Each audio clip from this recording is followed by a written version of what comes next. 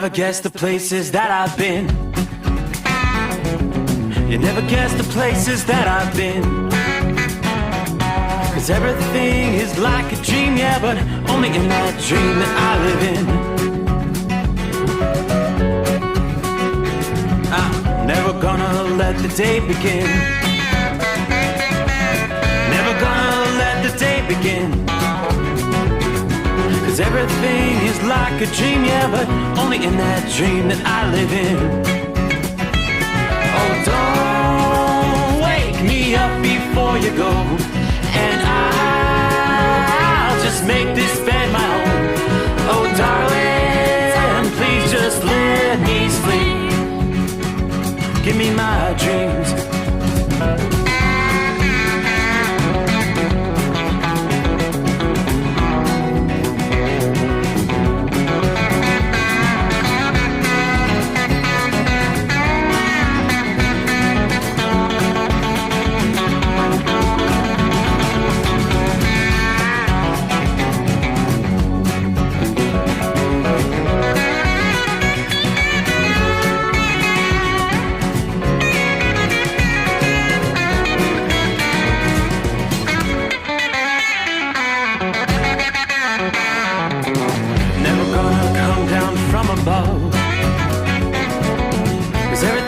Better from above.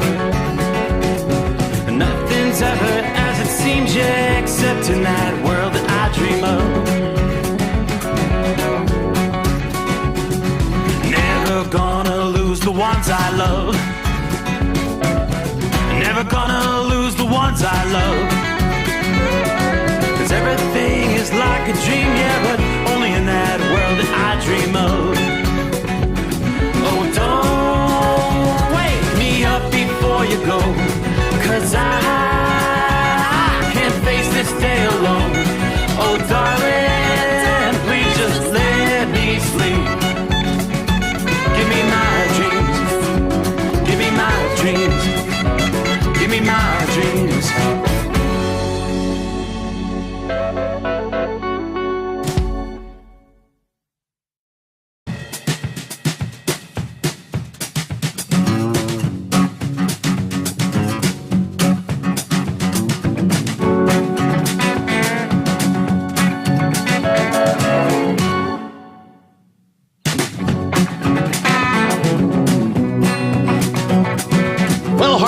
We're closing out another weekend. Wow. Already to mid-August. Yes, indeed. 16th day of August. When we wrap things up here, it's time zone. We work our way into a Monday. Hope you had a good weekend.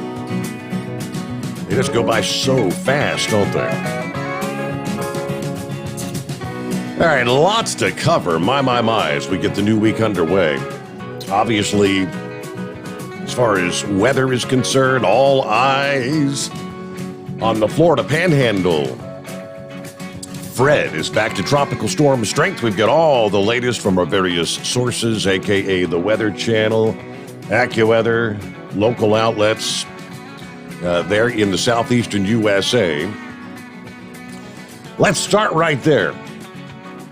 As Tropical Storm Fred has indeed strengthened some, tracking through the eastern Gulf of Mexico, headed for a landfall in the Florida Panhandle later today, Monday. It's going to bring flooding rain, gusty winds, soaking rainfall. Possible flooding will also spread inland across portions of Alabama, Georgia, and the Western Carolinas.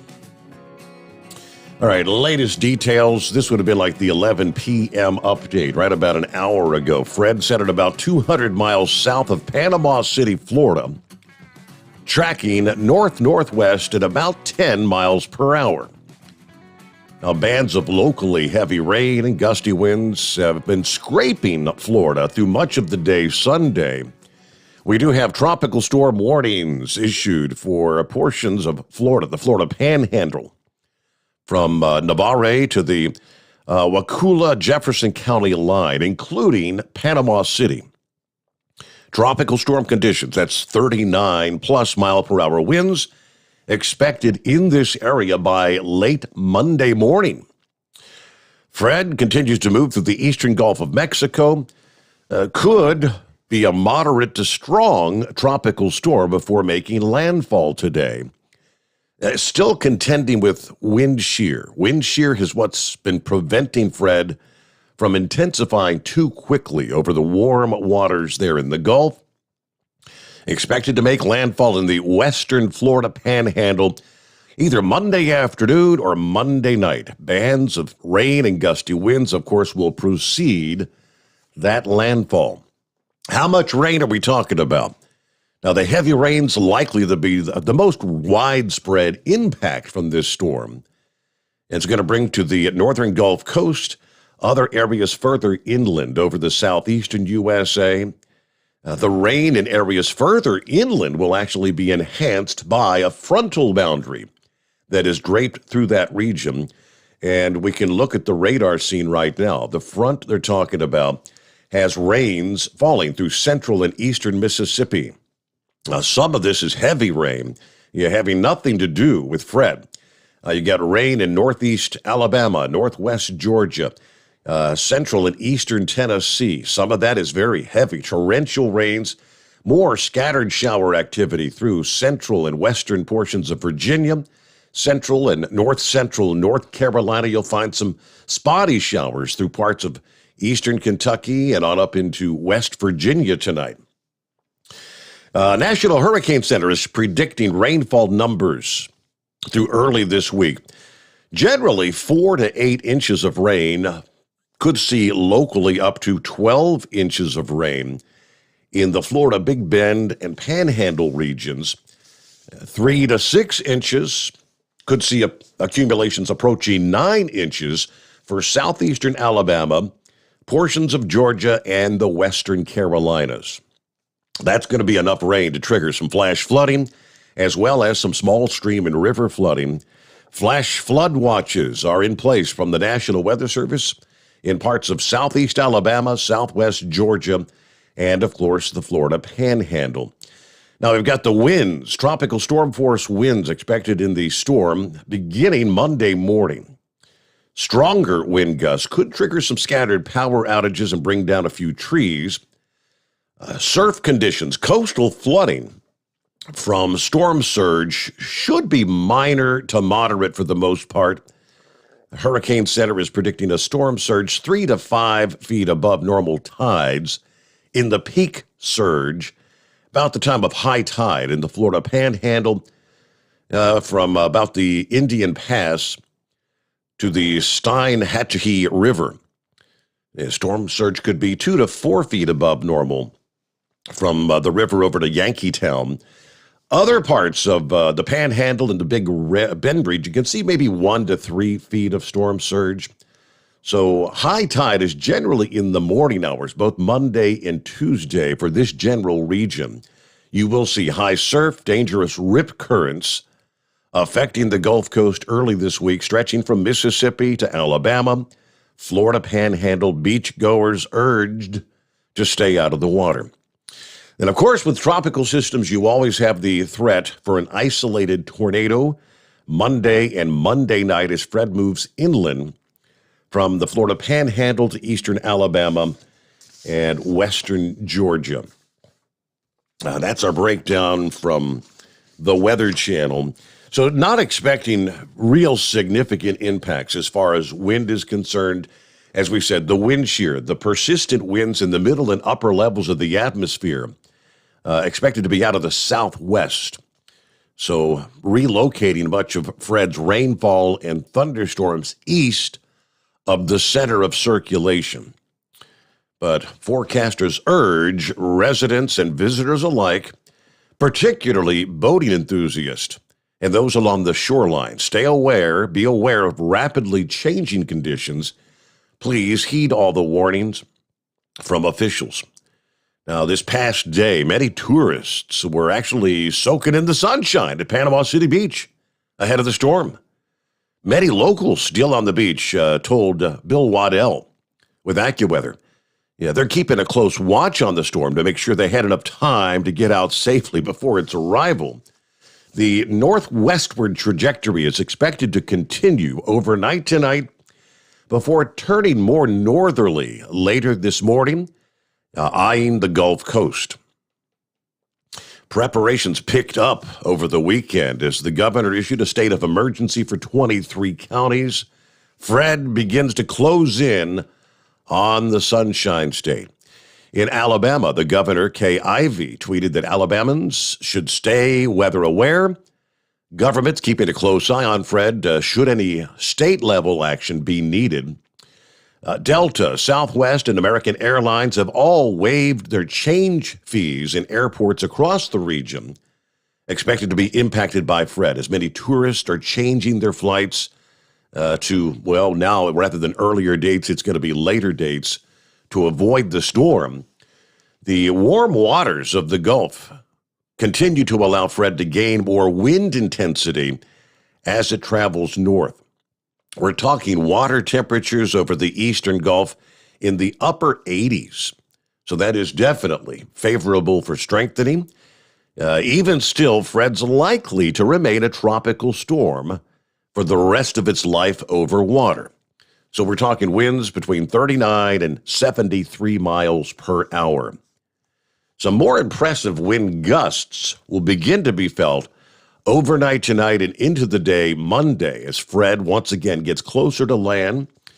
Yeah, the Florida Panhandle, they're anticipating 40 to 60 mile per hour winds, mostly in coastal and western portions of the Panhandle.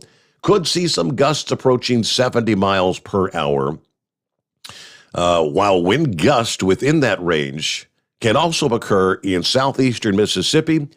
Winds should diminish rapidly as Fred begins to move inland.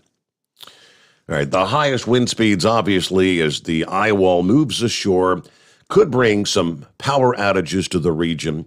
In southern Alabama and the western Florida Panhandle, that's likely to be the target of some of the highest rainfall totals. Generally 4 to 8 inches, maybe storm max totals, again approaching a foot of rain. Fortunately, Fred is forecast to move rather quickly this week. That'll limit the chances for days and days of rain. However, just 24 hours of heavy tropical rain deluging the same area definitely will bring flash flooding. As of this past day, flash flood watches have been issued across the Florida Panhandle, southern Alabama, and southwestern Georgia.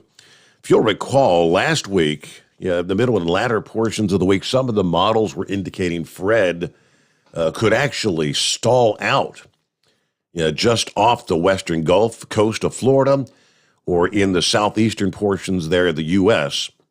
That model depiction has kind of changed. Looks like Fred's going to continue moving at a decent pace. By midweek, the circulation may dissipate enough to make it difficult to track exactly where the center even is. But nonetheless, tropical moisture, plenty of tropical moisture will remain. So widespread 1 to 2 inch rainfall forecast from the Mississippi-Alabama border, southern Georgia, then northward into West Virginia and central portions of Virginia. Heaviest rain, of course, aside from the Gulf Coast, likely to be in the Appalachian Mountains of northern Georgia, eastern Tennessee, and western North Carolina, where over 4 inches of rainfall is possible. This is an area, one that's already been drenched by flooding rainfall this year. Birmingham, Alabama has over 165% of their normal rainfall for the months of June and July. So as such, it's a waterlogged region, could experience flash flooding as our tropical storm moves through. Once we get through Fred, which we shouldn't have a whole lot of difficulties aside from flooding issues. Well behind Fred is another tropical storm already named Grace. Grace is traveling through the Caribbean, impacting some of the same islands that were just hit by Fred a few days ago. Before, Grace is predicted to The southern USA, some of the models right now are depicting Grace actually crossing through the southernmost regions, probably like the Florida Straits region, and the steering winds are going to be pretty much non-existent. It may literally cross the entire Gulf of Mexico and southern portions of Texas. Again, that's the current depiction from some of the models there. All right, elsewhere around the country, after a very hot, steamy, stormy pattern last week in the Northeast, temperatures have begun to make that flip. Cooler conditions have moved in over the weekend. We'll break that down for you coming up here for the second time this summer. A record-challenging heat wave has residents in the Northwest searching for ways to beat the heat once again. Much of the region dealt with temperatures in the triple digits much of last week, the second major heat wave so far this summer. Also, just like the Northeast, the Northwest is looking at a shift in the weather pattern, actually as we progress through the overnight hours tonight. Sunday night into Monday, there is some relief on the horizon, as they say, some light at the end of the tunnel. All right, look at some of our travelers' weather tonight. Around the country, our number, as always, 844-844-3388. Let's jump over and see who's checking in early on this Monday morning. Looper jumps in. First one off the block this morning. Timothy, good morning from a kind of a stormy Virginia tonight. Some of those scattered showers and thunderstorms, yes, sir. Morning from Central Florida. Richard checking in, 79 degrees there. Crazy Ray is with us. West Michigan checking in, where it's a comfortable 63 degrees, a calm night tonight. David says, well, just finished my round. Going to be listening while I bobtail back to the house. Good morning, Steve. Thanks for all you do for the American truck driver. Great to have you with us, David. Safe travels in the bobtail. Captain Ron checking in. Yes, his favorite day of the week. Best day of the week, Monday. Of course, Ron's got a loose screw there, but... Hello to Tank. Good morning, Steve. Happy Monday. 80 degrees here in Memphis tonight. Getting ready to head on out to Fontana once again. Everybody truck safe. Have a good day. El Trout, Central Oregon, where it's smoky and 92 degrees. Yeah, still dealing with some of the heat. Yeah, as I just mentioned, some relief is on the horizon there. Good to have you with us. Who else we got? Randy. Hey, Steve, made it back home in Tennessee from Sturgis, South Dakota vacation. Just got back this past evening. Hope you had a good time there at Sturgis. I know they had, I was seeing a lot of the photos and videos, lots of live entertainment, big crowds. And, hello to Todd checking in. Hey, y'all. Buster Brown with us this morning. Yeah, lousy USA administration. Hey, what are you referring to? The situation in Afghanistan, which obviously that's going to be top story. It is a horrific situation that is unfolding. And we can only hope and pray more American lives are not lost, but the way things are trending right now, yeah, it could be very, very bad for those who have not got out yet. We'll delve into all the latest there again. Bad situation unfolding. Buckeye Boy checking in from Morgan Hill, California, 75 degrees, 56% humidity. I'll load and reload tomorrow in San Jose, then head north to Seattle. It was good talking to several of the listeners on the conference call the other night. All right, yeah. Morning, Steve, 78 degrees in Kirbyville, Texas. I enjoy your show. Everyone truck safe out there. Good morning from Mineral Wells, Texas, from JS, Jack Shish Kebab. Y'all be safe out there. Have a great day. One more, morning, Steve, checking in. Ritzville, Washington, 83 degrees. Stopped in Butte, Montana, saw a whole charter bus full of Mexicans. Not one white person on the bus, probably 15 or 20 little kids. What's the chance of that in the middle of Montana? Yeah, Keith, well, in this day and age, what are the chances anywhere in this country with what we've got going on down there? Yep, they're just showing up all over the country. Got more on that as well. Former head of customs over the weekend divulged that the Biden administration has unleashed to date more than 40,000 COVID positive illegals all over in the country. And we wonder why we're seeing a surge in COVID cases all over the country. That's been a hot button issue as well. All right, let me start here real quick, before we get to our first timeout underway on a Monday. Of course, we'll get to your calls coming up at 844-844-3388. Got out of the shower here a few hours ago and checked the phone and say I had just missed a call. It was Big Moose. So I gave Moose a call back. He wanted me to pass the word along that he's doing all right, best as can be expected. He said, I'm just doing whatever I can to stay busy. I'll work myself till I can't hardly hold my eyes open, and that's the only way he can get any rest, understandably right now.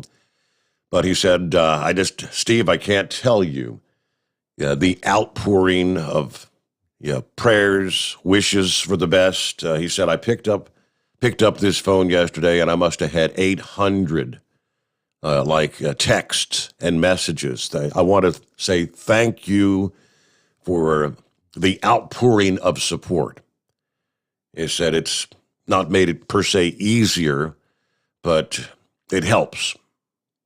And obviously, the actual funeral is going to be taking place later on today.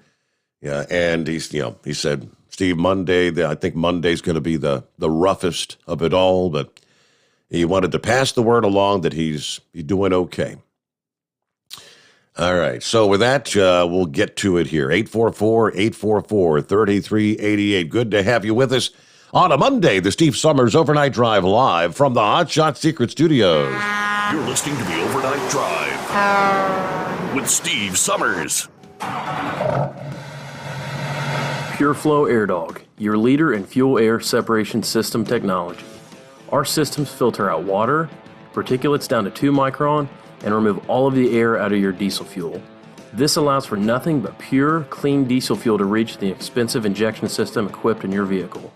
Not only do our fuel systems protect, they also come in a variety of flow rates to meet your performance needs. Our systems are compact and use OEM-style fittings for easy installation.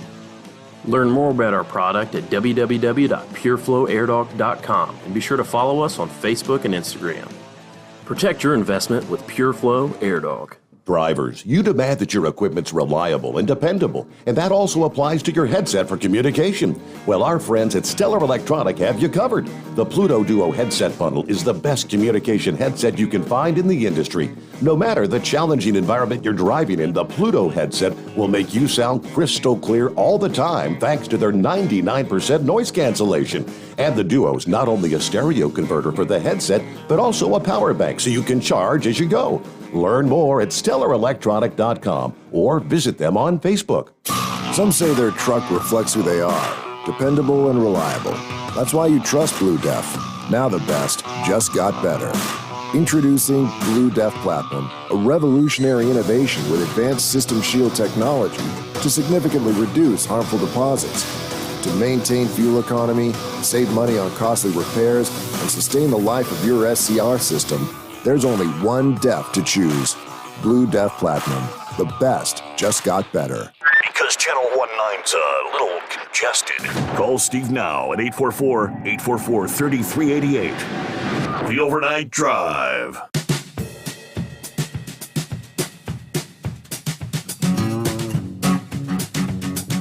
All right, hello to Fuzzy checking in this morning. Morning, Steve. Back in St. Louis. Bad week in St. Louis. Home in Cincy for some R&R. Yeah, weather's a lot cooler. All you drivers, be safe this week. Dennis checking in. Hey, Steve, I ordered a hat, travel mug, and 10 stickers tonight. Hope I get my order soon. You have a great show. Keep up the good work. I'm not able to listen to the full live show due to my work schedule, but I listen to the full show the next day on the podcast. I've been advertising your show in a few of the trucking groups. I'm a member of the Get the Word Out. Dennis, thank you. Thank you so much. I appreciate this, the support there. Let's see. Anybody else? Yeah, some of the comments about Biden, what's going on in Afghanistan, what a cluster that is the word they're using. You know, at this time 1 week ago, Sunday night, Monday morning of last week, we were sharing stories of some of the areas that had fallen back into control of the Taliban. And some of the military top echelon were saying they're concerned that Afghanistan could fall within 90 days, 3 months. Yeah, some were suggesting it could fall within 30 days. Here we are, less than a week later, and essentially Afghanistan has fallen. Less than a week's time. Now, here's the frightening, the very latest. The Taliban has entered the presidential palace in the capital city of Kabul. They are now in control of the entire country. They are soon going to declare Afghanistan will now be known as the Islamic Emirate of Afghanistan. Islamic Emirate. Yeah, what is Islamic State? An anonymous source in a position to know confirming the high-ranking source's report of the seizure of the presidential palace, which the Times of India has also reported. President Ghani left Kabul after stepping down from power on Sunday. Rumors of his resignation had been circulating since Friday, while fears of the Taliban attacking the capital were also high that night. The video message released Saturday afternoon. Ghani did not announce his resignation, but said negotiations were ongoing. Anonymous source says Ghani's announcement meant he will not step down until the whole country surrenders or falls to the Taliban. All soldiers, said their commanders, after receiving messages to surrender from Kabul, decided to surrender. It wasn't, however, clear under what circumstances the orders were given. This has not been confirmed with additional sources. Two of the biggest army corps in West and North Afghanistan surrendered without any resistance. With all of their armored vehicles, each of them has over 10,000 personnel on the compounds. Kudar and Paktia provinces.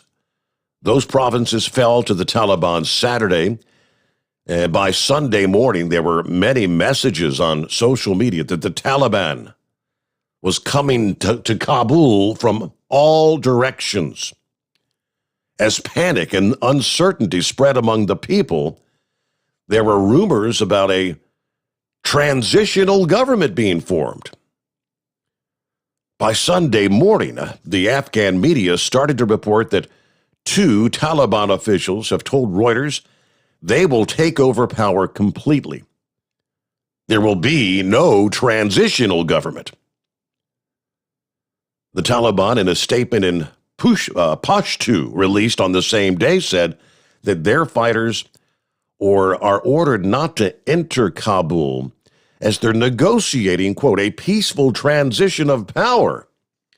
In other words, like literally a peaceful transition of power.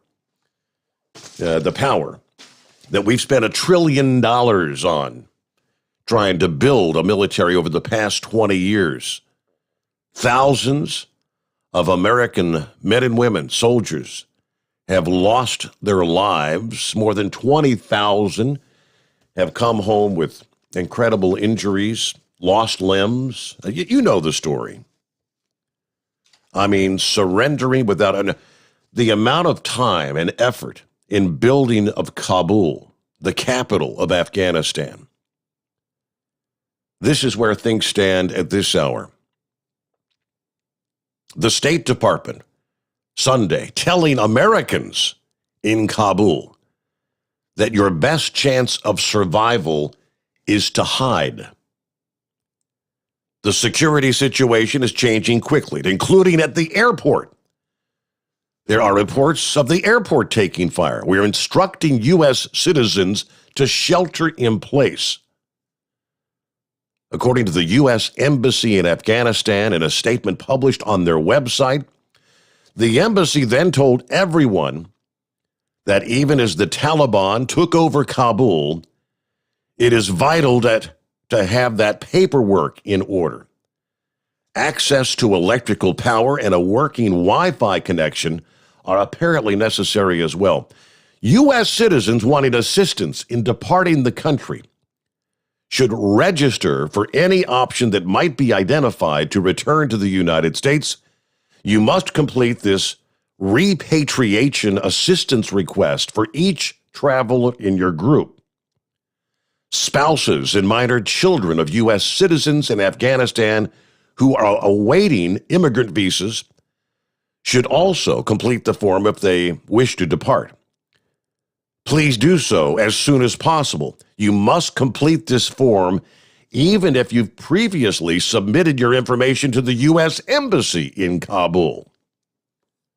Everything's pretty much been shredded there. The U.S. Embassy flag was lowered Sunday, signifying the end of the United States presence in Afghanistan. State Department spokesman Ned Price said there was no such thing as an evacuation, either in the works or taking place. This is not abandonment.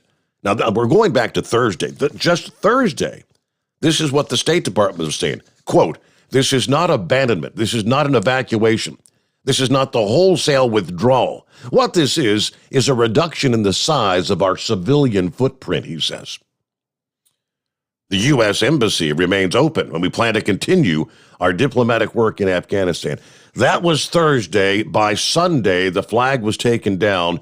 The U.S. Embassy is instructing U.S. citizens in that country to hide, reflecting the fact that times have changed.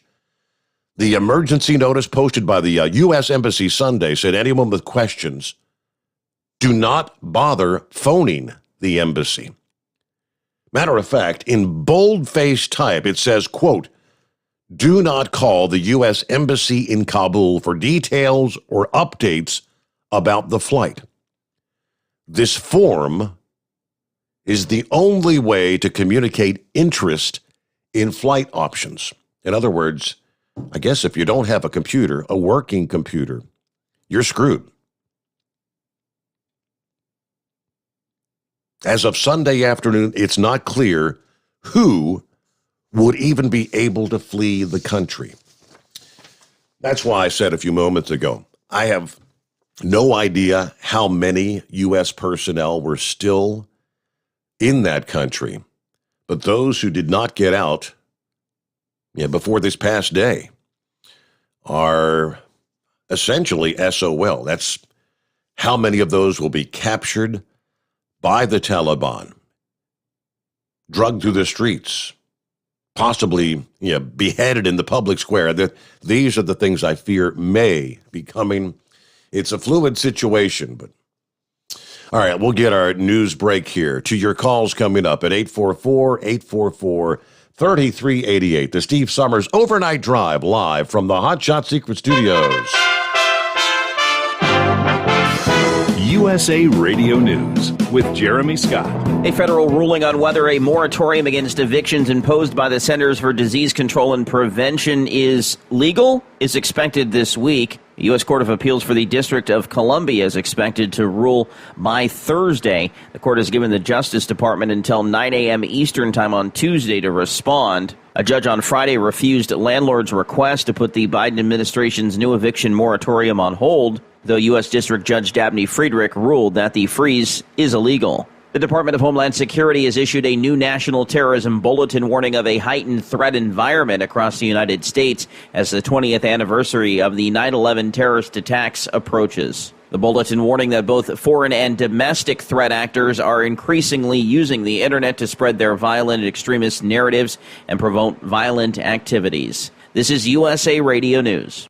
Rockstar Radio is looking for a co-host. Yes, you heard me correctly. Nationally syndicated radio show and popular podcast, Rockstar Radio with Billy Gerard, is looking for a co-host. In fact, 2 segment co-hosts. One will join Billy weekly talking about all things financial, and another for a weekly review of the national real estate and mortgage market. Co-hosting with Billy Gerard could be the move that puts your career into overdrive. For all the details and to schedule an audition with Billy, send an email to bill@rockstar.today. That's bill@rockstar.today. Or go to rockstar.today/co-host for all the details. Rockstar Radio is looking for 2 expert co-hosts. It could be you. Email bill@rockstar.today or go to rockstar.today/co-host. Being on the radio with Billy will make you the expert in the field. It could take your career over the moon.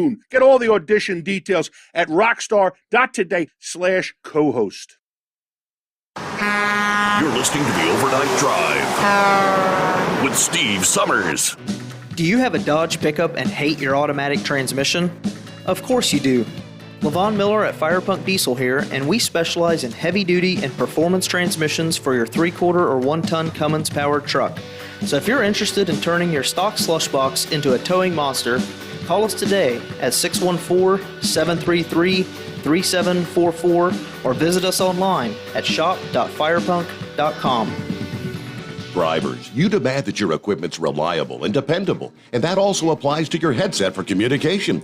Well, our friends at Stellar Electronic have you covered. The Pluto Duo headset bundle is the best communication headset you can find in the industry. No matter the challenging environment you're driving in, the Pluto headset will make you sound crystal clear all the time thanks to their 99% noise cancellation. And the Duo's not only a stereo converter for the headset, but also a power bank so you can charge as you go. Learn more at StellarElectronic.com or visit them on Facebook. At Hot Shot Secret, we share the science behind common diesel problems and their solutions. For example, Hot Shot Secret Diesel Extreme. Today's ultra-low sulfur fuels are cleaner, but they leave injector deposits, causing frequent DPF regens and low throttle response. Hot Shot Secret Diesel Extreme is a 6-in-1 fuel additive recommended for all diesel engines. It is formulated with the most concentrated detergent on the market, a top-tier level cetane booster, lubricity enhancer, water demulsifier, rust and corrosion inhibitors, and a fuel stabilizer. Diesel Extreme is a once every 6-month treatment that will clean your entire fuel system, starting at the fuel tank and traveling throughout the fuel lines and fuel pump, and finally completely cleaning your injectors. Hot Shot Secret Diesel Extreme improves your diesel's fuel economy and eliminates excessive black smoke. Hot Shot Secret Diesel Extreme is available nationwide at truck stops, fine farm and auto stores, and online at hotshotsecret.com. Hot Shot Secret, powered by science. Diesel Army is on duty 24 hours a day, 7 days a week. Burning the midnight oil with the best diesel coverage. All the tech, all the torque. Diesel Army, where there's smoke, there's fire. For the latest news and event coverage, as well as feature and tech articles, sign up for the newsletter and don't miss a thing. Visit dieselarmy.com from the Power Auto Media family of digital magazines. Again, it's dieselarmy.com. PureFlow Air Dog, your leader in fuel air separation system technology. Our systems filter out water, particulates down to 2 micron, and remove all of the air out of your diesel fuel. This allows for nothing but pure, clean diesel fuel to reach the expensive injection system equipped in your vehicle. Not only do our fuel systems protect, they also come in a variety of flow rates to meet your performance needs. Our systems are compact and use OEM-style fittings for easy installation. Learn more about our product at www.pureflowairdog.com and be sure to follow us on Facebook and Instagram. Protect your investment with PureFlow Air Dog. The Overnight Drive with Steve Sommers. Live from the Hot Shot Secret Studios. Call Steve now. 844-844-3388. That's 844-844-3388. So would it be a fair assessment to say that after 20 years fighting, training, sacrificing lives and limbs of American soldiers in a matter of, well, I guess, could we say essentially in 30 days' time, as they've just literally dropped their weapons, abandoned their training, unwilling to fight for their own country and their own freedoms. Yeah, essentially, the U.S. is now, in 30 days' time, armed, weaponized, what would undoubtedly be the largest radicalized Islamic fighting force in the world. With is it millions or billions of dollars worth of equipment that we have armed them with? Humvees, MRAPs, aircraft, drones, Blackhawks. The Taliban is now in control of virtually all of that. Hey, Grump, would that be a fair assessment in your mind? It is. It's very fair. Everything this idiot Biden has done has been a colossal failure. And we're going to see more and more of this play out. I get it. Let's get the hell out of these areas that we've been in and spent $2 trillion in blood, treasure, and everything else. Yep. But gee, many Christmas, did he not have some kind of an exfil plan to get our people out?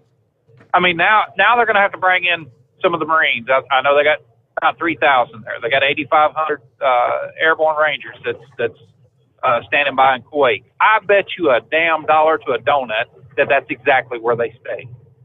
Biden is so disconnected from everything that is happening over there. We've spent $2 trillion in that place, Steve. And this is what we got right now. If it wasn't for the American military standing up in front of those damn Afghans, number one, the soldiers and stuff, they wouldn't have fought anyway. It was us that was bleeding over them. Now, it's a lot like the Iraqis. The only people that had any stones at all in Iraq was the Kurds. And when we were trying to evacuate them to the north, up into Zaku region, I mean, we had massive refugee camps up there. And the hardest thing about that whole thing was trying to keep them from killing each other. We took their weapons away, and then I would have to give their weapons back. But these people, the Afghans, are completely different. I mean, they are just literally wanting to fall under the rule of the damn Taliban. And it's, anybody worth their salt at all ought to stand up and fight. I mean, hell, we've left them everything. And right now, if Biden had any brains in that rickety-ass old head of his, he would be sending every A-10 that he could possibly find, every kind of air assault that we could do, and be destroying all that equipment. One of them crawled their butt in it. I was looking at the video. I mean, miles worth of what were U.S. armed vehicles, like this MRAPs, Humvees, miles of them lined up along the road into Kabul. I'm thinking, why don't you just bring in what's that that badass full metal jacket plane that could just go down the line and just take them all out. Yep. That would be a good practice right there for a Moab. And why in the hell they didn't, when they emptied these bases out, they didn't blow everything to pieces? I'll never know. At least when we were leaving a lot of the places in Iraq, we dug damn holes and pushed equipment in it and flooded it with diesel fuel and dropped a couple of, cans of white phosphorus in there, and that was the end of it. But these morons, the Afghans, I don't understand it. They've been trained for 20 years. We've done everything under the sun to get them people to stand up on their own two damn feet. And that's rule number one. That's what pisses me off about the way we fight our wars. We go in there and spend, $100 billion on damn bombs, and then we'll spend $2 trillion trying to build back up everything and get them to stand on their own feet. You know, if they wanted to get up off their ass and actually fight, that'd be one thing. But they're not. You know, and you know, Biden, I swear, it's this idiot to leave our people just stuck at the damn airport like that. You know, we got some of the best. I know when we went in Mosul and secured that airport, you know, that was in and out kind of thing, you know, just to get people out of there. You know, and you know, the Marines they're gonna have their hands full, man. I'm telling you, this is gonna turn into something. If they get their hands on them damn guns and on all them weapons and stuff, he better get some air equipment in there. He better get some air assault in there. And let the A-10s and let the F-16s and let the F-15s do their job. And they can clean that whole damn mess up pretty quick. I'd send a couple of puffs over there and just, you know, that's the one I was trying to think of. That's the AC-130. That's the one I was trying to think of. Yeah, they called it Puff the Magic Dragon in Vietnam, right? They'll wipe everything in its path out. Yep, it don't take them long either. I mean, them boys can drop a 50 cal round in every 1 inch of a damn square football field. I mean, literally just annihilate everything. I've seen them things work, and you know, during the first Gulf War when we was over there, you know, I had a front row seat to what was going on. You know, and every one of us was sitting there going, you know, something, this damn country ain't nothing to monkey with. You know, they did an assessment on Iran. When Iran was showing its ugly head and saying, you know, we would fight the United States, they did an assessment on that. For our air, just our air resources alone and what's on the ships, it would take 48 minutes to completely disable that country. 48 freaking minutes. And here we've been fighting this damn war now for 20 years, and you got people like Lindsey Graham and all these other idiots that need to stay the hell out of it and let the military do what the military gets paid to do, and that's kick their ass and get the hell out of there. You know, if we would have just annihilated the Taliban to begin with, instead of having that massive ceasefire, that one where Osama walked across the damn border from Tora Bora, this thing wouldn't be in where it's at now. But this is every war that we've ever fought. For some reason, they think that we need to be bigger than that, go back in there and build every damn thing back up. You don't blow stuff up, Steve, to go back in and build it up. You know, you let them think about it and say, hey, you know, you guys want to join up with us? Yeah, we'll help you out. But by God, you're going to have to stand on your own 2 feet. And that means bleeding for your own damn country once in a while. But it's always been our boys that goes everywhere. I couldn't believe the crap I've seen in northern Iraq and stuff like that. It just turns your damn stomach to see that we could have turned the Kurds loose and that would have been the end of that. But they, you know, here we had Joe Biden running his freaking mouth, you know, about something he knew nothing about. Barack Obama, who is the world's greatest pacifist, you know, he might talk a mean battle. You know, when they went into that and they were deciding on what they were going to do in Afghanistan, you know, they had all these generals sitting around that damn conference table and Barack Obama sitting there, all right, I'm going to leave the room. He walks out of the damn room, comes back an hour later with 6 handwritten pages and said, this is what I want to do. And it's been a colossal failure ever since. You know, that's one thing I can say about Mattis. That's one thing I can say about John Kelly. That's one thing I can say about David Petraeus. They knew strategy and they knew how to win a damn war.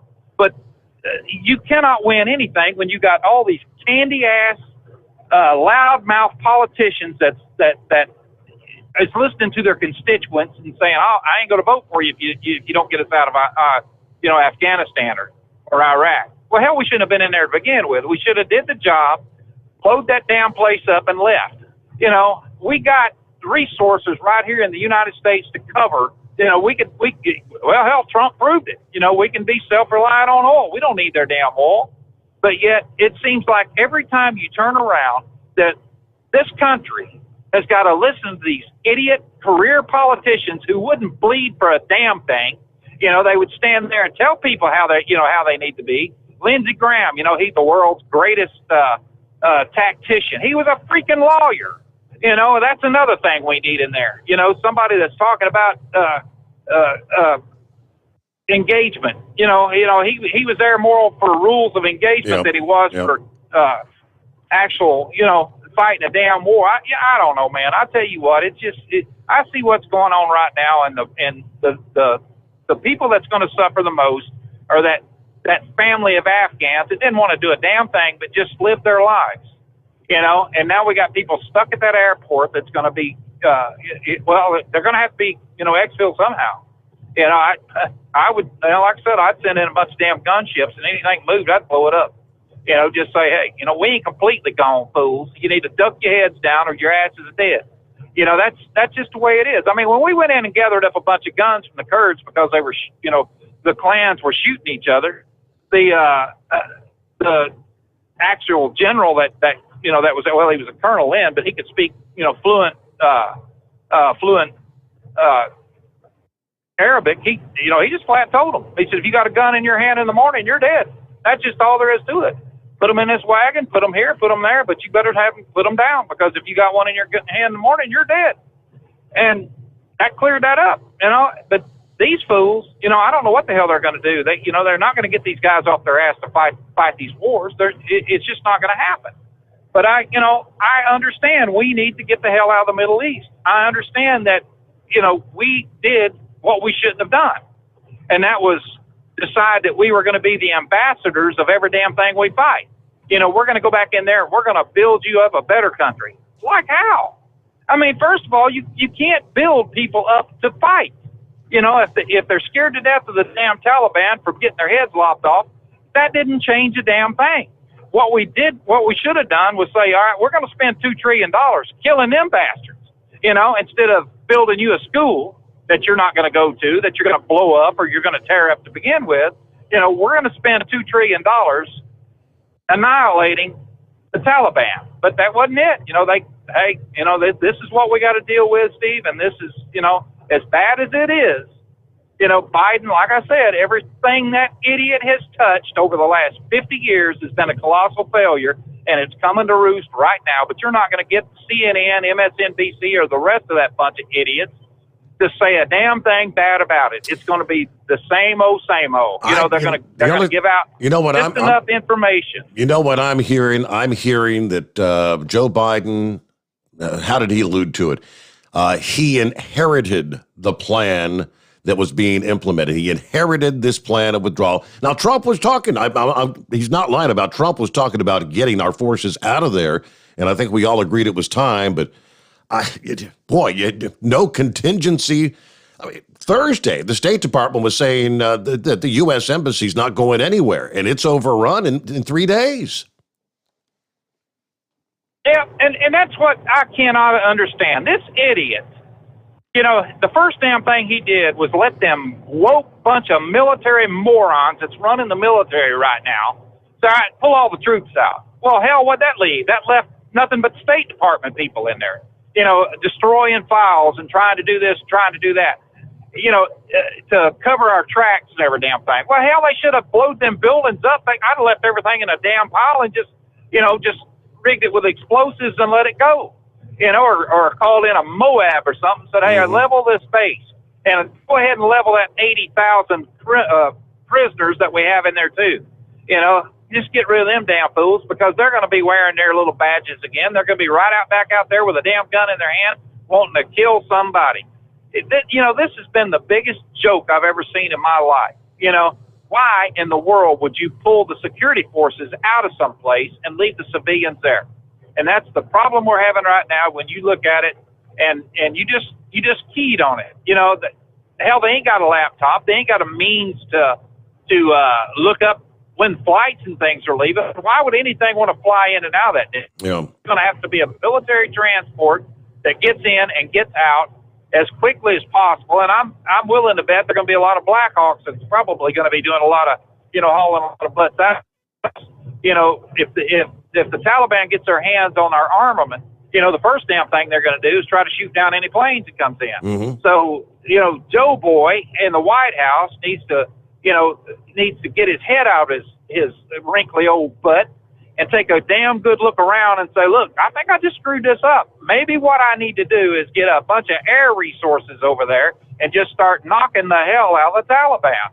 And then we'll worry about leaving. At least Trump did have a little bit of a plan. I didn't like his plan, number one, I thought, right off the bat, when just listening to what he was talking about, we're going to get all these troops out of here. Hell, get all the State Department out of there first. Blow up the embassy. Burn the bases. Do every damn thing possible that, get rid of every damn thing that we got over there that we can't bring back with us. Destroy it somehow. And get the hell out of there. But look what's going on, man. I mean, you leave MRAT sitting around for some dumbass just to crawl in with a 50 cal sitting up on top of it. It's going to turn on you. It's like a rabid pit bull or something, man. This fool, I don't know if he knows what the hell, even what world he's in anymore. And you don't hear anything from old Trixie, old Skanky Spy. She's just got her head down. She got her ass handed to her over this border. And why anybody would want to listen to that moron about what's going on in Afghanistan, I have no idea. But didn't she just meet with some of the Arab leaders not long ago? That's just exactly what we need to do. Send a damn woman over there to do the job, or have them negotiate with people. How'd that work out with Hillary Clinton? She had her scarf and everything over her head and everything, and that's the only respect that they had for her right there was, she did follow our traditions and cover her head. But her damn mouth was what should have been covered up because she didn't do any good. But man, I'll tell you, this is a funky world we live in, big boy, and it ain't getting no better. And as long as we got these career morons like Joe Biden sitting there in that White House, guess what? The roller coaster ride is going to get a hell of a lot bumpier. This is just the start of it. I guarantee you. I don't know, where are you supposed to hide in Afghanistan right now? That would be the question. Where they tell you to hide or shelter in place. These Taliban are going to be going door to door, searching for anyone that's hidden there in Kabul. I got to get a quick 2-minute timeout, though. It's 844-844-3388. The Steve Sommers Overnight Drive, live from the Hot Shot Secret Studios. Live from the Hot Shot Secret Studios, the Steve Sommers Overnight Drive. Some say their truck reflects who they are, dependable and reliable. That's why you trust Blue Def. Now the best just got better. Introducing Blue Def Platinum, a revolutionary innovation with advanced system shield technology to significantly reduce harmful deposits. To maintain fuel economy, save money on costly repairs, and sustain the life of your SCR system, there's only one DEF to choose. Blue Def Platinum. The best just got better. For anything diesel, take it to Scheid Diesel. They provide a wide variety of services and diagnostics to determine what the problem is with the latest technology. From simple oil changes and preventative maintenance to fuel system diagnostics and repairs, engine rebuilds and cylinder head repairs, and rebuilds with our in-house machine shop. They also have on-site DPF cleaning for exhaust issues and DOT inspections. If your diesel is asking for some attention, Scheid Diesel has the specialist you need for anything diesel. Located in Terre Haute and Lafayette, Indiana, and Effingham, Illinois, Scheid Diesel has you covered. You work hard. You deserve a seat that works just as hard as you do. The Bostrom T-Series seat has provided drivers with comfort for millions of miles over the past 3 decades.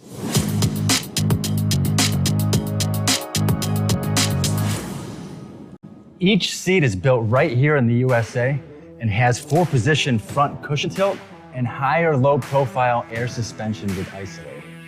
It's also equipped with many standard and optional comfort features, such as high and mid backrests, 9.4-inch fore-aft slide adjustment, adjustable armrests, and manual or dual air lumbar support systems to keep you comfortable throughout your ride. Build your T-Series seat today at BostromSeating.com and ensure your ultimate comfort for wherever the road takes you. Bostrom Seating, the ultimate comfort for the open road. Keep the bugs off your glass and the smokies off your ass. This is the Overnight Drive with Steve Sommers.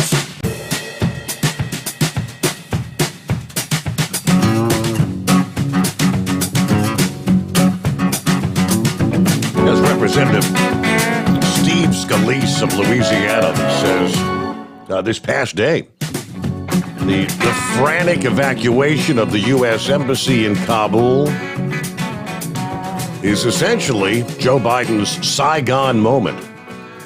Speaking on CBS News Face the Nation, Scalise called the devastating finale to a lightning-fast Taliban sweep of the country very predictable. Taliban insurgents entered the Kabul, the Afghan capital, early on Sunday as the U.S. evacuated diplomats from its embassy by helicopter. You just had President Biden a few days ago saying you're not going to see helicopters evacuating the embassy like Saigon. But here we are. This is Joe Biden's Saigon moment. It seems like many in President Biden's intelligence community got this devastatingly wrong. And I think a lot of questions are going to be asked later about why. Biden has to stop blaming the Trump administration and take ownership of the unrestricted Taliban takeover. The buck stops here on the president today. He wants to blame everybody else. But look, yes, former President Trump had an agreement in place that was conditions-based, and those conditions were not met. In fact, many of the conditions included that the Taliban would not overtake the cities that they've now overtaken under Biden's leadership. Biden did not follow through on the conditions that were in place. He just let them come and run roughshod in there. America's withdrawal approach will have repercussions around the world. This sends in a more concerning message to our allies around the world. It really sends a concerning message to our enemies that are watching this. China's very involved in what's happening right now in Afghanistan and our other adversaries. So they're seeing just how easy it was to overtake these areas. It's an epic failure of Biden's foreign policy. He needs to take ownership and take other steps to make sure this does not happen again. Representative Steve Scalise this past day. All right, so we'll get our top of the hour news update. We'll get to the Carolina Monkey Gouger coming up. Knucklebuster's on the line. Looks like Double R dropped off. Give us a ring back, Double R. You spent your fair share of time on the ground, boots on the ground there in the Middle East. Welcome into a Monday, the Steve Sommers Overnight Drive, live from the Hot Shot Secret Studios. USA Radio News with Dan Naraki. An additional 1,000 troops are headed back into Afghanistan to help with the evacuation of U.S. personnel from the capital of Kabul. That brings the total number of troops heading back into the capital to 6,000. Ambassador Ross Wilson and the rest of the U.S. Embassy have relocated to the Kabul airport as Taliban fighters have swept into the city. U.S. officials say the diplomatic staff was moved to the airport to ensure their safety while maintaining the embassy's core work. Hundreds of the city's residents have also flooded the airport hoping for a flight out of the country. Afghan President Ashraf Ghani has left the capital, saying on Facebook that he fled to save Kabul and its citizens from further bloodshed. Amid the government takeover by the Taliban, Pope Francis is calling for peace in the region. In his weekly address Sunday, the Pope asked his followers to pray that solutions to the conflict can be found at the negotiating table. He also called for the protection of Afghanistan's small Christian minority, mostly foreigners and aid workers. You're listening to USA Radio News. Hi, I'm Wayne Alaroot for Patriot VPN. Patriot VPN is a virtual private network service that uses military-grade encryption to protect your internet connection on all of your devices. With Patriot VPN, your data and internet privacy is secure anywhere in the world. Why do you need Patriot VPN? Cyber criminals, government, even your own internet service provider collect and use your private information without your knowledge. Examples in the news recently, remember all the companies that have been hacked? Cuba censored the internet to kill protests? Here in America, conservative groups are being actively targeted. Your personal information and internet history is being sold by your ISP. It's all happening every day, but not with Patriot VPN. With Patriot VPN, your internet activity and history is protected from prying eyes forever. Patriot VPN is a veteran-owned business right here in the USA. For business or your family, starting at only $6.95 a month, use code WAR and get 3 months free. With an annual subscription, it's all at PatriotVPN.com. That's PatriotVPN.com. U.S. Customs and Border Protection say they've seized thousands of counterfeit COVID vaccination cards. Jeremy Scott has more. 15 times in one night, U.S. Customs and Border Protection caught a shipment from China to Louisiana, which contained 51 blank counterfeit vaccination cards. Over 3,000 total were seized in Memphis, Tennessee, that were en route to other cities around the U.S. Officials say there has been a surge in fake vaccination cards after cities such as New York City announced it would mandate vaccine passports at certain businesses starting next month, and a growing number of colleges and universities across the country will require vaccination for students to attend classes in person. The FBI warning back in March that buying, selling, or using a counterfeit COVID-19 vaccination card is a crime. Violators can face a fine and up to 5 years in prison. From the USA Radio News Oregon Bureau, I'm Jeremy Scott. And you're listening to USA Radio News. Now you can fly anywhere in the world and pay discount prices on your airline tickets. Book a flight today to London, Paris, Madrid, or anywhere else you want to go. And pay a lot less guaranteed. Call the International Travel Department right now at Low Cost Airlines. 800-215-5141. 800-215-5141. That's 800-215-5141. The search continues for any more survivors from the devastating 7.2 magnitude earthquake that struck the hemisphere's poorest nation of Haiti on Saturday. Hundreds are dead and thousands more are injured. John Clemens has more. We were able to get through to Cara Buck of Mercy Corps in Port-au-Prince about the damaging aftershocks that could cause even more death and destruction. So we are hearing a lot about the roads being obstructed, and things are still shifting and moving, right? We had a number of aftershocks even last night. A tropical storm could also strike portions of Haiti with heavy rain and high winds by Monday. We could anticipate potentially some heavy rainfall that could affect the situation, but like I said, we're glad to hear that the brunt of this storm should be diverted and not hit the area of the epicenter. From the USA Radio News Texas Bureau, I'm John Clemens. And New York's new governor says she's ready for the task. Brad Bernards reports. New York Lieutenant Governor Kathy Hochul, a former congresswoman, has mostly labored in obscurity under Governor Cuomo, but as the New York's first female governor, she will almost certainly face a bruising primary battle in 2022. She does intend to run. I fully expect to. I'm prepared for this. I've led a life working in every level of government, from Congress to local government. I am the most prepared person to assume this responsibility, and I'm going to ask the voters at some point for their faith in me again. But right now, I need their faith, I need their prayers, and I need their support to make sure we get this right. And for USA Radio News, I'm Dan Naraki. At Hot Shot Secret, we share the science behind common diesel problems and their solutions. For example, ultra-low sulfur fuels. The primary function of diesel fuel is combustibility. One of the little-known aspects of fuel is its role as a lubricant to metal-on-metal moving parts. The introduction of ultra-low sulfur fuels diminishes the fuel's ability to lubricate because sulfur, which has been mostly removed, has lubricating properties. Hot Shot Secret Everyday Diesel Treatment with LX4 delivers unmatched lubricity. Third-party testing confirms that it takes 3 times the amount of leading fuel treatment to match the lubrication benefit of 1 dose of Hot Shot Secret. Everyday Diesel Treatment is a fully formulated 6-in-1 premium fuel treatment for every fill-up, every time. Everyday Diesel Treatment is available at truck stops, Tractor Supply, O'Reilly's Auto Parts, and online at HotShotSecret.com. Hot Shot Secret, powered by science.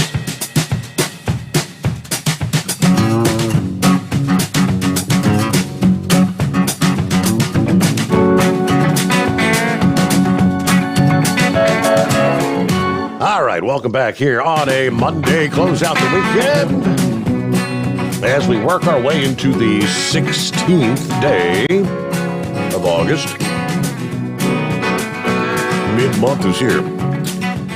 Let me see here. Under some of the industry headlines, I think Monkey Gouger called about this Friday morning, as a matter of fact, talking about some issues in varying parts of the country when it comes to fuel supplies. From Friday, according to the location updates page on Travel Centers of America's website. Let's see, the TA in Sparks on I-80, exit 19. The TA Mill City at I-80, exit 151 West and 149 East. Limiting diesel to 60 gallons per purchase. Market supply issues. Drivers are advised to use the Petro Sparks I-80 exit 21 or the Petro Well at I-80 exit 352 as alternate fueling locations. The fuel supply chain experiencing issues throughout the summer as the economy continues to recover from COVID. Yeah, of course, back in late July, the Reno Tahoe International Airport was reporting concerns that their fuel supply could affect some of the flight schedules.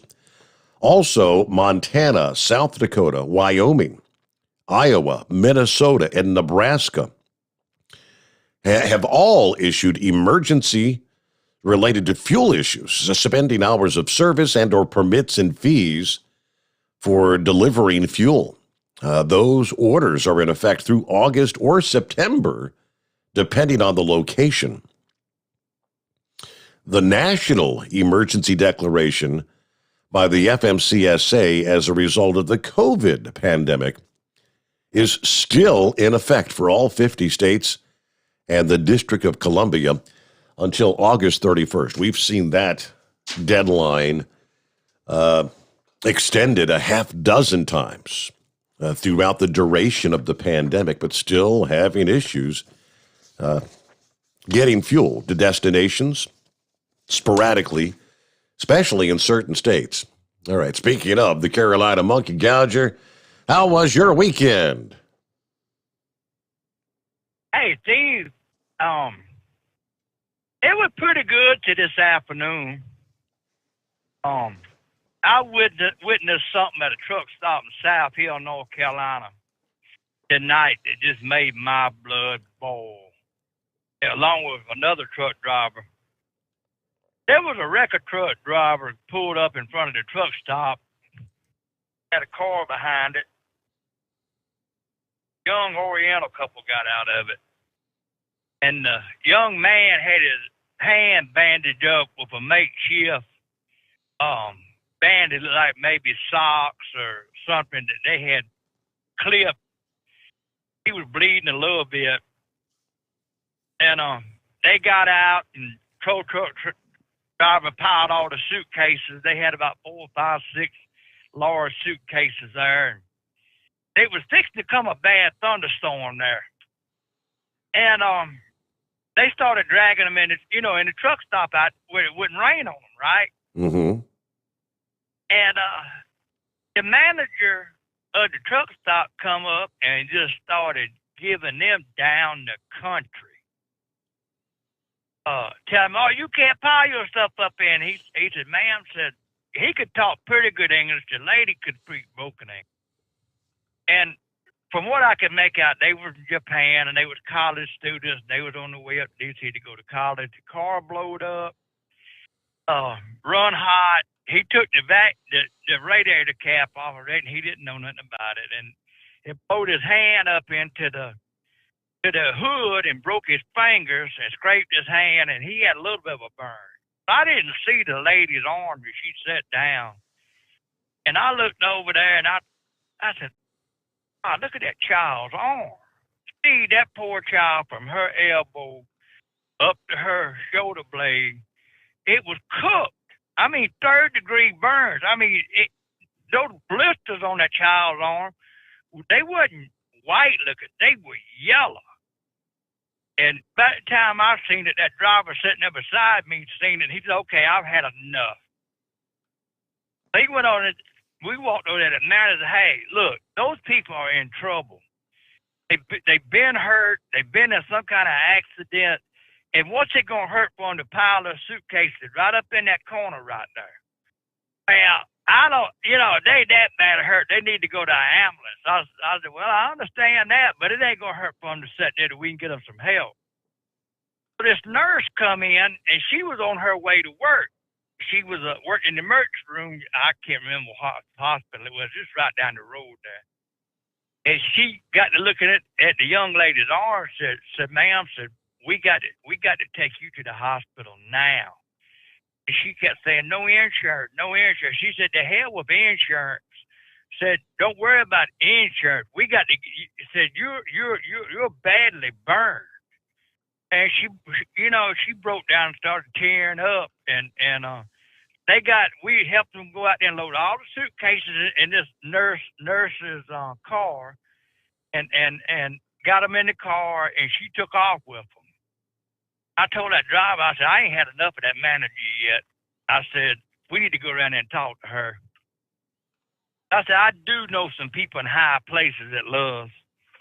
I went over there and told her, I said, ma'am, I didn't quite like what I seen in here a while ago. She said, well, we have a lot of homeless people and all that come in here and try to. I said, you could obviously see them people wasn't homeless people. I said, they was injured. And this is the way you're going to act. I said, I hope and pray your children don't ever get in a shape like this and get treated like this. So I turned around and walked off. But man, Steve, I just cannot believe the compassion that's going on in this country right now. And I don't know whether it was because they were Asians, what, but it just boiled my blood to no end. What did this country come to? But anyway, I sent you a email a while ago. They just had a thing on here posted on X that right now the Taliban has control of more Black Hawk helicopters than other 166 nations. Is that not scary? I saw that. I don't know if that's just that's like a meme or whatever. It may be true though. I don't know how many Black Hawks we left there. Right. The other thing was they said today that on Fox that they had seen 2 or 3 of the Black Hawks flying around, and they knew it wasn't American personnel flying them because there wasn't nobody over there to fly them. But my question is on all of this: is this going to turn into another Benghazi? When you're telling your personnel to shelter in place or hide and do not call the embassy in Kabul, that was my question. How many personnel were still there? How many are still on the ground, just waiting to be slaughtered? I tell you one thing. I cannot believe that this idiot is this stupid, and the powers to be that's advising him are letting this happen. This could turn into a mass massacre of American lives. Hey, Steve, it's got me worried. I don't know if I got anybody over there. I don't think there's nobody that I know over there now, but it just upsets me to no end that these cowards in Washington, D.C.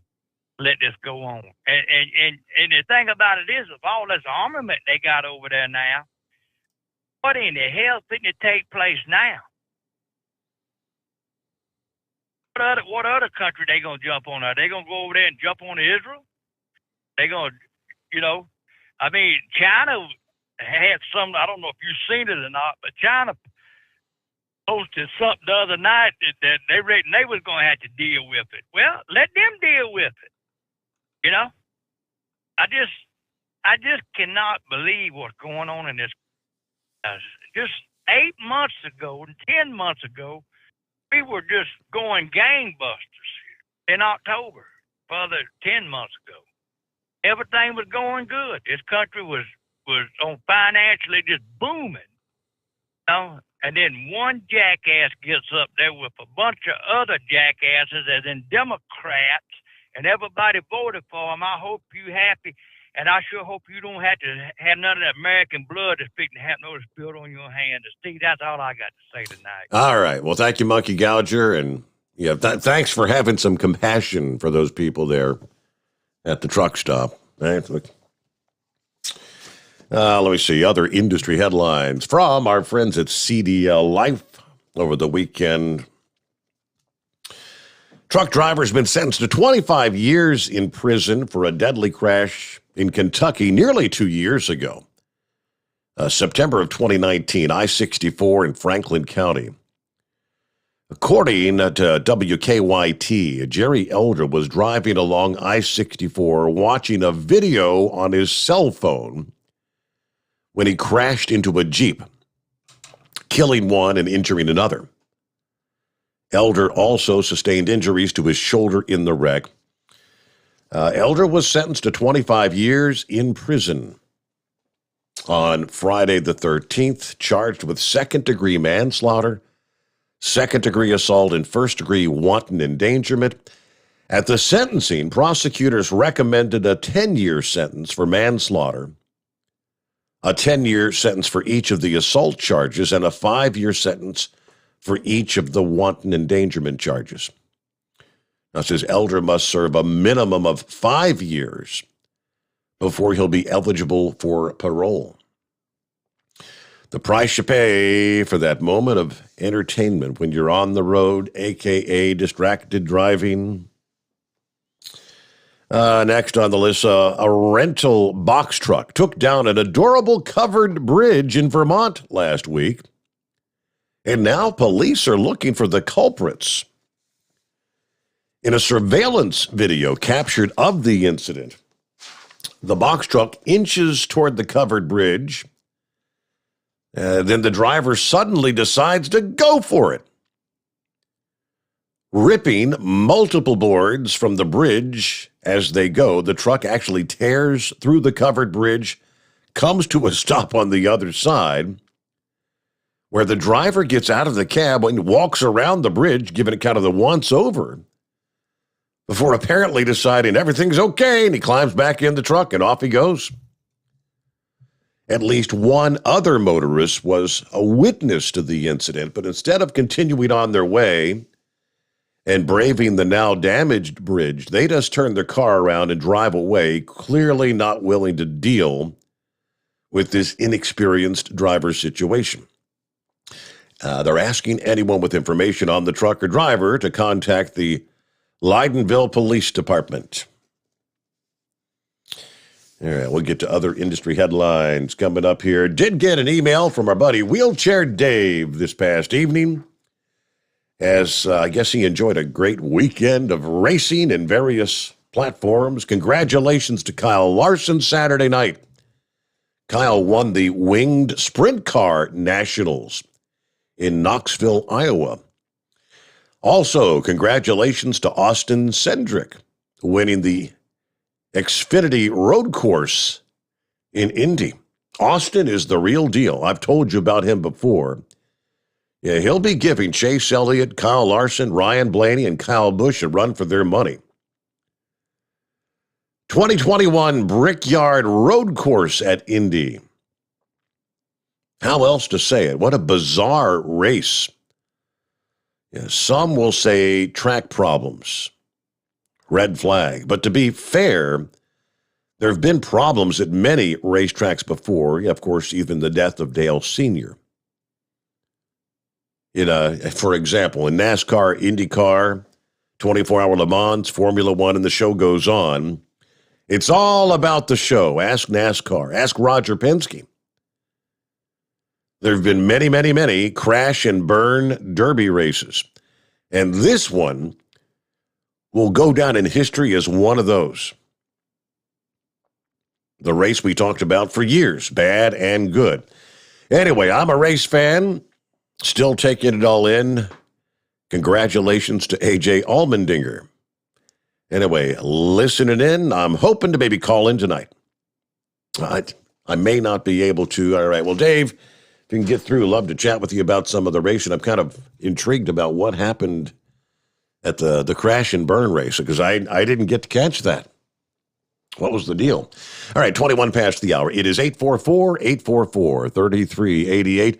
The Steve Sommers Overnight Drive, live from the Hot Shot Secret Studios. Live from the Hot Shot Secret Studios, the Steve Sommers Overnight Drive.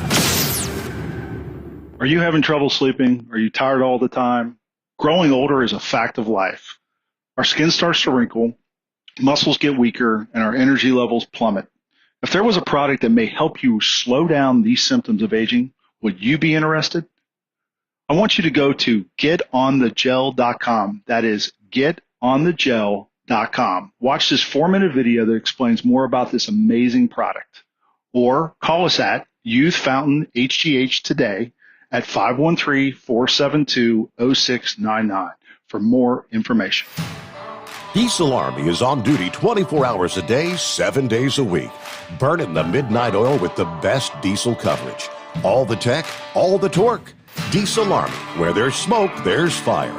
For the latest news and event coverage, as well as feature and tech articles, sign up for the newsletter and don't miss a thing. Visit dieselarmy.com from the Power Auto Media family of digital magazines. Again, it's dieselarmy.com. Dean Michael, the tax doctor here. Are you tired of those tax problems following you around like a dark cloud, always in the back of your mind, losing sleep at night? Call me now and get your life back. 888-557-4020 or go to mytaxhelpmd.com. Pretending they're not there won't make them go away. The IRS isn't going to forget. They will levy your bank account and garnish your wages. Don't wait for that to happen. I'm not telling you these things to scare you. I'm telling you so you can benefit from my years of experience. Now is the time to act. 888-557-4020. Do you have a Dodge pickup and hate your automatic transmission? Of course you do. Levon Miller at Firepunk Diesel here, and we specialize in heavy-duty and performance transmissions for your 3/4 or 1-ton Cummins-powered truck. So if you're interested in turning your stock slush box into a towing monster, call us today at 614-733-3744 or visit us online at shop.firepunk.com. And now, back to the Steve Sommers Overnight Drive, live from the Hot Shot Secret Studios.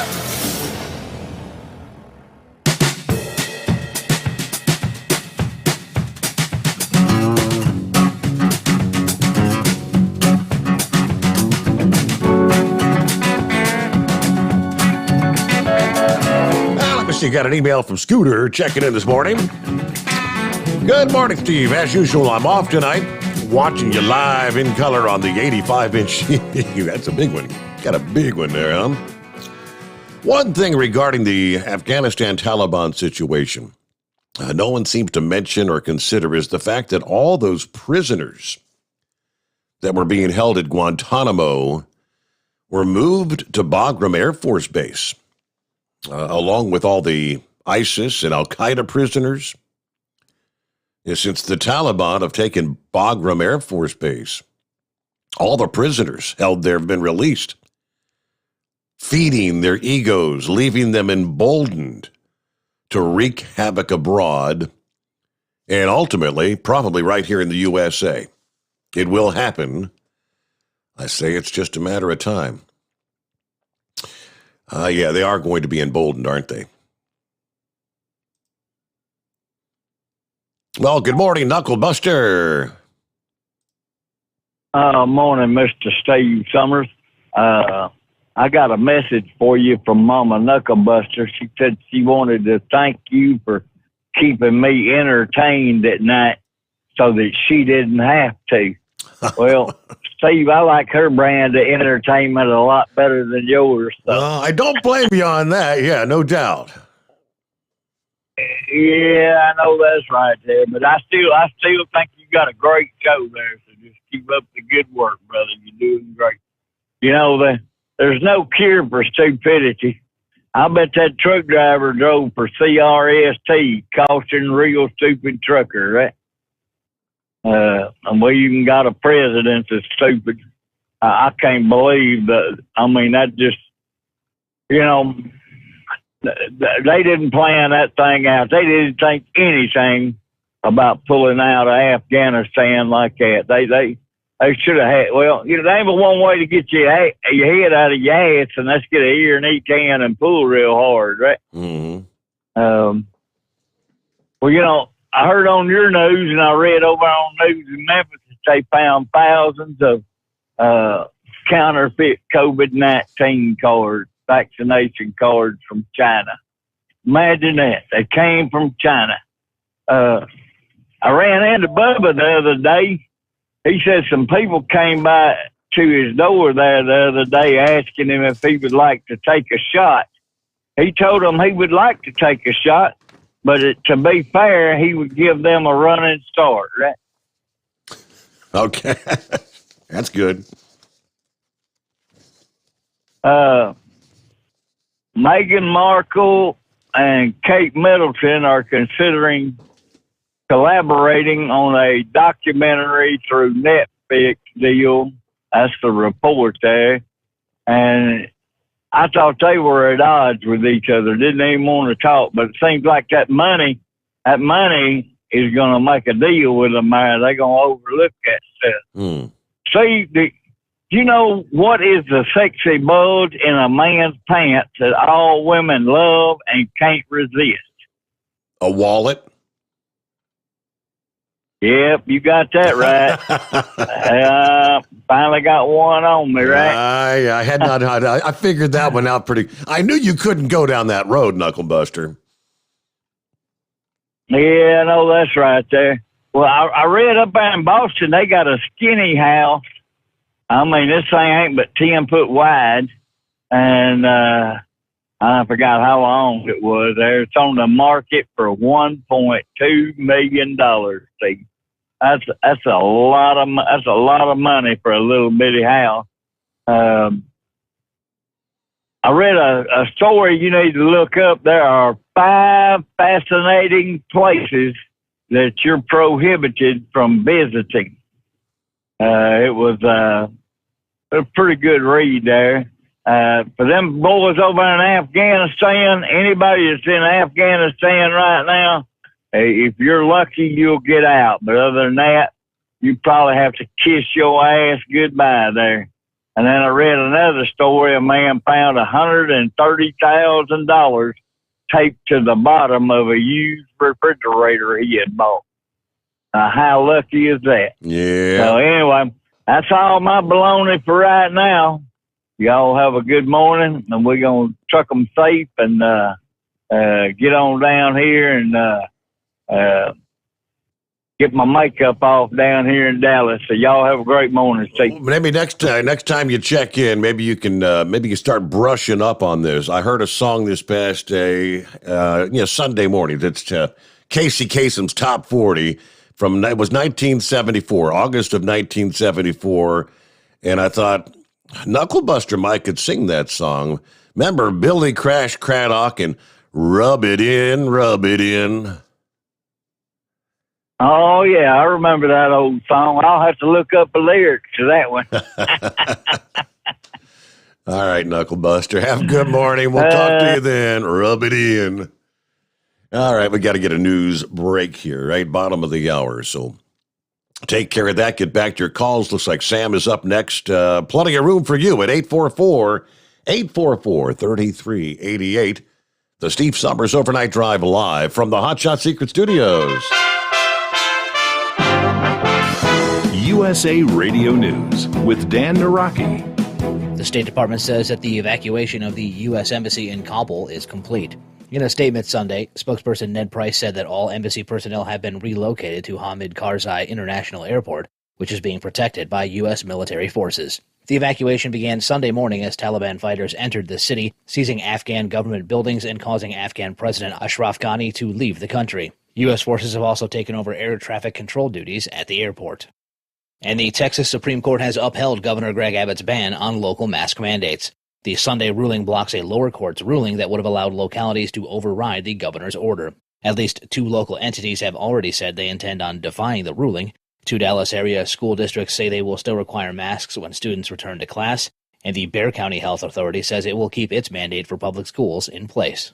You're listening to USA Radio. Life can be full of risks. One thing you shouldn't take a risk with ever is your family's health insurance. If you're self-employed or you now need affordable health insurance, you need to make this free call right now and see how the Health Insurance Helpline can help you get it. We specialize in helping the self-employed and people just like you that need affordable health insurance to get it. We have short and long-term health insurance plans, and some even cover dental, vision, and prescription drugs. Don't take a risk with your family's health insurance. It's not worth it. If you're self-employed or now need affordable health insurance, call right now and learn for free how to get it. Listen, affordable health insurance plans for everyone just like you are a free phone call away. So give us a shout right now. 800-470-8021.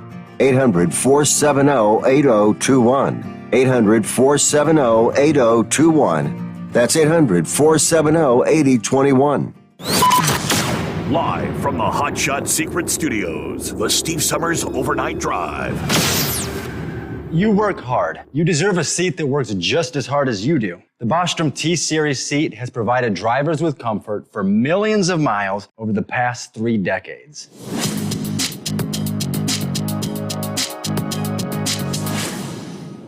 Each seat is built right here in the USA and has 4-position front cushion tilt and higher low-profile air suspension with Isolate. It's also equipped with many standard and optional comfort features, such as high and mid backrests, 9.4-inch fore-aft slide adjustment, adjustable armrests, and manual or dual air lumbar support systems to keep you comfortable throughout your ride. Build your T-Series seat today at BostromSeating.com and ensure your ultimate comfort for wherever the road takes you. Bostrom Seating, the ultimate comfort for the open road. Whether you're a diesel pickup performance enthusiast or just looking for a small upgrade, when selecting common rail fuel system components, look no further than Exergy Performance.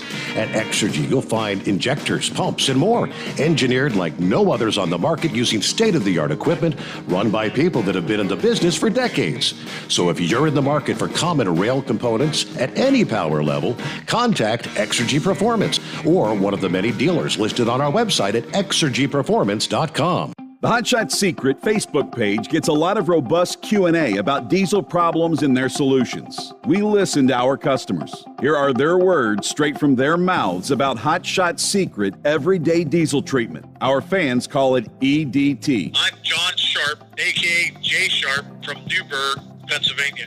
Using EDT, my local fuel mileage went to average of 22 to 23, and my highway MPG went to 26 to 28. Hi, I'm Danny. I'm from Arizona. I drive a 02 Ford Excursion. I use EDT at every fill up, and my mileage went from 12.5 miles to gallon to 14 miles per gallon. I highly recommend it. Everyday Diesel Treatment delivers a 6-in-1 premium fuel treatment for every fill-up, every time. Everyday Diesel Treatment is available at truck stops, Tractor Supply, O'Reilly's Auto Parts, and online at HotShotSecret.com. Hot Shot Secret, powered by science. Are you having trouble sleeping? Are you tired all the time?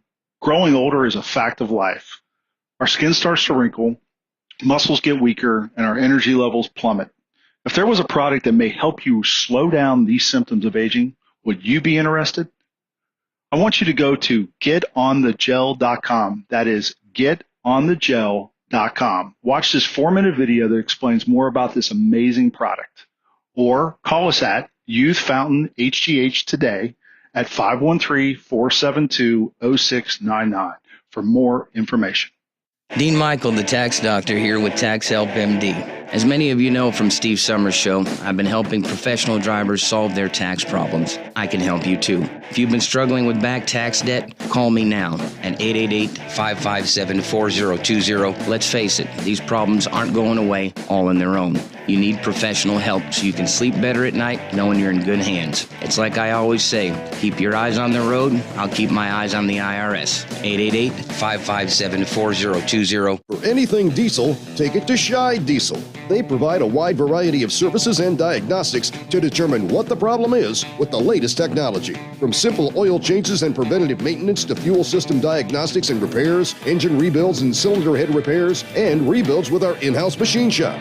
They also have on-site DPF cleaning for exhaust issues and DOT inspections. If your diesel is asking for some attention, Scheid Diesel has the specialist you need for anything diesel. Located in Terre Haute and Lafayette, Indiana, and Effingham, Illinois, Scheid Diesel has you covered.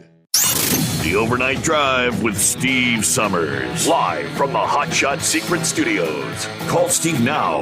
844-844-3388. That's 844-844-3388.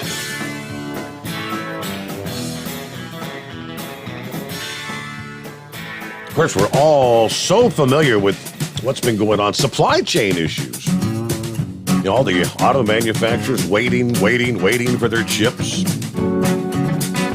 That's more along the lines of a production issue, but all the other things we've been dealing with shortages of. Proverbial laundry list. Can't find this, can't find that. Yeah, what's next on the list? And the list may grow longer very soon. Supply Lines is a daily newsletter that tracks trade and supply chains disrupted by the pandemic. The story from Bloomberg, the COVID outbreak that has partially shut down one of the world's busiest container ports, highlighting concerns that the Delta variant may lead to a repeat of last year's shipping nightmares. Recall? The Port of Los Angeles, which saw its volumes dip because of a June COVID outbreak at the Yantian port in China, is now bracing for another potential decline because of the latest shutdown, which is the Ningbo Zhoushan port in China. According to a spokesperson, Chief Executive Officer of Supply Chain Management Company said that many companies chartering ships are already adding COVID contract clauses as insurance so they won't have to pay for stranded ships. It seems as if things were just starting to calm down, and now we're into Delta variant delays. We're going to take a secondary hit. The shutdown at this latest port, raising fears that ports around the world will soon face the same kind of outbreaks and COVID restrictions that slowed the flow of everything from perishable foods to electronics last year. Infections are threatening to spread at docks, just as the world's shipping system is already struggling to handle unprecedented demand, with economies reopening and manufacturing picking up. In a statement late last week, that all other terminals aside from Mashan have been operating normally, the port is actively negotiating with shipping companies, directing them to other terminals, releasing information on a real-time data platform to minimize the impact. They're also adjusting their operating time of other terminals to make sure clients can clear their shipments. No further details available as of Friday.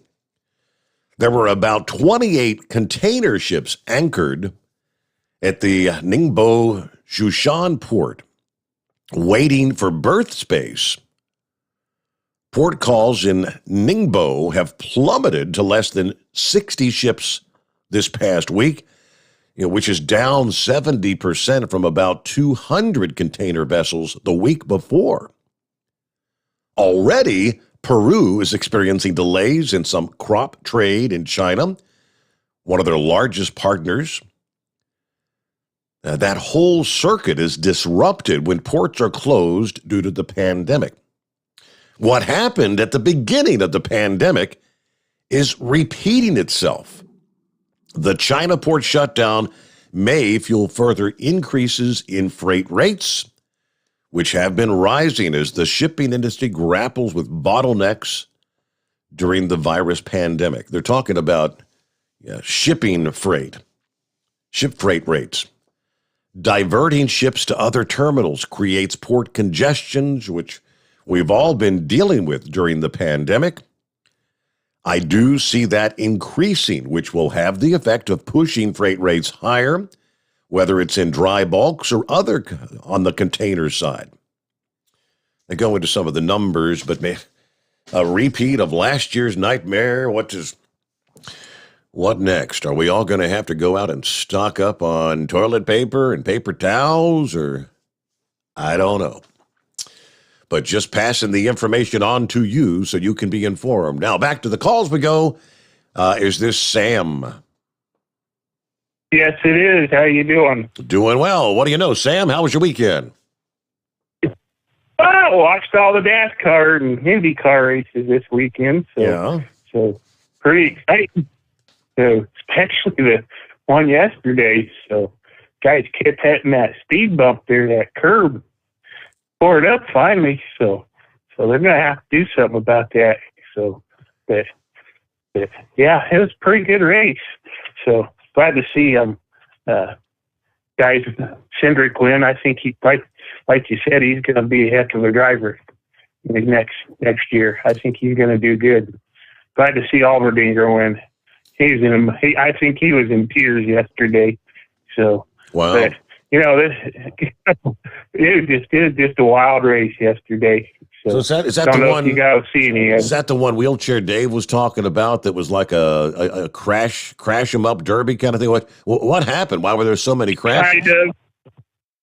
They were coming in the one turn there, and the guys were running over that curb, and it's I guess it's made out of sheet metal or something, and they kept a couple of the guys got their splitters right in there, and the paint, just leaving that splitter, that whole bottom pan in there, and they had to stop and take them out a couple times, and then finally, I guess about 20, 15 laps to go, one of the guys hit it. I can't remember who it was. I think it was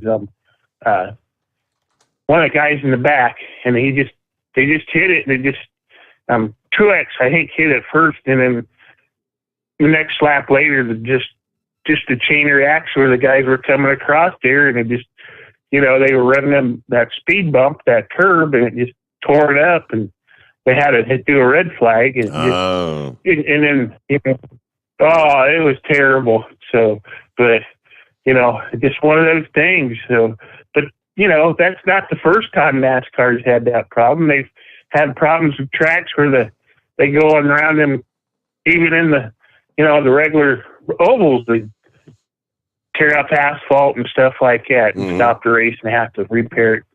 So it's not the first time. So it's part of racing. So, but yep, I think that the first time they took out about 6 or 7 cars, and then they had another one that took out about 4 or 5 more cars, and took out Austin Dillon and all that. So, but like Austin said, he said, there's no reason for them guys to run the curb, So he said they just don't give themselves any room. So that's the big problem.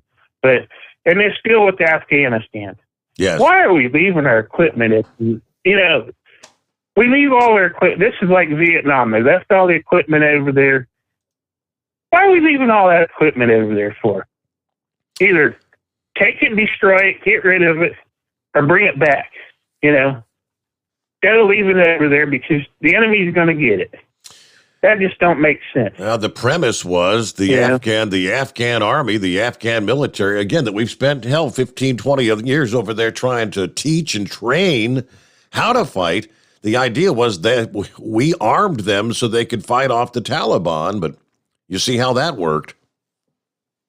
Oh, I know. They just turn and run. Yep. So instead of fighting back. But, this deal with China and the shipping stuff, I guess the reason why everything's so backed up this last time, remember all them ships come in the first time and got into the port of LA, and they were so backed up. And if you remember, if you seen them, I was Googling it up, and there's a report that all the trains coming into Chicago were so backed up they had to delay the trains and hold them back. So this next one, when they get that straightened out, it's going to be another backup again. So, all these containers come into the port of LA and they can't keep up. Yep. So it's going to be interesting. It's going to be, but that's why I just don't understand why we can't bring jobs back to the United States where they belong. So, but yep. So I agree with Monkey and Gouger, though. I agree with what he says about Afghanistan. This whole administration is just going to screw us. So, but good night. It's a good Monday. Hopefully we can hear from Horse Feathers, see what he has to say, and a bunch of other guys.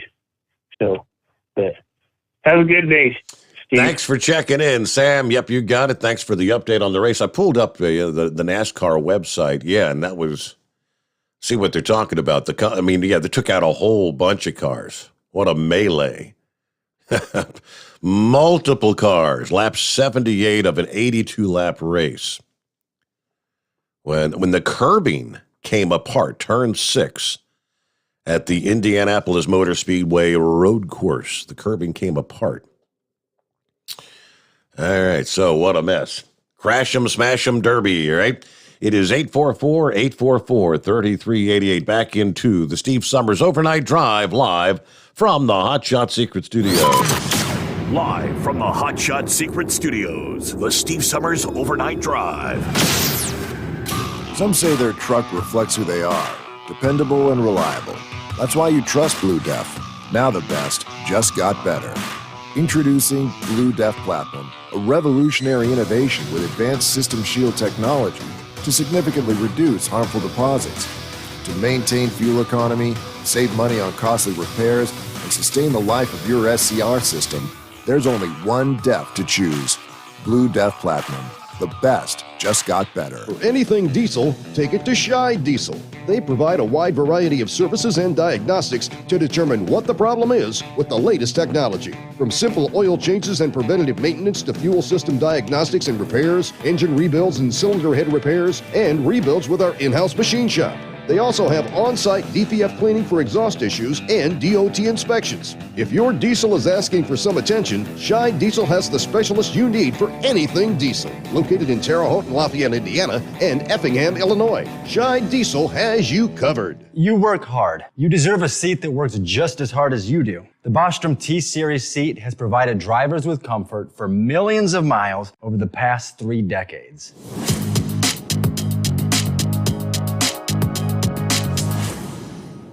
Each seat is built right here in the USA and has 4-position front cushion tilt and higher low-profile air suspension with Isolator. It's also equipped with many standard and optional comfort features, such as high and mid backrests, 9.4-inch 4-aft slide adjustment, adjustable armrests, and manual or dual air lumbar support systems to keep you comfortable throughout your ride. Build your T-Series seat today at BostromSeating.com and ensure your ultimate comfort for wherever the road takes you. Bostrom Seating, the ultimate comfort for the open road. Keep the bugs off your glass and the smokies off your ass. This is the Overnight Drive with Steve Sommers.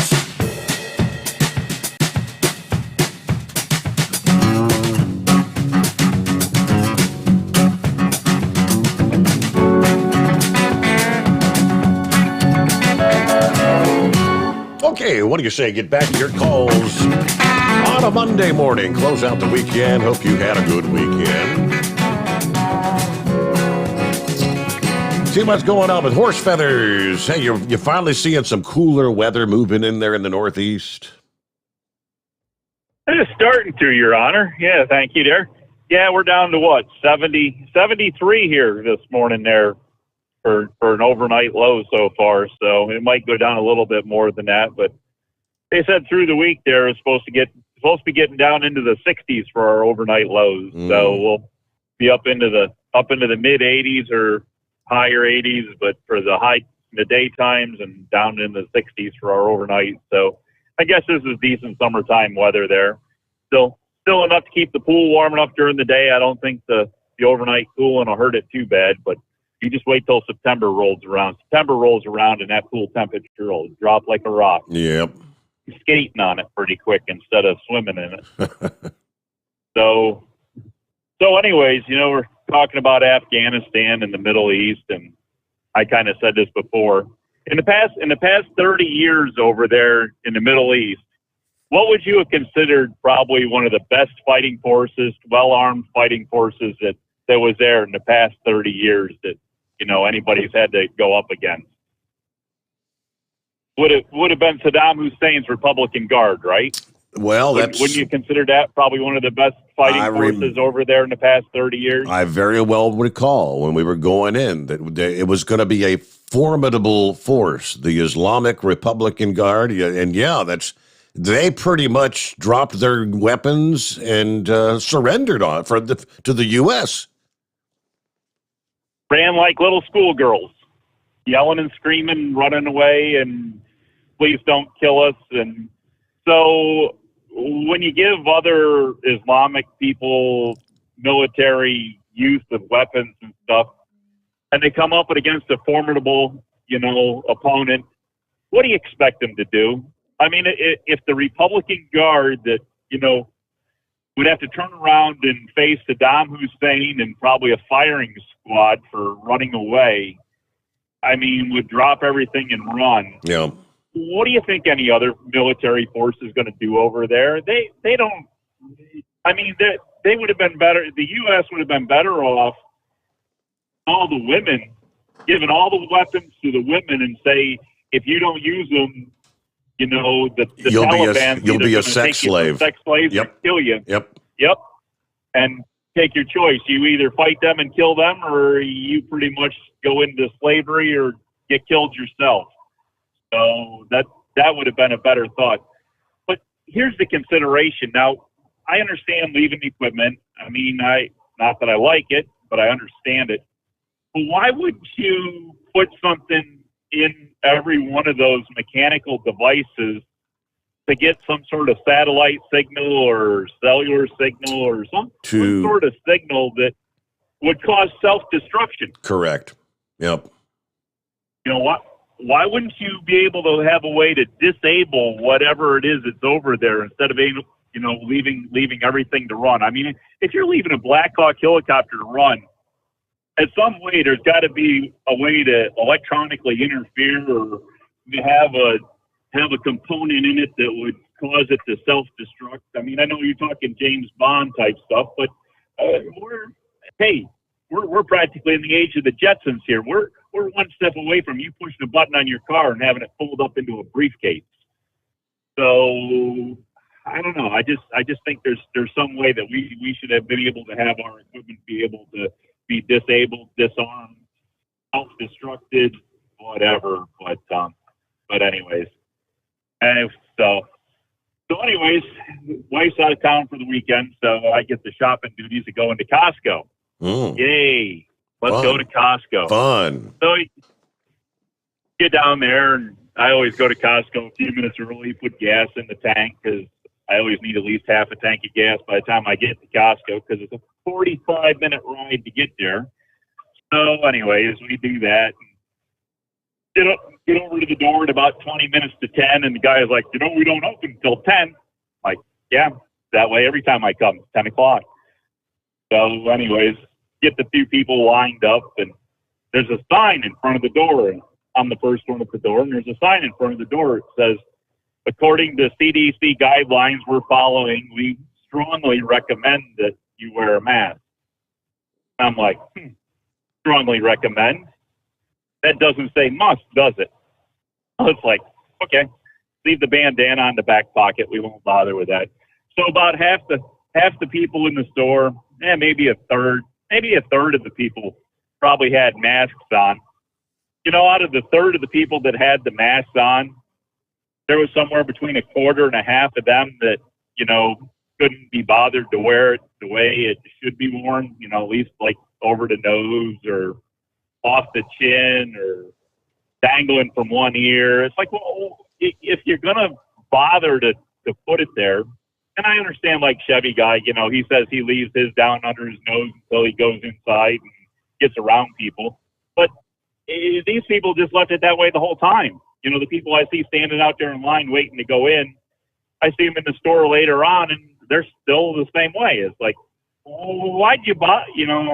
I guess if they sneeze or something, if it's covering their mouth, maybe it'll keep some of that particulate matter from spewing all over the place when they sneeze. But it's like, why bother? If you don't care enough to do it right, I don't know. So anyways, the other thing I see on the TV there, back in June, our governor ended our state of emergency on the 15th of June, which gave everything 45 days to, get cleaned up and straightened out before all the other mandates expired, for like having to get your driver's license renewed and a few other things that the state of emergency suspended there.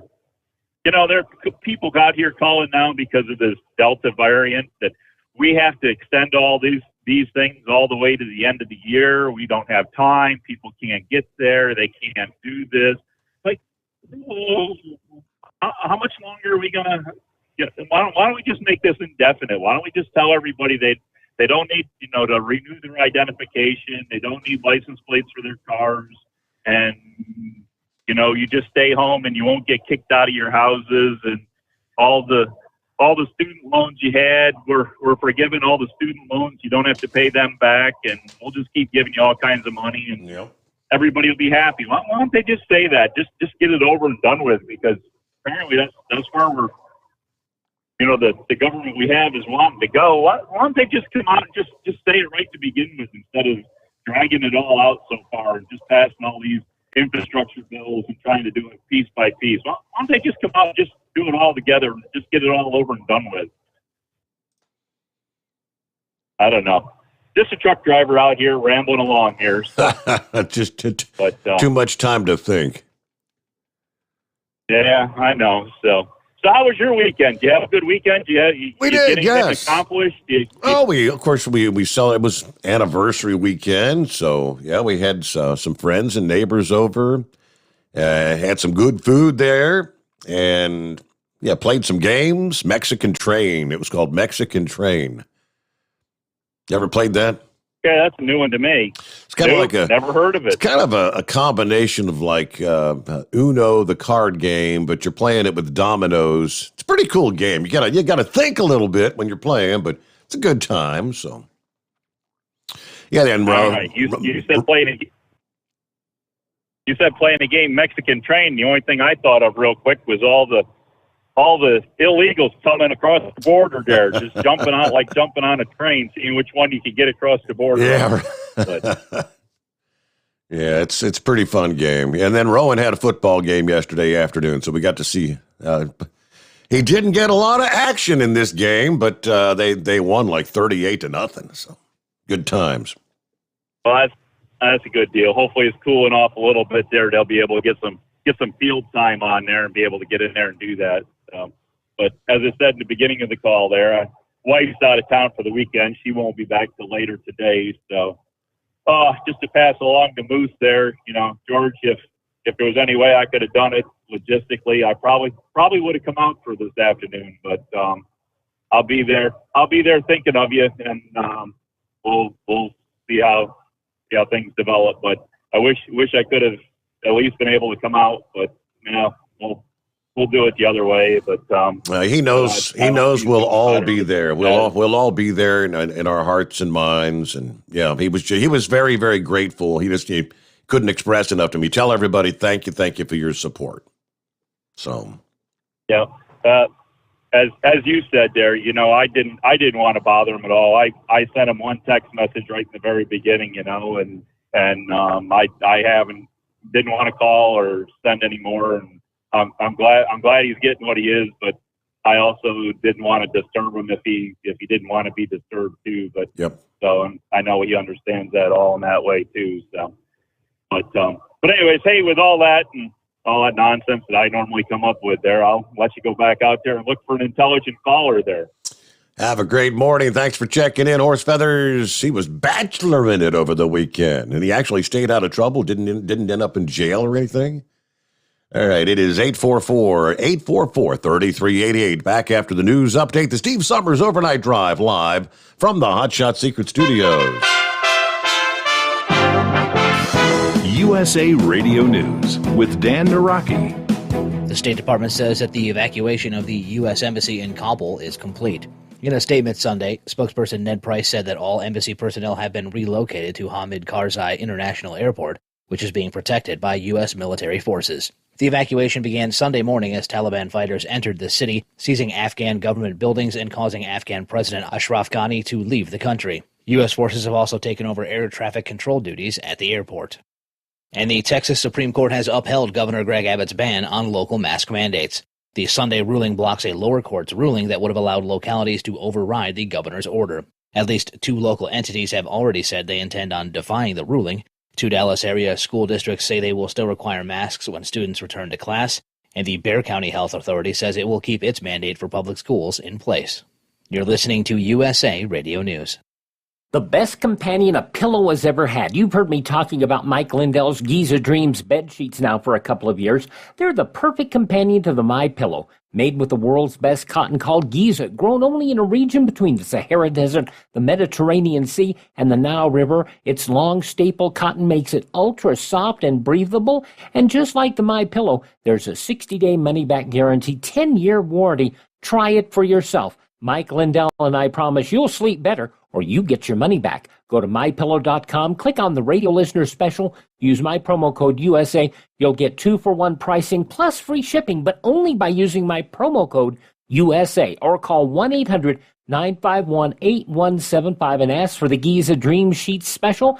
And the promo code USA gets you up to 66% off the entire line of MyPillow products. Sleep better with the Giza Dreams bed sheets and save at MyPillow.com. Promo code USA.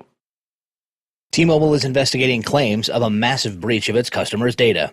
Jeremy Scott reports. Vice first reporting claims of a data breach involving T-Mobile customers. The company says they're investigating a claim on an online forum which says the personal data of over 100 million users has been breached. T-Mobile saying we are aware of claims made in an underground forum and have been actively investigating their validity. The hacker telling Vice that the data came from T-Mobile's servers, including social security numbers, phone numbers, names, physical addresses, and driver's license information. The hacker is reportedly holding some of the data for ransom. From the USA Radio News Oregon Bureau, I'm Jeremy Scott. And Canadian Prime Minister Justin Trudeau has called for new elections as he hopes to gain a majority of seats in Parliament. His Liberal Party has had to work with opposition parties to pass legislation as they barely missed a majority in elections 2 years ago. The vote, which will take place September 20th, is expected to be centered around the Trudeau government's response to the COVID pandemic.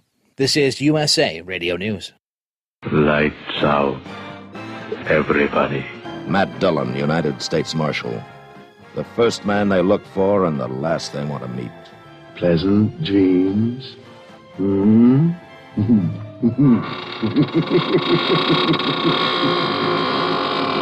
greatest radio shows of all time, USA Classic Radio Theater, on these radio stations or on demand by searching USA Classic Radio Theater. USA Classic Radio Theater.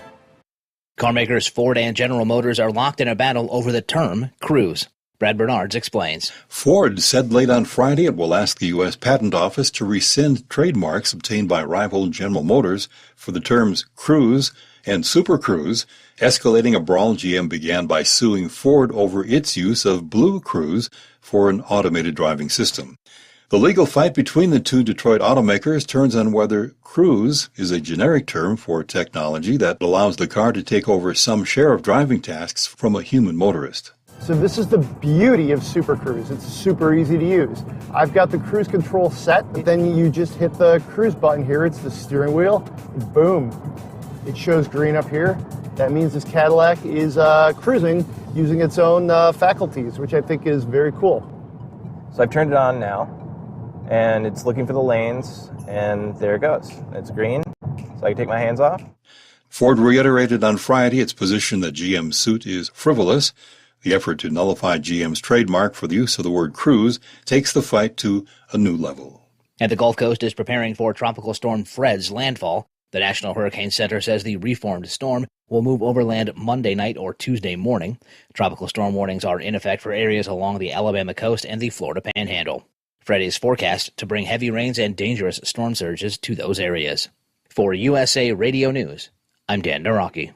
At Hot Shot Secret, we share the science behind common diesel problems and their solutions. For example, ultra-low sulfur fuels. The primary function of diesel fuel is combustibility. One of the little-known aspects of fuel is its role as a lubricant to metal-on-metal moving parts. The introduction of ultra-low sulfur fuels diminishes the fuel's ability to lubricate because sulfur, which has been mostly removed, has lubricating properties. Hot Shot Secret Everyday Diesel Treatment with LX4 delivers unmatched lubricity. Third-party testing confirms that it takes 3 times the amount of leading fuel treatment to match the lubrication benefit of 1 dose of Hot Shot Secret. Everyday Diesel Treatment is a fully formulated 6-in-1 premium fuel treatment for every fill-up, every time. Everyday Diesel Treatment is available at truck stops, Tractor Supply, O'Reilly's Auto Parts, and online at HotShotSecret.com. Hot Shot Secret, powered by science.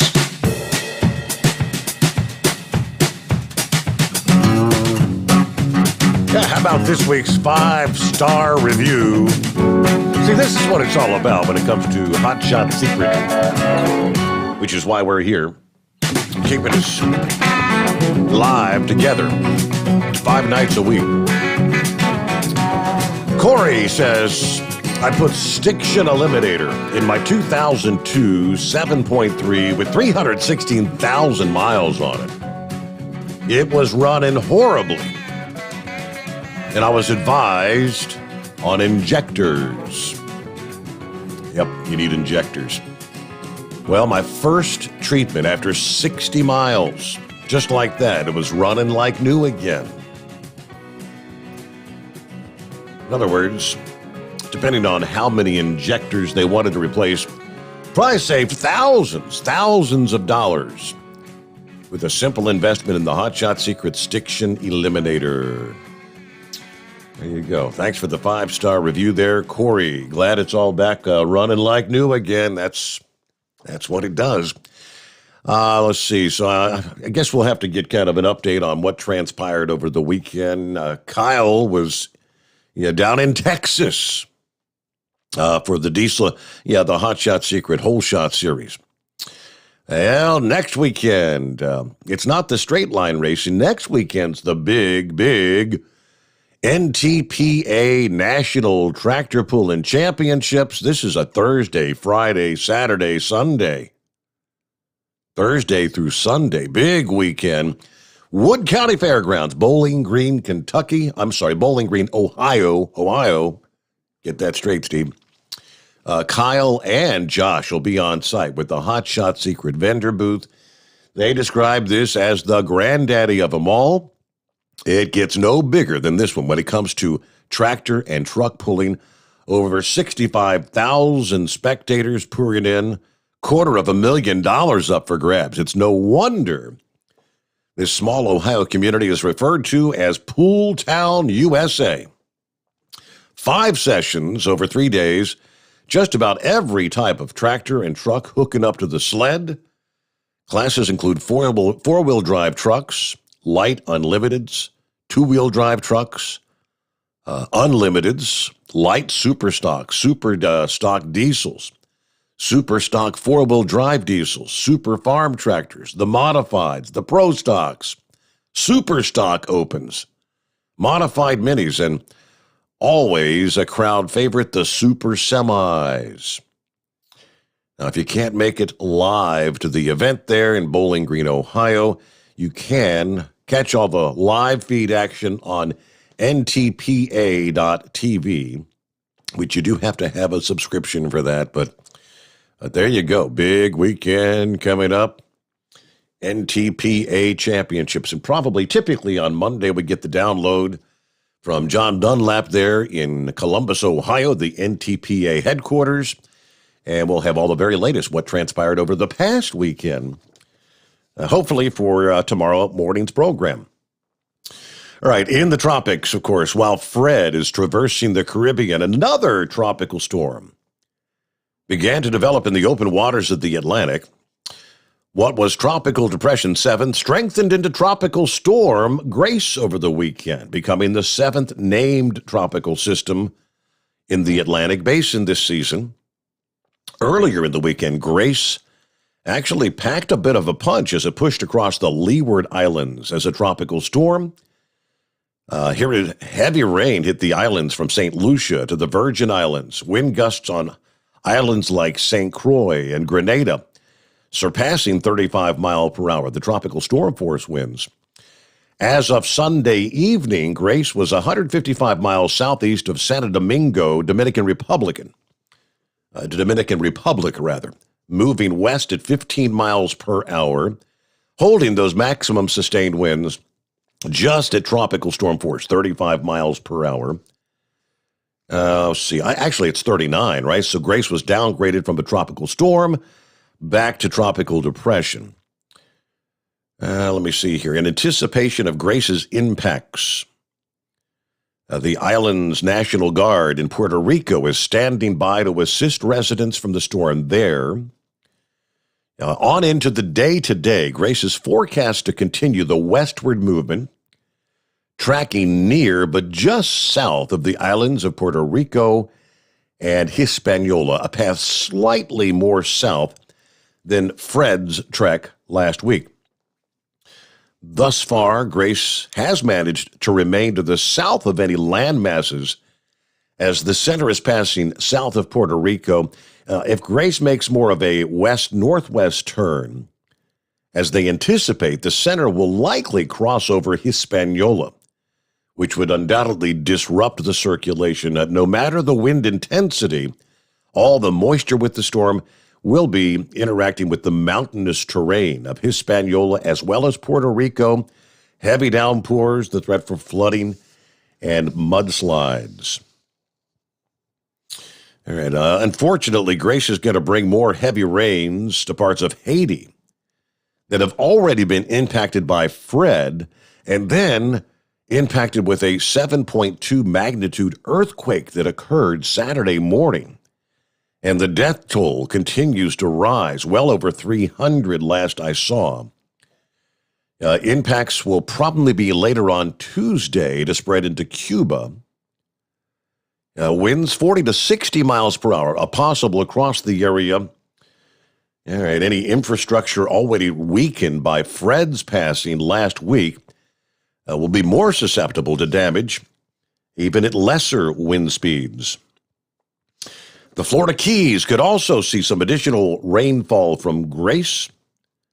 Then later this week, Grace is expected to emerge into the Gulf of Mexico, likely putting part of the U.S. Gulf Coast next in line for storm impacts. Again, good ways off, but right now they're saying that the steering winds will be almost non-existent in the Gulf, which could allow it just to continue on a more of a westerly track, northwest, possibly headed toward the Texas Gulf Coast. We'll have to keep an eye on things, and we'll pass it on. Meanwhile, let's get back to your calls here on a Monday morning. Hey, good morning, Eagle. Okay. Yeah, Steve, I'm gonna try to control my temper tonight on this phone call, but you already know how I feel about Joe Biden in the Democratic administration that's currently in the White House. Let me tell you something, Steve. How many times are these people gonna allow Joe Biden to put the national security of American people in jeopardy? You see what's going on the southern border. Now, by the way, there was no reason that jail that was housing all them loser Taliban over there. Those guys are now free now, Steve, and we already know that we have an open border here in the United States. Now, it's just a matter of time before one of them guys get into the United States, and you already know what they want to do. Do you see what I'm saying? Yes, sir. And it's only a matter of time, Eagle. This is a national security threat, Steve. There was no reason for those guys to be released from that jail. They should have bombed that jail. Every single one of those people should have been eliminated. We shouldn't even be talking about those guys right now, Steve. Those guys that was in that jail. Joe Biden, he ought to be ashamed of himself. And if any American loses their life, like I say, he should be up for impeachment as far as I'm concerned. If any American that's still over there in Afghanistan loses their life in the embassy or any other building that's over there right now to one of those Taliban, it's all on Joe Biden. And it shouldn't even have to be that way. So those people, I never thought I would see another Benghazi again. I thought that Barack Obama and Hillary Clinton were the stupidest two people to ever be in the White House. But it looked like good old Joe Biden and Kamala, the dumbest people to ever step foot in the White House, Steve. Because it looks like Monkey Gal just said earlier, we could have a slaughter over there in Afghanistan. Those people that are left over there, Joe Biden, he shouldn't have never pulled those troops out of there until he had every single American that was in those facilities out of that country. No American should have been left in those buildings with the Taliban running loose and running wild. This is uncalled for, Steve. This is ridiculous what's happening. And then like the other guy said, for those guys to be using our equipment, Steve, this is embarrassing. To have a Taliban guy flying one of our helicopters, using our Jeeps, using our military arms. This is embarrassing for anybody that calls themselves an American. and I'm really pissed off about it. Like I said, if Donald Trump had done something like this, every Democrat in the United States will be calling for Donald Trump to be kicked out of office. They wanted to kick that Donald Trump out of office for a phone call. This phone call is nothing compared to what Joe Biden has done, Steve. A phone call is what they wanted to impeach Trump over. You mean to tell me that Joe Biden doesn't need to be impeached for what he's doing right now, putting the lives of Americans in jeopardy of and having our equipment being used, having international terrorists being released? This is like I said, I'm trying to control my temper because it didn't go all the way back to 2001, Steve. All the people that lost their lives on 9/11, 3,000 people, that all those lives were in vain. You realize the United States had complete control of that country, and now it's back in the hands of the people that we tried to eliminate back in 2001. It's embarrassing, and it's an insult to every military man. I think they said over 3,000 military men have lost their life in Afghanistan. It's an embarrassment to every military individual that lost his life in that country. And Joe Biden, he doesn't even have the guts, Steve. He was in Camp David all weekend long. Doesn't even have the guts to hold a news conference and talk to the American people and tell them about his plans, about what's happening. That just shows you what kind of a man this guy is. Listen, Steve, like I said, there won't be in America if we allow this man to stay in the White House for the next 3 years. We won't have a country to have, Steve. I've never seen no man run a country like this, Steve. This guy is incompetent. He shouldn't be there, and it's just sickening. Like I say, I can't even sleep tonight just thinking about all those people that's over there in the unarmed people that's over there in those buildings, and they don't know if the Taliban is going to come in there and decapitate these people, drag them down the street. We don't know what these people are going to do. And one last thing I want to say, Steve, I looked at a video, and the biggest insult of them all was those guys standing in the office, the coward that used to be the president of Afghanistan. That's exactly what he is a coward, because he skipped out of town before the Taliban got there. They're standing in that guy's office. They have taken over the capital of the palace of Afghanistan, and they're standing in his office with guns and everything, letting everybody know that they have taken completely control of the country. And I don't care who gets offended. Those men that were trained by the United States Army, Steve, the military, are nothing but cowards. They wouldn't even defend their own country, and that's what I call a coward. And if anybody gets offended by what I said, that's your problem. And I thank you for taking my call tonight. Yeah, Eagle, that's pretty much what you got to call it. Yeah, they're just, I mean, for the most part, no resistance whatsoever. They did not even put up a fight. Apparently, there were certain areas of the country where there was some resistance, but very little. And again, in most areas, we're hearing that they pretty much just unequivocally surrendered as the Taliban approached.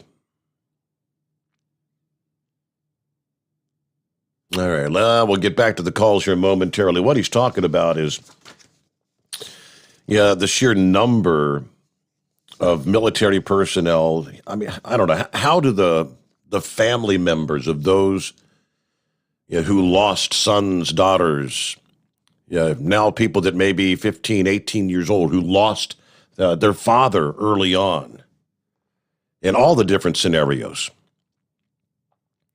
all kinds of those stories being discussed. And many of these former members, service members, are dealing with, what do they call it? I guess survivor's guilt, maybe? After enlisting in the military against his family's wishes. This is just one of a number of stories. Chicago native Tom Amenta said he found himself in the middle of nowhere, Afghanistan, in 2002 as an Army Ranger in a remote area some 15 minutes from the border with Pakistan. He was fighting the initial battles of a war that he knew that few knew would stretch for 20 years. Now, at the age of 40, retired from the military, he's angry. Anger foaming inside as he's watching the evening news. On a work trip to Pennsylvania, headline after headline broadcasting the latest gain by Taliban fighters, which have essentially now seized control of the entire country. Afghan government in complete collapse in the final days of the U.S. withdrawal. He was riveted in horror by news of fighters committing suspected war crimes against civilians or Afghan troops. Friends who had been killed there came to mind, including NFL star Pat Tillman. Fond memories of former Afghan colleagues, interpreters who remained in the countries, whose fates we don't know. It makes me angry, really angry, he said, of the withdrawal. The billions upon billions of dollars spent on this effort, not to mention the emotional, financial, and human toll suffered by thousands of Americans who served or sent their loved ones to fight in Afghanistan. Afghanistan never had a clean solution. But as soon as it got hard, we're just going to bounce? That doesn't make it right. Just one of the many veterans voicing frustration over the Taliban's faster than expected comeback. I mean, there were about 4 dozen countries have sent troops in support of the United States, which, with 2,300 killed while serving, has spilled the most blood in the war, apart from the Afghans themselves. Shared some of the memories of his friends who lost their lives there in the UK, which lost at least 455 troops over the course of the war. The Foreign Affairs Select Committee chair who served in Afghanistan tweeted, "If you think I'm taking the news from Afghanistan badly and personally, well, you're right. I've seen what it cost and what sacrifices are being literally thrown away. We've essentially pulled the rug out from under them." I don't know about that. Did we pull the rug out from under them? No, we trained, we armed. The damn Taliban was outnumbered like 300,000 Afghan military troops to about 75,000 Taliban. We had the Afghan military in a position where they, again, were better armed, should have been better trained. I guess they weren't. And outnumbered them 3 or 4 to 1. A quick 2-minute timeout. Back after this, the Steve Sommers Overnight Drive live from the Hot Shot Secret Studios. You're listening to the Overnight Drive with Steve Sommers. PureFlow Air Dog, your leader in fuel air separation system technology. Our systems filter out water, particulates down to 2 micron, and remove all of the air out of your diesel fuel. This allows for nothing but pure, clean diesel fuel to reach the expensive injection system equipped in your vehicle. Not only do our fuel systems protect, they also come in a variety of flow rates to meet your performance needs. Our systems are compact and use OEM-style fittings for an easy installation. Learn more about our product at www.pureflowairdog.com and be sure to follow us on Facebook and Instagram. Protect your investment with PureFlow Air Dog. Drivers, you demand that your equipment's reliable and dependable, and that also applies to your headset for communication. Well, our friends at Stellar Electronic have you covered. The Pluto Duo headset bundle is the best communication headset you can find in the industry. No matter the challenging environment you're driving in, the Pluto headset will make you sound crystal clear all the time thanks to their 99% noise cancellation. And the Duo's not only a stereo converter for the headset, but also a power bank so you can charge as you go. Learn more at StellarElectronic.com or visit them on Facebook. Some say their truck reflects who they are, dependable and reliable. That's why you trust Blue Def. Now the best just got better. Introducing Blue Def Platinum, a revolutionary innovation with advanced system shield technology to significantly reduce harmful deposits. To maintain fuel economy, save money on costly repairs, and sustain the life of your SCR system, there's only one DEF to choose, Blue Def Platinum. The best just got better. Because Channel 19's a little congested. Call Steve now at 844-844-3388. The Overnight Drive.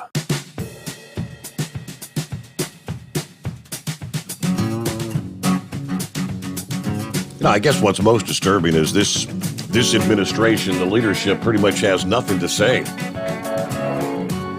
I mean, what can you say? Apparently, this past morning, White House Press Secretary Jen Psaki taking a break from her duties. At the same time, the controversy of the silence of Joe Biden. He's on vacation. While the Taliban takes absolute control of Afghanistan. Fox News sent questions to Psaki's White House email address Sunday morning and received what they call an auto reply. Hours later, Sunday evening, we attempted once again to reach the White House spokeswoman. The same auto reply stating that the voice of the White House would not be available for the next week. Really? We're not going to hear anything for the next week? Absolute silence? I will be out of the office from August 15 to 22nd, reads the email returned to Fox News, and said Psaki's reply directs the press to reach out to other press officers. The timing of Psaki's time off as Biden has faced criticism for remaining on vacation as the Taliban seizes control of Afghanistan, even moving into the capital of Kabul, seizing the presidential palace at a pace that definitely caught the White House off guard. Biden has been silent on the issue, a fact not lost on many of the president's critics. Where is Joe? Representative Jim Banks, a Navy veteran who served in Afghanistan. Meanwhile, the White House has only broken its silence to share a picture of the president being briefed on the situation by senior officials. That's pretty much it. This morning, the president and vice president met with the national security team and senior officials to hear updates on the drawdown of civilian personnel, evacuations of SIV applicants and other Afghan allies, and the ongoing security situation in Kabul. That was the tweet from the White House. A photograph of Joe sitting at a massive table. He's the only one at the table looking at video screens, I guess, with the various respective advisors in what would be essentially a video conference. Even the likes of USA Today. Few American presidents have had their blunders so spectacularly validated in real time as Joe Biden in Afghanistan. He told reporters just a matter of weeks ago, quote, "The likelihood there's going to be the Taliban overrunning everything and owning this whole country is highly unlikely." Now, they entered Kabul Sunday, demanding unconditional surrender after wresting the entire country from government control in a matter of weeks. I mean, Biden just pledged support for the Afghan president and other leaders seeking to prevent further bloodshed. But by Sunday, Afghan's president had fled the country. He's gone. Seems all that's left for the Biden administration right now is damage control. Secretary of State Anthony Blinken was on Sunday morning, CNN Sunday morning, saying, quote, "This is not Saigon," rejecting comparisons to the collapse of South Vietnam in 1975, 2 years after U.S. troops were pulled out. Even as he spoke, the helicopters were rushing to evacuate personnel from the U.S. Embassy. And behind the news of all this bedlam were the voices of thousands reduced to living in abject fear as the Taliban arrived.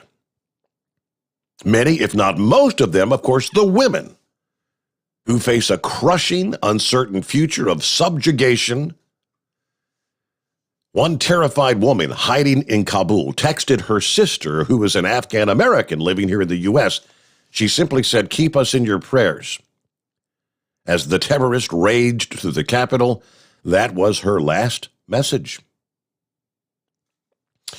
All right, we'll get back to your calls here just ahead.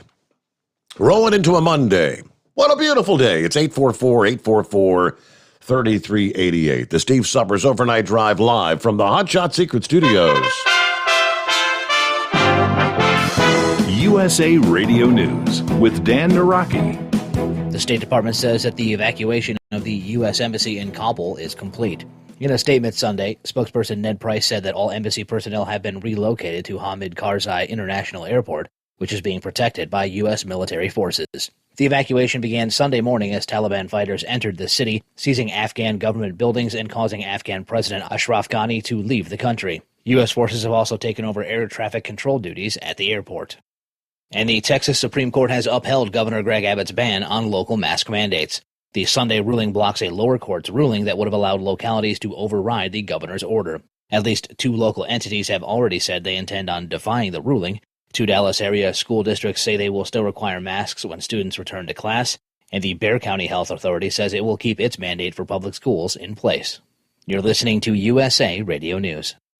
Life can be full of risks. One thing you shouldn't take a risk with ever is your family's health insurance. If you're self-employed or you now need affordable health insurance, you need to make this free call right now and see how the Health Insurance Helpline can help you get it. We specialize in helping the self-employed and people just like you that need affordable health insurance to get it. We have short and long-term health insurance plans, and some even cover dental, vision, and prescription drugs. Don't take a risk with your family's health insurance. It's not worth it. If you're self-employed or now need affordable health insurance, call right now and learn for free how to get it. Listen, affordable health insurance plans for everyone just like you are a free phone call away. So give us a shout right now. 800-470-8021.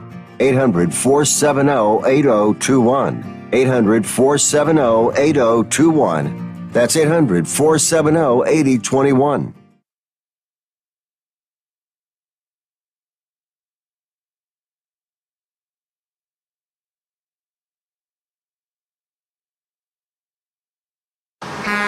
You're listening to the Overnight Drive with Steve Sommers.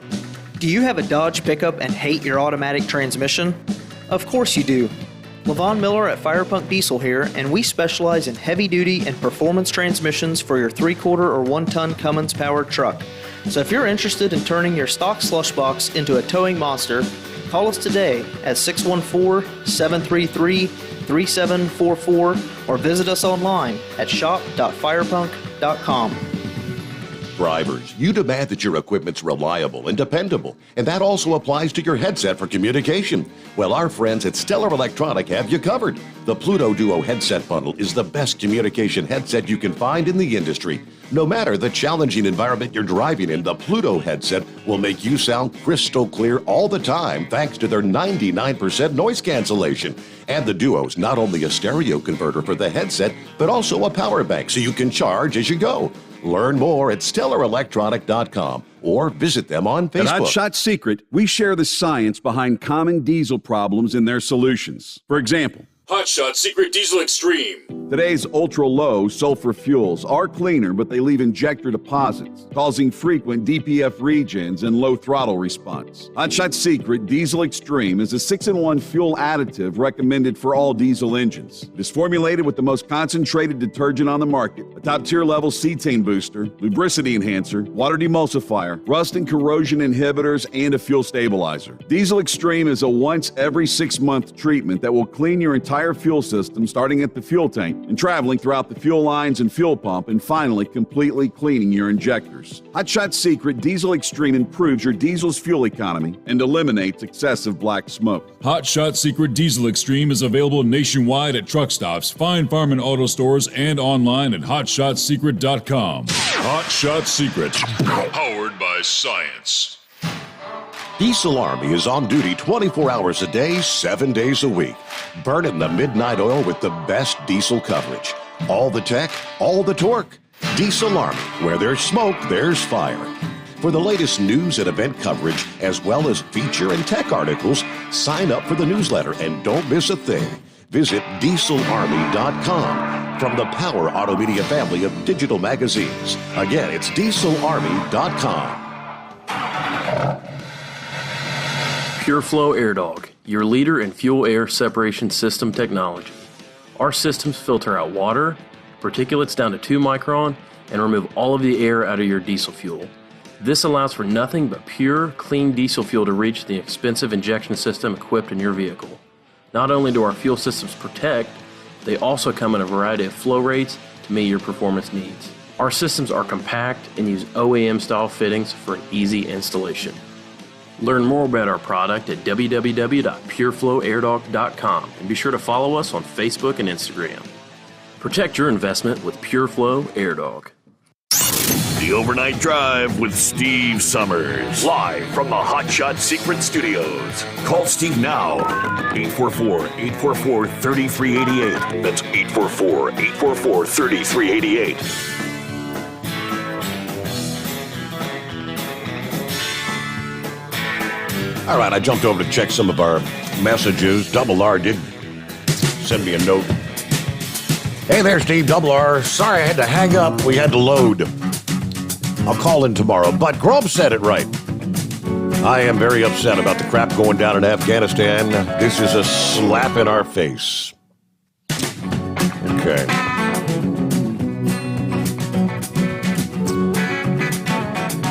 I'll get to some of the other comments coming up here. Let's get back to the calls, though. I think would that be our old pal, Hillbilly Tex, checking in this morning. Hello, Mr. Haney.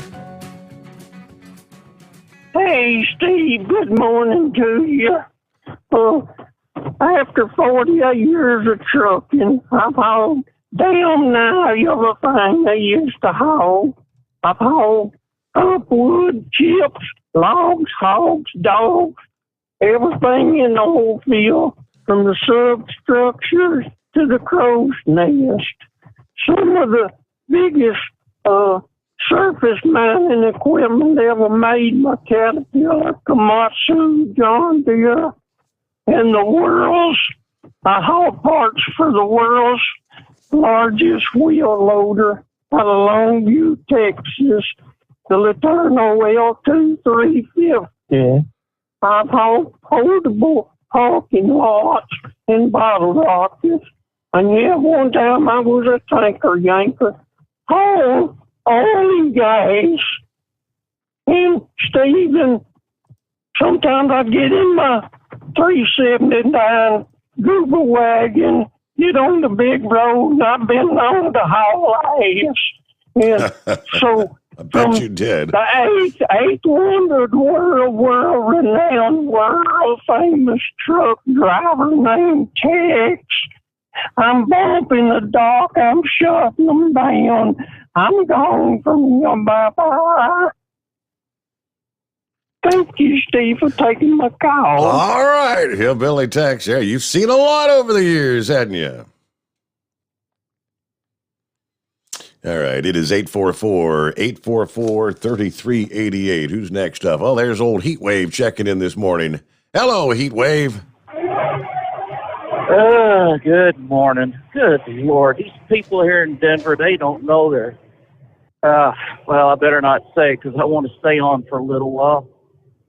I don't know if there was a drug deal in the middle of the interstate or what, but they've got construction here going on through Denver on the east side of Interstate 25. And I don't know, they got stoppage over here for some reason. And there was this girl trying to get I don't know what. It's just weird. 70 going through Glenwood Canyon. That was all right, not too bad. They did have one lane closed eastbound for about 2 miles. And but other than that, it was a smooth ride right up to this point. Mm-hmm. You know, I'm going to say something that may offend folks, but I really don't care, and it's about the Afghan men. Or I don't know if you could really call them men. I mean, they're cowards. Pansies. Straight up cowards. Yeah, pansies, exactly. So what I'm going to say, I hope there's no children listening, but if and when those Afghan guys are on their knees with a sword hanging over their head, I hope that they see the abuse that their daughters, their sisters, their mothers, and their grandmothers are going to go through before they lose their head.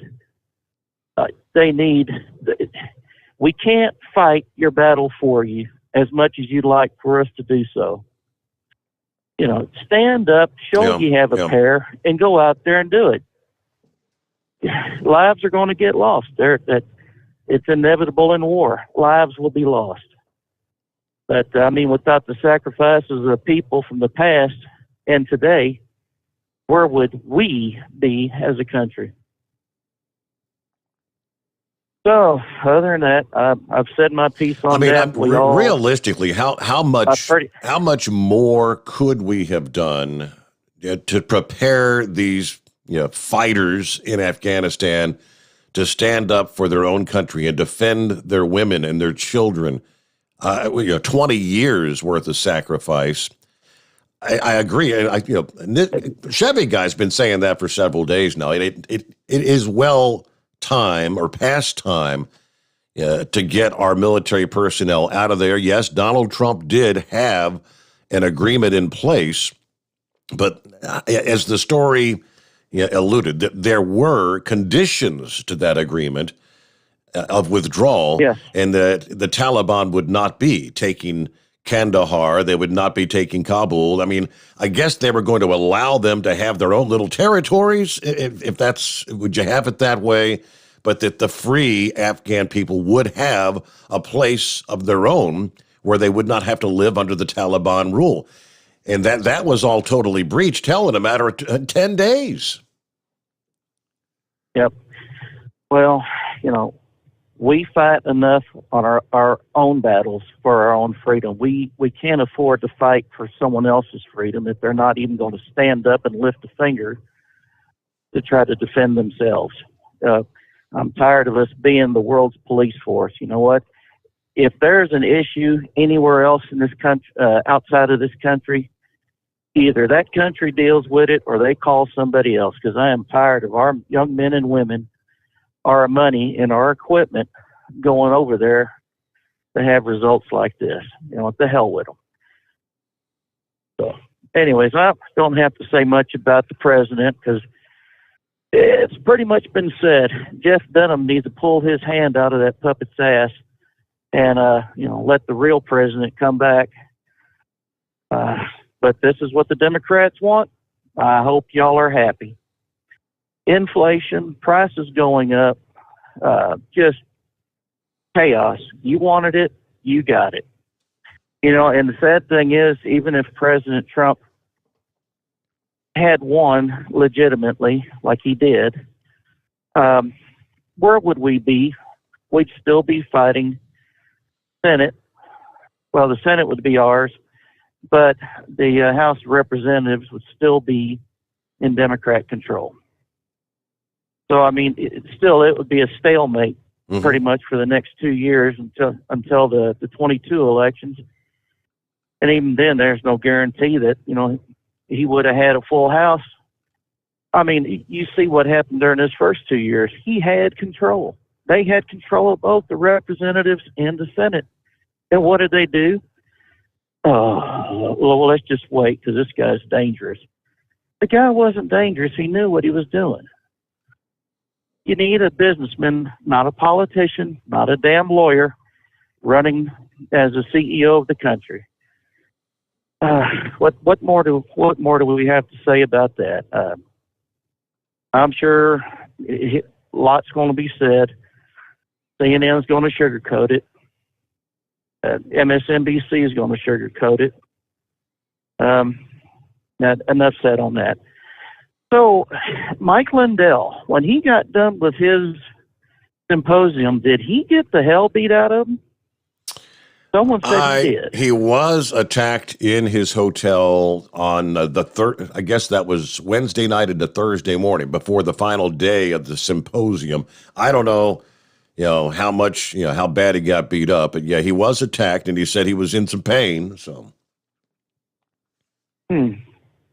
Well, I mean, that just sounds like a Democrat socialist move of what Hitler would have done back in the 20s, 30s, and the 40s of last century, if you don't want to have this veil of controversy or, be questioned every time, don't pull these stupid stunts of attacking somebody who's only trying to show, where the issues are with this voting machine, how the votes were manipulated. Okay, done with that rant. Talked to the brain dead on Friday morning, and he said he has been so busy with his run that by the time he gets done, he is just so damn tired he can't even look at print without it, getting all fuzzy. That being a blur, okay, yeah. Yeah. So he said he would try to send something to you over the weekend for tonight's show, but I don't know if he actually did or not. So, anyways, yeah, Moose, buddy, I hadn't called and I hadn't texted because I wanted to make sure that, I didn't impede on your grieving process, even though we all grieve with you. I'll be saying a few Our Fathers and Hail Marys and Glory Bees for the misses later on today, too. Well, let's see here. What else? There was something else I was going to talk about. It'll probably hit me once I get off the phone. Well, when I did get to briefly speak to him earlier, he said, I think his boys have been over there spending time with him. He had some other family that had come into town. He said, it's been good to have company. He was out there actually, working with his boys. I think working, digging up the garden, mulching, and cutting shrubs. And he said, I'm just trying to do anything I can do to stay busy to keep my mind off things. Well, I know when he called in Friday night, Saturday morning, he really just sounded wore out, just emotionally drained. Yeah. And I don't blame the guy because I imagine I would be too. So, yeah, Moose, we're all out here for you. So, but yeah, that's pretty much it, I guess. So I'm going to be taking some time off here tomorrow. No one's going to be listening to my melodious voice for a couple of days. But it's going to be a well-deserved time off. Okay. Did you say commodious? Well, I tell you what. Did you say commodious voice? Melodious. Melodious. Okay, just checking, just clarifying. Now, I do have a face for radio. We all know that. So the voice, I don't know. But anyways, I'll be taking some time off, and I'll probably be back Thursday night, Friday morning, and we can see if I can catch up on the news that's fit to be heard or something that's going to be fit to be tied. I don't know. Yeah. So, hey, you were talking about your grandson playing football. What position does he play when he plays? He plays on both, offensive side and defensive side. He's just, I don't know, what position are you when you're one of the big boys that's a blocker? Oh, he's a lineman. Yeah, that would be it. Okay. All right. Oh, that's good. That's good. Well, those peewee football games, I mean, they're more entertaining than a professional game, that's for sure. Because they're playing for fun. These professionals out here, they're playing for their paycheck, and even then, it's guaranteed, so they don't really have to perform. But to see a kid go out there and put on the pads and just bust leather, I mean, and then them laughing about it, that's good. That's good, clean fun. That's good fun. Well, by the way, some of these coaches, Zach, you'd never know they were playing for fun. You'd think they were playing for $1 million. Well, just as long as the parents don't get involved, it'll be okay. Because nothing will ruin a football game faster than the parents and grandparents getting out there and telling the rest what they really think, and then telling the other players, "Don't hurt my kid." So, they do that in baseball, in Little League, and they just ruin it for the whole group of people. And, just let the kids have fun. So with that, Senor, I'm going to let you go. You have yourself a wonderful morning, and we'll holler at y'all later. All right, be safe out there. We'll look forward to the next conversation, whenever that might be, several days. Enjoy your time off. It is 844-844-3388. The Steve Sommers Overnight Drive, live from the Hot Shot Secret Studios. Live from the Hot Shot Secret Studios, the Steve Sommers Overnight Drive. Are you having trouble sleeping? Are you tired all the time? Growing older is a fact of life. Our skin starts to wrinkle, muscles get weaker, and our energy levels plummet.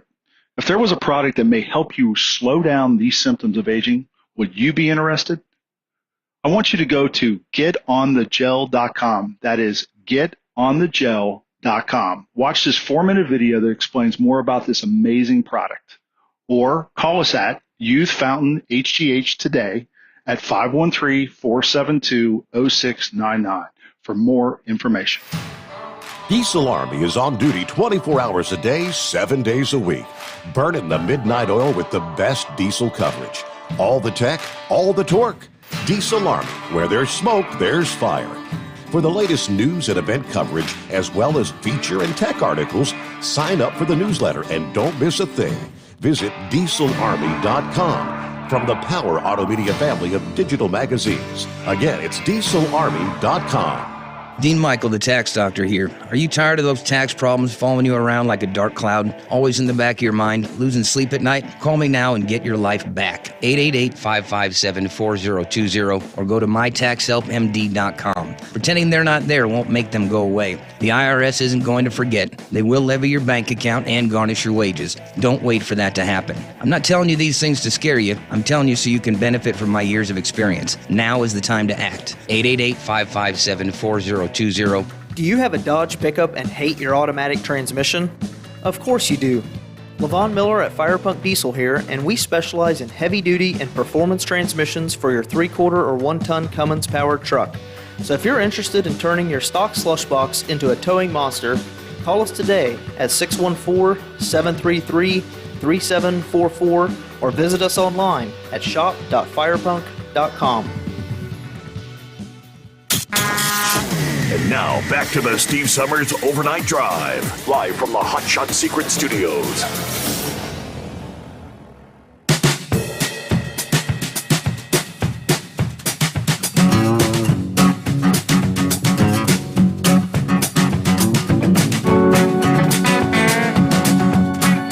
All right, heading toward news update about 5 minutes away. First, let's get back to your calls here on a Monday morning. We closed out another weekend. Hope you had a good weekend. What's going on, Demon? Another day in paradise. Oh, yeah? Trying to get back to the house. Yeah. It's about 100 miles to the house. We'll call it a week, I guess. I'll probably do a little short trip anyway. Mm-hmm. I'm going to weigh in on this Afghanistan and Iraq deal. Okay. We left Korea and we had a status of force agreement with them. We're still in Korea, 35,000 plus strong over there. We had status of force agreement after World War II, and we still got troops in Germany. I think we needed to get out of Afghanistan, but there definitely should have been an exit strategy. And that was what they complained about the whole time when it first started. Well, what's the exit strategy? If we go over here, what's the exit strategy? You'd think after 20 years, they'd had an exit strategy and had a SOFA agreement, in place. I don't understand. I've got friends that are no longer with us. I got friends that are, here that they ain't all here because they've lost limbs. And, my little brother was over there for 2 tours, and, he's not really right. A lot of things bother him and stuff like that. His second tour over in Iraq was the worst. He was in Mosul for, 15 months. only supposed to be there 12, and he was there 15. You know, and I just, I just can't believe that we just packed up and left them hang. I mean, yes, they need to stand on their own, but, look what we left in Korea and Germany for years. But I seen the picture today. There was, a Chinook helicopter above the embassy in Saigon from years ago, and they were showing the Chinook up above the embassy. And I mean, of course, I wasn't old enough to remember us coming out of Vietnam, really. I mean, but I mean, looking back and looking at the pictures, it's very reminiscent of that, and it just it don't make no sense to me. Like I said, all they scream, well, you don't have an exit strategy. You don't have an exit strategy. Well, obviously they didn't have an exit strategy. But that's my 2 cents on that. But I'm sending a picture of a bunch of old people sitting around the card table playing dominoes. I was kind of wondering, have you been to Cracker Barrel to pick out your rocking chair yet? You're playing dominoes for your anniversary? Well, it's not dominoes. It's Lord have mercy. Mexican train. You gotta try it and understand. It's a little different. I'm just picturing dominoes. I can just see us getting on the next cruise ship and you sitting there with a box of dominoes. You get out there and you're going to play dominoes with all the old folks on the cruise ship. Damn. It sounded like you had a good time anyway. We did. Yep. Good time. Yeah. I'm not one much for sitting at a table playing games. I what I want to do. I want to be out having a good time. But it was okay. It was fun. Yeah. Different. Yeah. Oh yeah.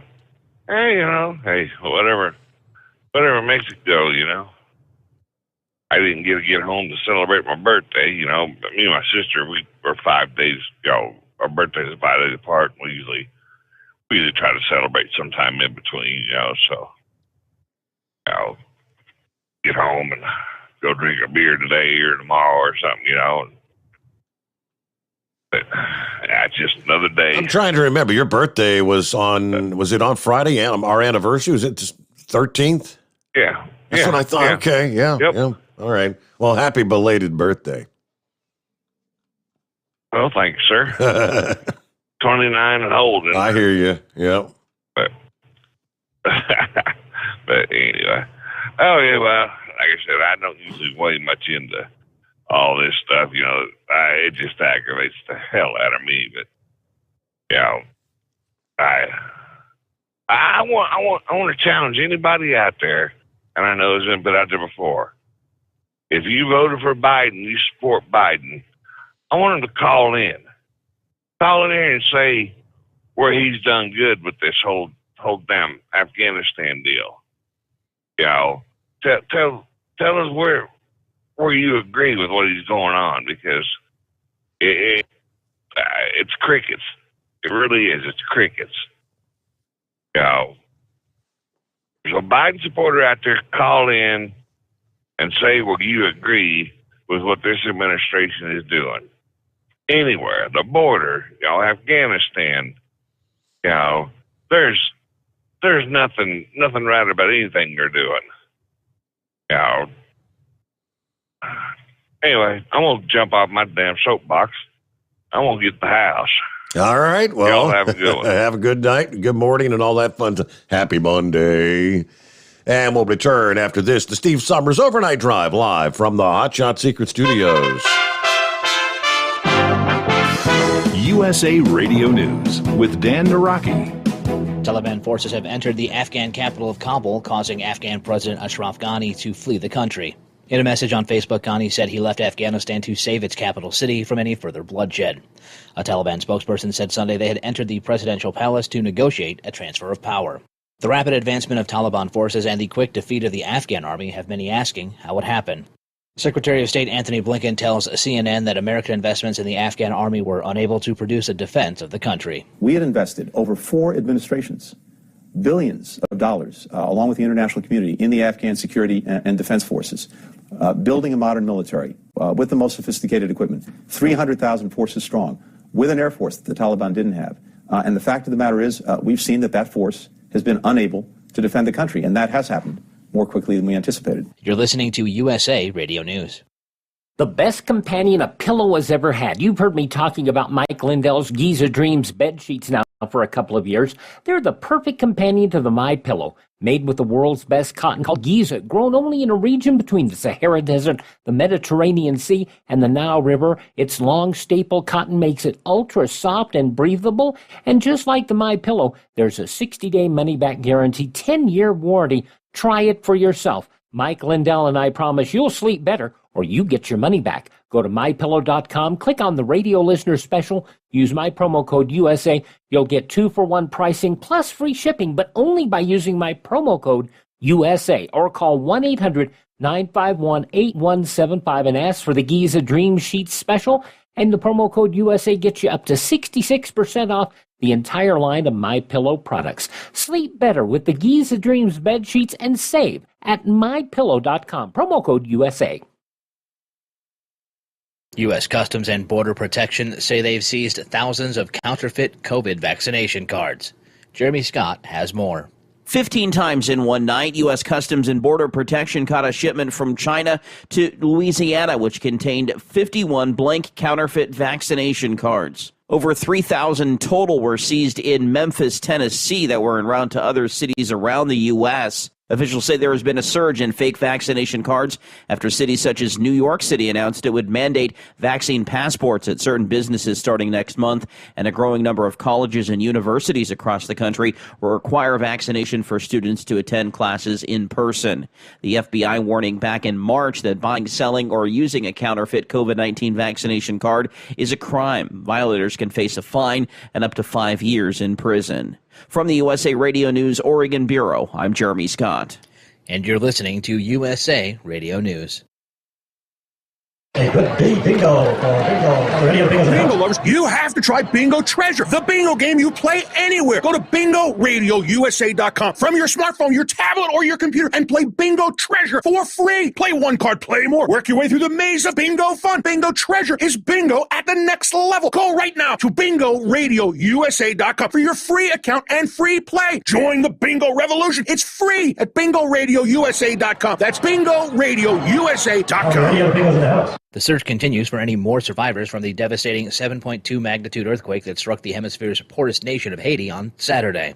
Hundreds are dead and thousands more are injured. John Clemens has more. We were able to get through to Cara Buck of Mercy Corps in Port-au-Prince about the damaging aftershocks that could cause even more death and destruction. So we are hearing a lot about the roads being obstructed and things are still shifting and moving, right? We had a number of aftershocks even last night. A tropical storm could also strike portions of Haiti with heavy rain and high winds by Monday. We could anticipate potentially some heavy rainfall that could affect the situation. But like I said, we're glad to hear that the brunt of this storm should be diverted and not hit the area of the epicenter. From the USA Radio News Texas Bureau, I'm John Clemens. And New York's new governor says she's ready for the task.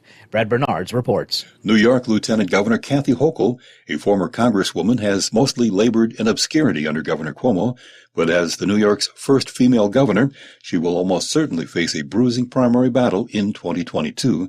She does intend to run. I fully expect to. I'm prepared for this. I've led a life working in every level of government, from Congress to local government.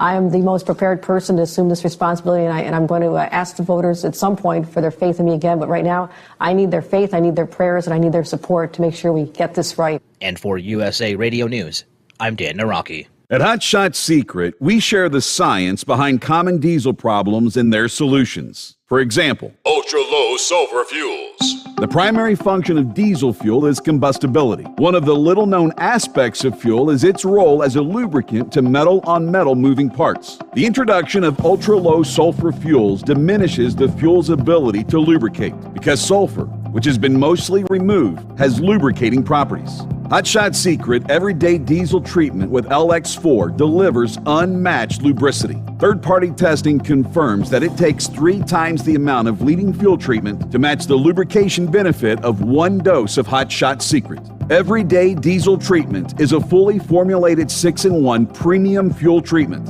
for every fill-up, every time. Everyday Diesel Treatment is available at truck stops, Tractor Supply, O'Reilly's Auto Parts, and online at HotShotSecret.com. Hot Shot Secret, powered by science.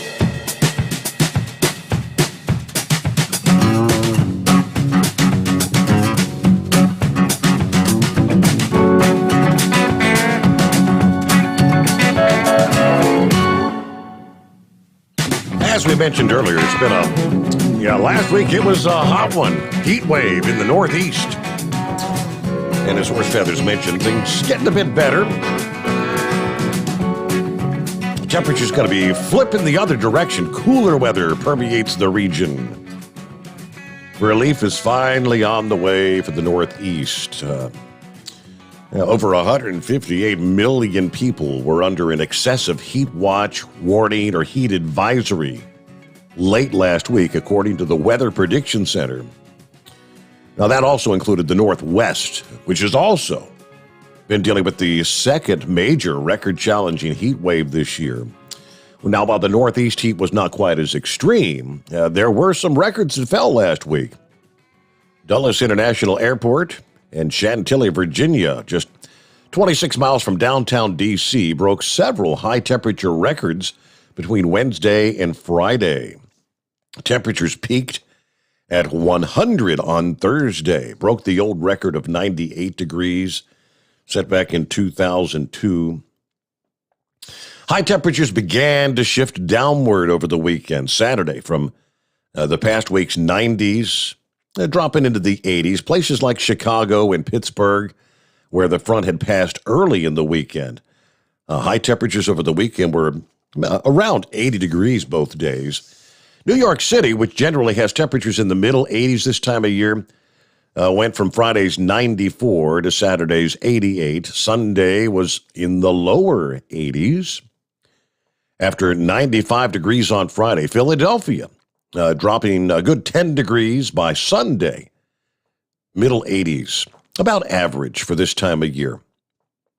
That cold front's going to stall over the mid-Atlantic. High pressure builds back into the Northeast. That can mean more sunshine for the region, keeping humidity levels down. Highs expected to be in the upper 70s and lower 80s between now through Monday, Tuesday. Of course, forecasters are watching Fred as it moves into the Gulf of Mexico. Fred may send a surge of tropical moisture across the Southeast and the Appalachians later this week, right along that stalled front, which could bring some heavy rain to the region. All right, let's get back to the phones this morning.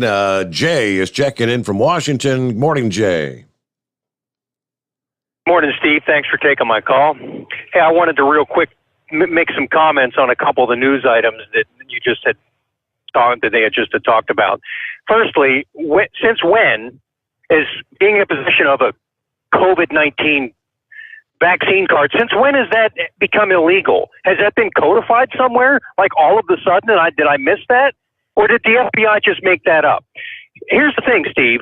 I don't care, even if vaccines become mandated, mandates are not law. So breaking a mandate is not against the law. When are people going to figure out that they have been had? They have been played. They have been punked, if you will, when it comes to the coronavirus and COVID-19.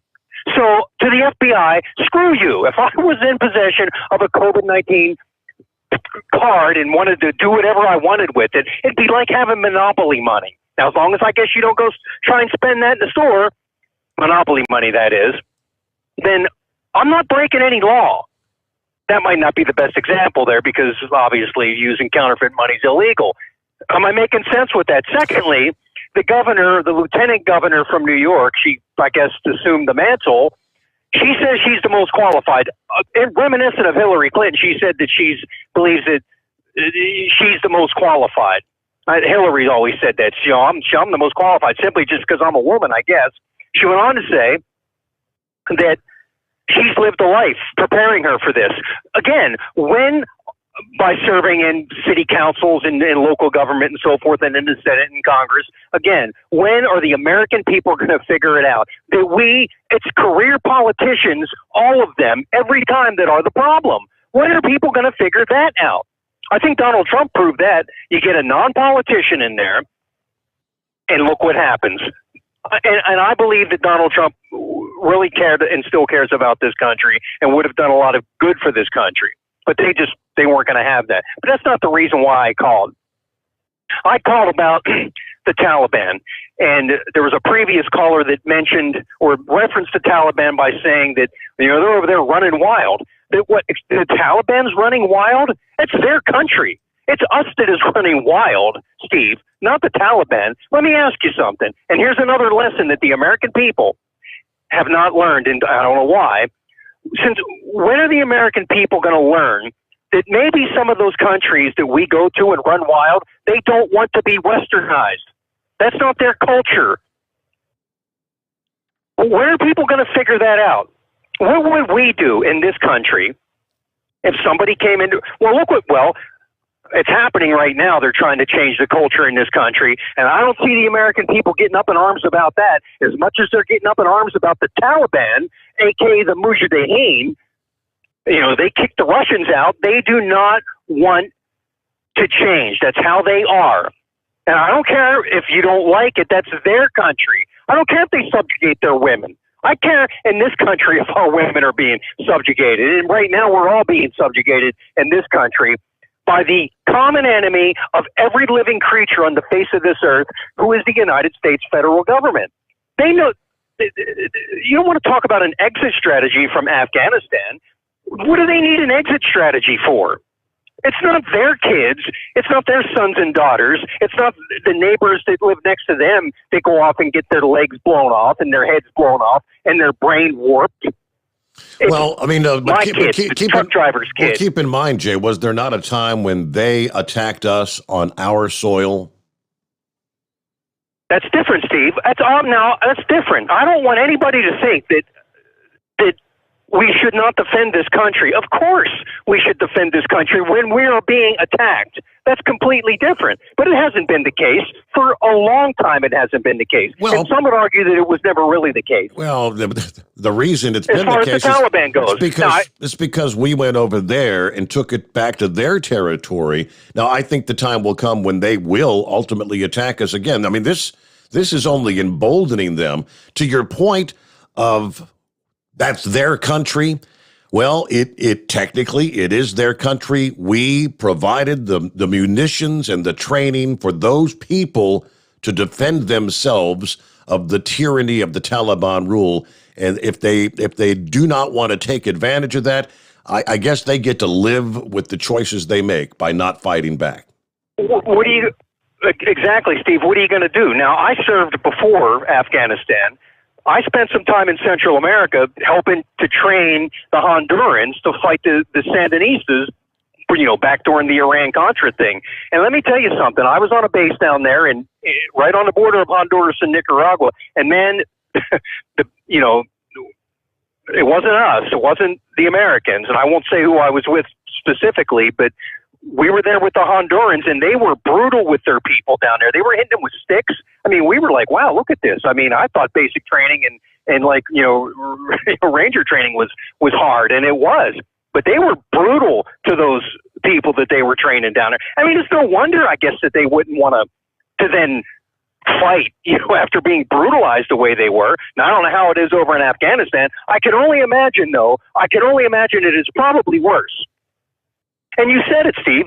If they themselves, after all the money and after all the American blood and treasure that has been spilled on them to help them, they don't want to take advantage of that and seize that, then that's on them. I'm of the Pat Buchanan School of Foreign Policy. We need to keep our noses out of things. He wrote a very good article a couple weeks ago. I can't reference the title of the op-ed, but he talked about it, and he referenced Kennedy, how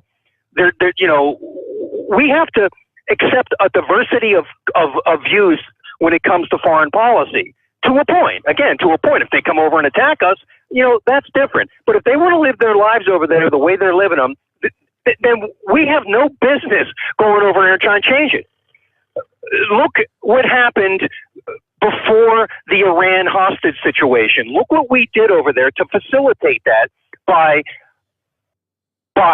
sheltering the Shah of Iran, if you remember that. We brought him over here, and that guy was brutal to his people, and we brought him over here to get treatment and so forth, and basically he came, if you remember, Steve, he was in exile over here. And they wanted him back to try him as a war criminal to what he did to the people and to the country over there. And we refused to do it. What did they do? They took American hostages, not just American. There were Canadians and some Australians and whatever, but mostly it was Americans. That's what happens. Here's something else that maybe other countries need to figure out, is that anytime you ask the United States federal government for help, it's always going to turn out bad. Always. I mean, has that not always played out? The United States federal government is the enemy of every living creature on the face of this earth. Now, I don't know why people just can't figure that out. I'll leave it at that, and you can put that out there to your listeners, Steve. We're the bad guys now. Okay. Now, I served. Okay. I know you served. I know. And you've made it clear that you don't want to be thanked for your service, that you're not proud of what you did. That's going back several years ago, but all right, we'll leave it at that. It's 18 past the hour. You want to chime in? It's 844-844-3388. Back into the Steve Sommers Overnight Drive live from the Hot Shot Secret Studios. You're listening to the Overnight Drive with Steve Sommers. Pure Flow Air Dog, your leader in fuel air separation system technology. Our systems filter out water, particulates down to 2 micron, and remove all of the air out of your diesel fuel. This allows for nothing but pure, clean diesel fuel to reach the expensive injection system equipped in your vehicle. Not only do our fuel systems protect, they also come in a variety of flow rates to meet your performance needs. Our systems are compact and use OEM-style fittings for an easy installation. Learn more about our product at www.pureflowairdog.com and be sure to follow us on Facebook and Instagram. Protect your investment with Pure Flow Air Dog.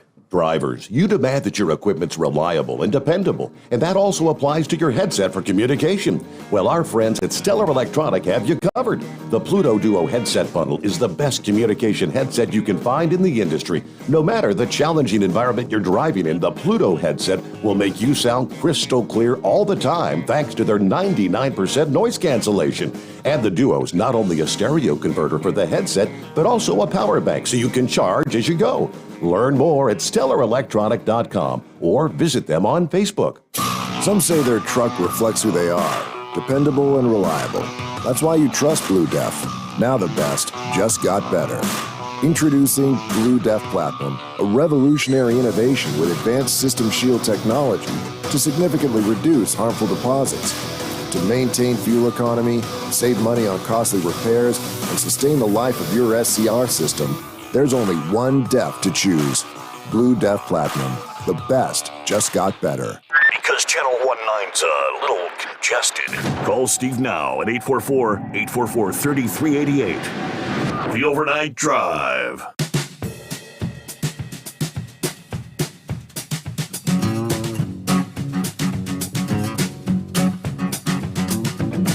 All right, thank you much. Good to have you with us here on a Monday.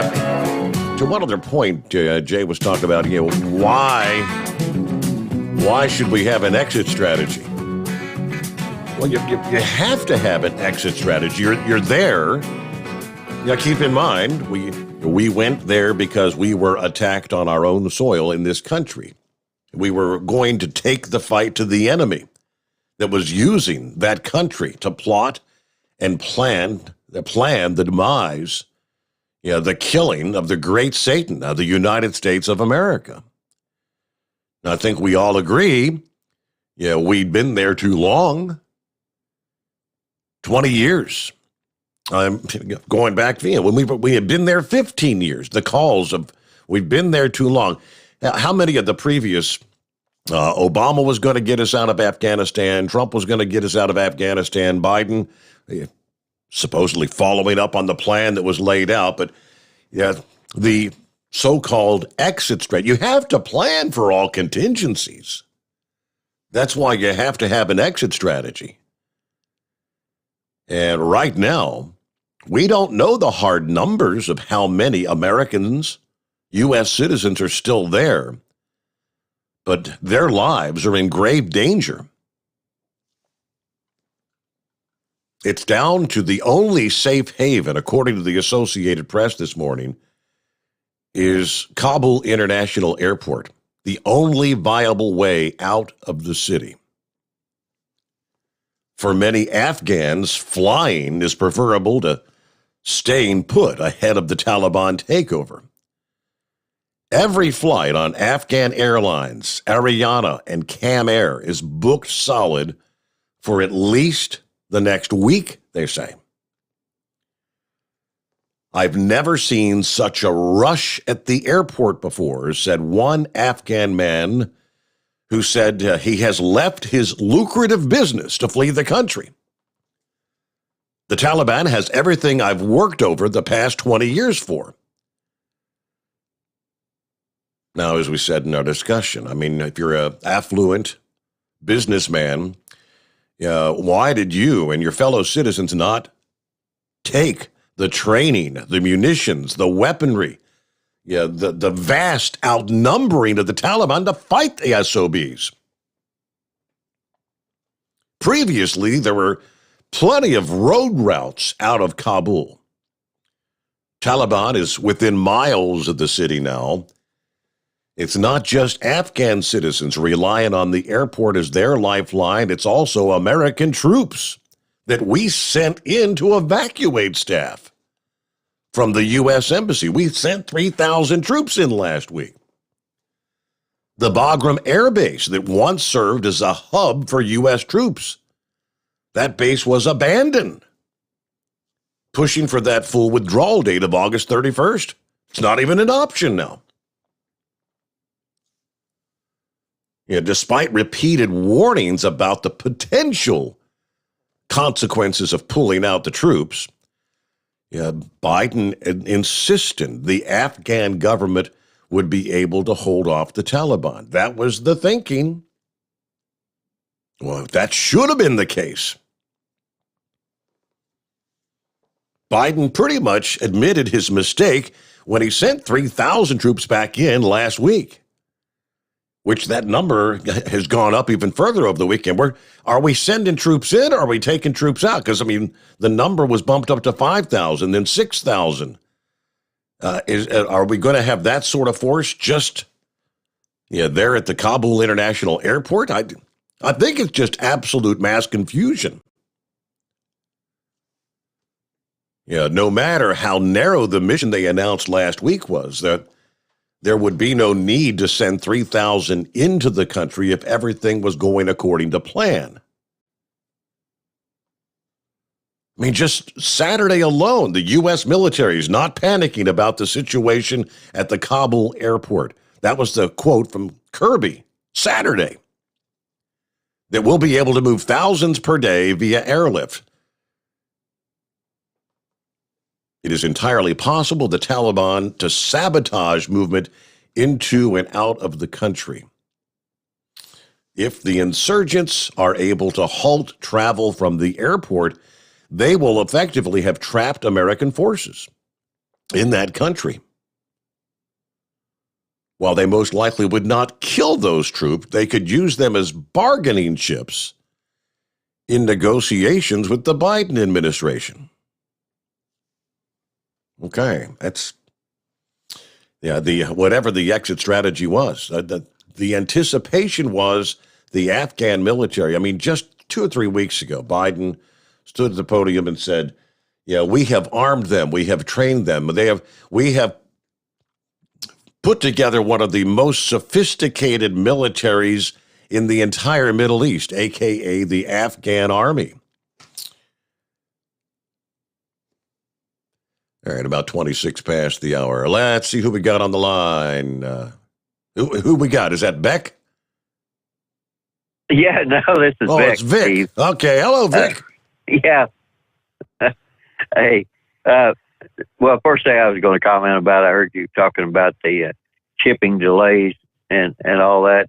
The last I checked, which was a few days ago, they're having problems with the drought in South America that's affecting some of their rivers, and they can't load some of their ships to full capacity.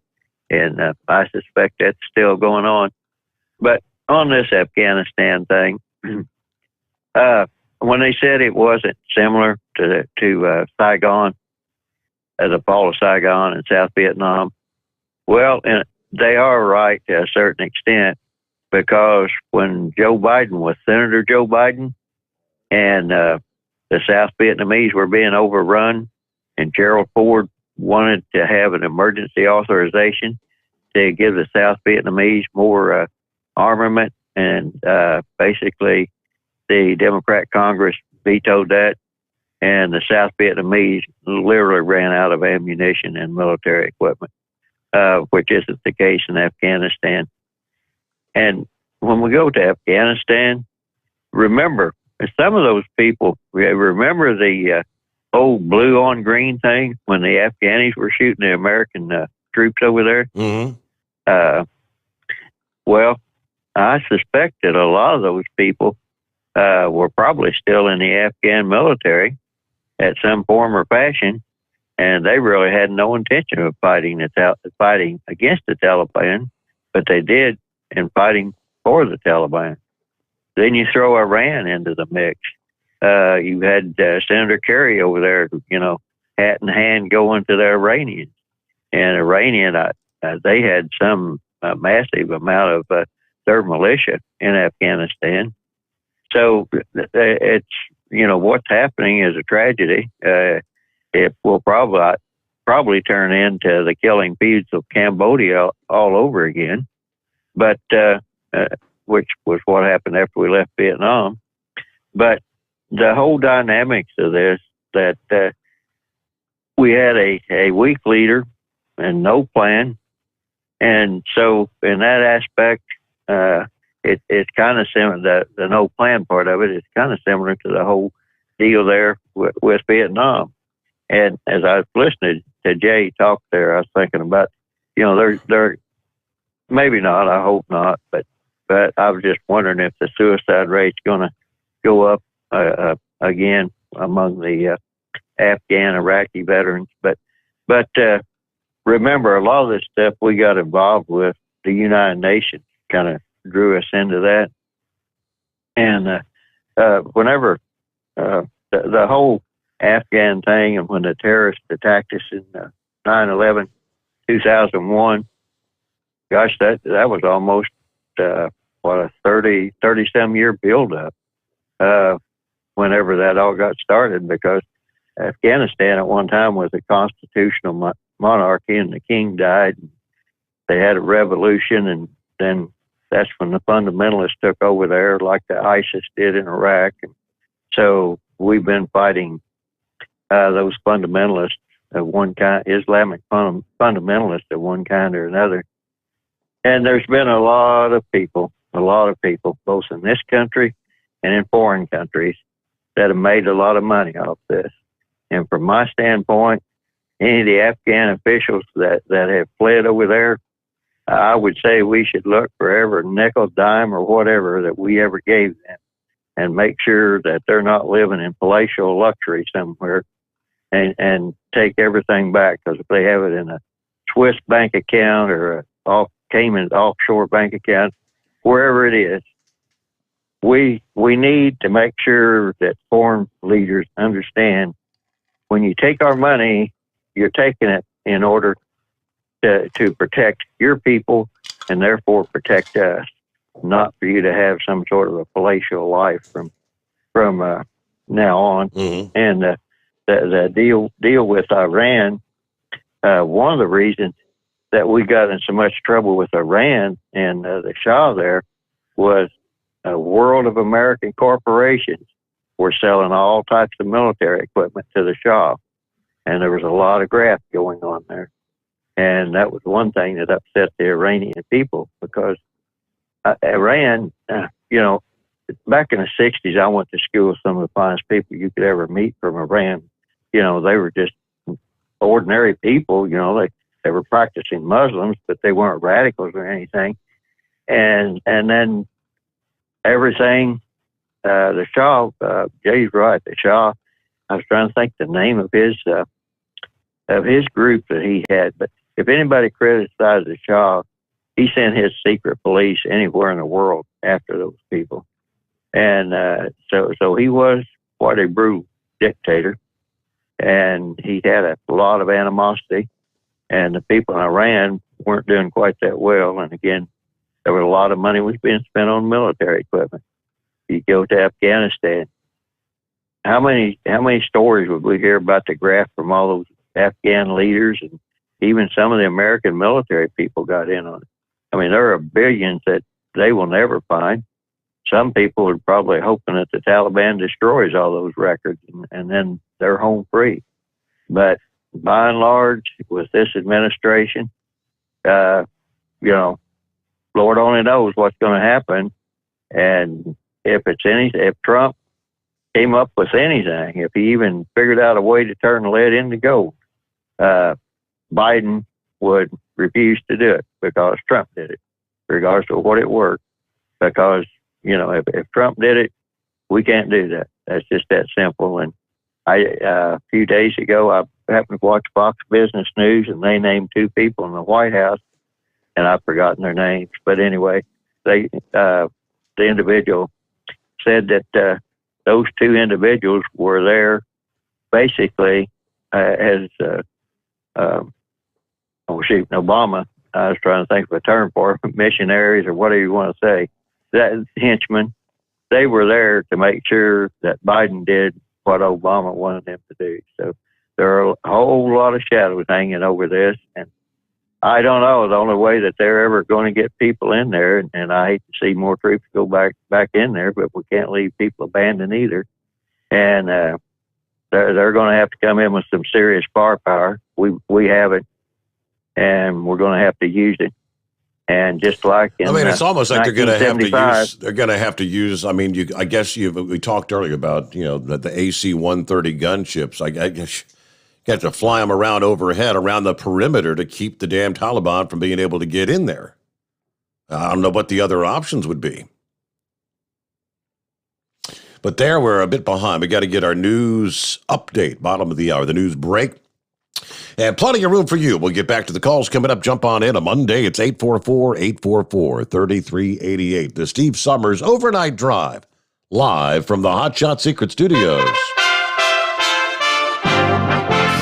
USA Radio News with Dan Naraki. The State Department says that the evacuation of the U.S. Embassy in Kabul is complete. In a statement Sunday, spokesperson Ned Price said that all embassy personnel have been relocated to Hamid Karzai International Airport, which is being protected by U.S. military forces. The evacuation began Sunday morning as Taliban fighters entered the city, seizing Afghan government buildings and causing Afghan President Ashraf Ghani to leave the country. U.S. forces have also taken over air traffic control duties at the airport. And the Texas Supreme Court has upheld Governor Greg Abbott's ban on local mask mandates. The Sunday ruling blocks a lower court's ruling that would have allowed localities to override the governor's order. At least 2 local entities have already said they intend on defying the ruling. 2 Dallas area school districts say they will still require masks when students return to class, and the Bexar County Health Authority says it will keep its mandate for public schools in place. You're listening to USA Radio News.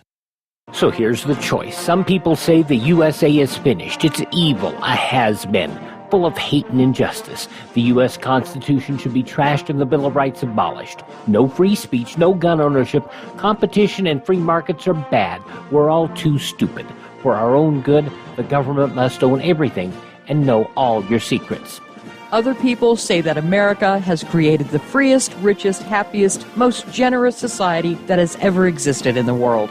That's why millions of people are desperate to come here and escape their brutal lives in Cuba, Venezuela, North Korea, and 100 other countries. In America, we have the right to succeed, the right to our own living, the right to have a family, the right to believe in God, the right to have our own ideas, the right to be safe and secure, and the right to be left alone. Where do you stand? Help us save the Constitution and restore the American dream.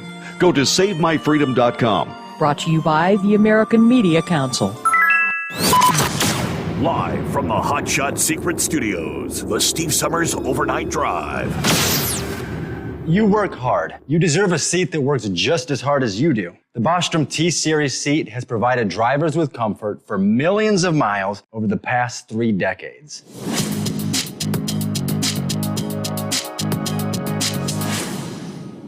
Each seat is built right here in the USA and has 4-position front cushion tilt and higher low-profile air suspension with Isolator. It's also equipped with many standard and optional comfort features, such as high and mid backrests, 9.4-inch fore-aft slide adjustment, adjustable armrests, and manual or dual air lumbar support systems to keep you comfortable throughout your ride. Build your T-Series seat today at BostromSeating.com and ensure your ultimate comfort for wherever the road takes you. Bostrom Seating, the ultimate comfort for the open road. Whether you're a diesel pickup performance enthusiast or just looking for a small upgrade, when selecting common rail fuel system components, look no further than Exergy Performance. At Exergy, you'll find injectors, pumps, and more, engineered like no others on the market using state-of-the-art equipment run by people that have been in the business for decades.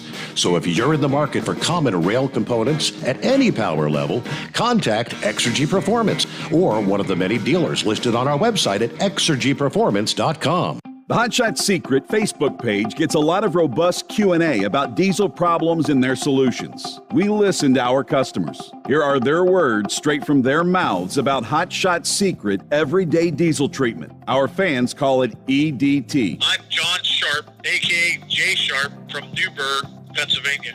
Using EDT, my local fuel mileage went to average of 22 to 23, and my highway MPG went to 26 to 28. Hi, I'm Danny. I'm from Arizona. I drive a 02 Ford Excursion. I use EDT at every fill-up, and my mileage went from 12.5 miles to gallon to 14 miles per gallon. I highly recommend it. Everyday Diesel Treatment delivers a 6-in-1 premium fuel treatment for every fill-up, every time. Everyday Diesel Treatment is available at truck stops, Tractor Supply, O'Reilly's Auto Parts, and online at HotShotSecret.com. Hot Shot Secret, powered by science. Are you having trouble sleeping? Are you tired all the time? Growing older is a fact of life. Our skin starts to wrinkle, muscles get weaker, and our energy levels plummet. If there was a product that may help you slow down these symptoms of aging, would you be interested? I want you to go to getonthegel.com. That is getonthegel.com. Watch this 4-minute video that explains more about this amazing product. Or call us at Youth Fountain HGH today at 513-472-0699 for more information. Dean Michael, the tax doctor, here with Tax Help MD. As many of you know from Steve Sommers' show, I've been helping professional drivers solve their tax problems. I can help you too. If you've been struggling with back tax debt, call me now at 888-557-4020. Let's face it, these problems aren't going away all on their own. You need professional help so you can sleep better at night knowing you're in good hands. It's like I always say, keep your eyes on the road, I'll keep my eyes on the IRS. 888-557-4020. For anything diesel, take it to Scheid Diesel. They provide a wide variety of services and diagnostics to determine what the problem is with the latest technology. From simple oil changes and preventative maintenance to fuel system diagnostics and repairs, engine rebuilds and cylinder head repairs, and rebuilds with our in-house machine shop. They also have on-site DPF cleaning for exhaust issues and DOT inspections. If your diesel is asking for some attention, Scheid Diesel has the specialist you need for anything diesel. Located in Terre Haute, Lafayette, Indiana, and Effingham, Illinois, Scheid Diesel has you covered. The Overnight Drive with Steve Sommers. Live from the Hot Shot Secret Studios. Call Steve now. 844-844-3388. That's 844-844-3388. All right, got a couple of industry headlines to throw your way, after which we'll get back to your calls. Plenty of room for you here on a Monday. At 844-844-3388. Started in Jackson, Mississippi, police investigating a deadly shooting involving a FedEx driver who was sitting in his truck. WLBT reports police in Jackson responded to the shooting last week, found Robert Williams suffering gunshot wounds in the vehicle. Williams was later pronounced dead. Another man in the truck was shot in the arm. Police have yet to announce any information on motives or suspects. A friend of Williams put together an online fundraiser for the driver to help his family with expenses. The organizer said he leaves behind 7 children and a wife. Yeah, that fundraiser had garnered more than $30,000 in donations as of Friday morning. All right, it's just around the corner here. The Commercial Vehicle Safety Alliance has a big brake check planned in a matter of days. Actually starts, next Sunday, 22nd through the 28th. So not this week, but all of next week. Yeah, the CVSA's Brake Safety Week, as they call it. The area of special emphasis for this year's effort is on hoses and tubing. During the week-long enforcement effort, commercial vehicle inspectors, along with law enforcement agencies around the country, teaming up to inspect trucks with a focus, obviously, on the brake system and components. Inspectors will be compiling data on hoses and tubing to submit to the CVSA. They also shared several key statistics on brake violations. They said brake system and brake adjustment violations account for more vehicle violations than any other vehicle violation category, accounting for more than 38% of all out-of-service violations. During last year's International Road Check Inspection and Enforcement Initiative, brake system was the third most cited vehicle-related factor in fatal commercial motor vehicle and passenger vehicle crashes, according to the FMCSA's Large Truck and Bus Crash Facts Report. Brake-related violations accounted for 8 out of the top 20 vehicle violations in the year 2020. And during last year's Brake Safety Week, 12% of the 43,000 plus commercial vehicles inspected were placed out of service for brake-related violations. I mean, with the focus on brakes, year after year and inspection blitz after inspection blitz, they consistently come up. For whatever reason, brakes are a big issue out there. The dates for Brake Safety Week are shared in advance to remind carriers, drivers, mechanics, and technicians to proactively check and service their vehicles to ensure any commercial vehicle traveling on the roadways is mechanically fit and compliant. All right, with that, just a heads up. So again, coming up next week, all week long, Brake Safety Week. About 16 before the hour. Former White House physician Ronnie Jackson, who served in that role under both Presidents Obama and Trump, calling out Joe Biden Sunday as Joe avoids the public amid the collapse of Afghanistan. Jackson responded to Biden's absence from the public eye by tweeting, "Outrageous. Biden needs to address the nation tonight. If he's not mentally capable of handling this crisis, he needs to resign immediately. America deserves better than this. Our veterans deserve better than this. Come out of hiding at Camp David and do your damn job." Now, those remarks obviously at the Taliban's lightning speed, taking over the country, recapturing provinces and cities that they lost 20 years ago when the U.S. came in to hunt down those responsible for September 11. Taliban seizing Kabul, the capital city, and did so while many Taliban extremists took U.S. weapons that had been given to the Afghan military to fight the Taliban. Jackson, by the way, who now represents Texas' 13th Congressional District, actually said last month that he thought something's going on with Biden related to his fitness for office. We all know that. And I've been saying it's only going to get worse, and guess what? We're watching it happen right before our eyes, he said. And I'm at the point now, right now, where, I went from, telling people we should be concerned about what might potentially be going on to now saying, hey, what is happening right now? Where are the people in our academic medicine that were calling out Donald Trump to have a cognitive test? Where are these people?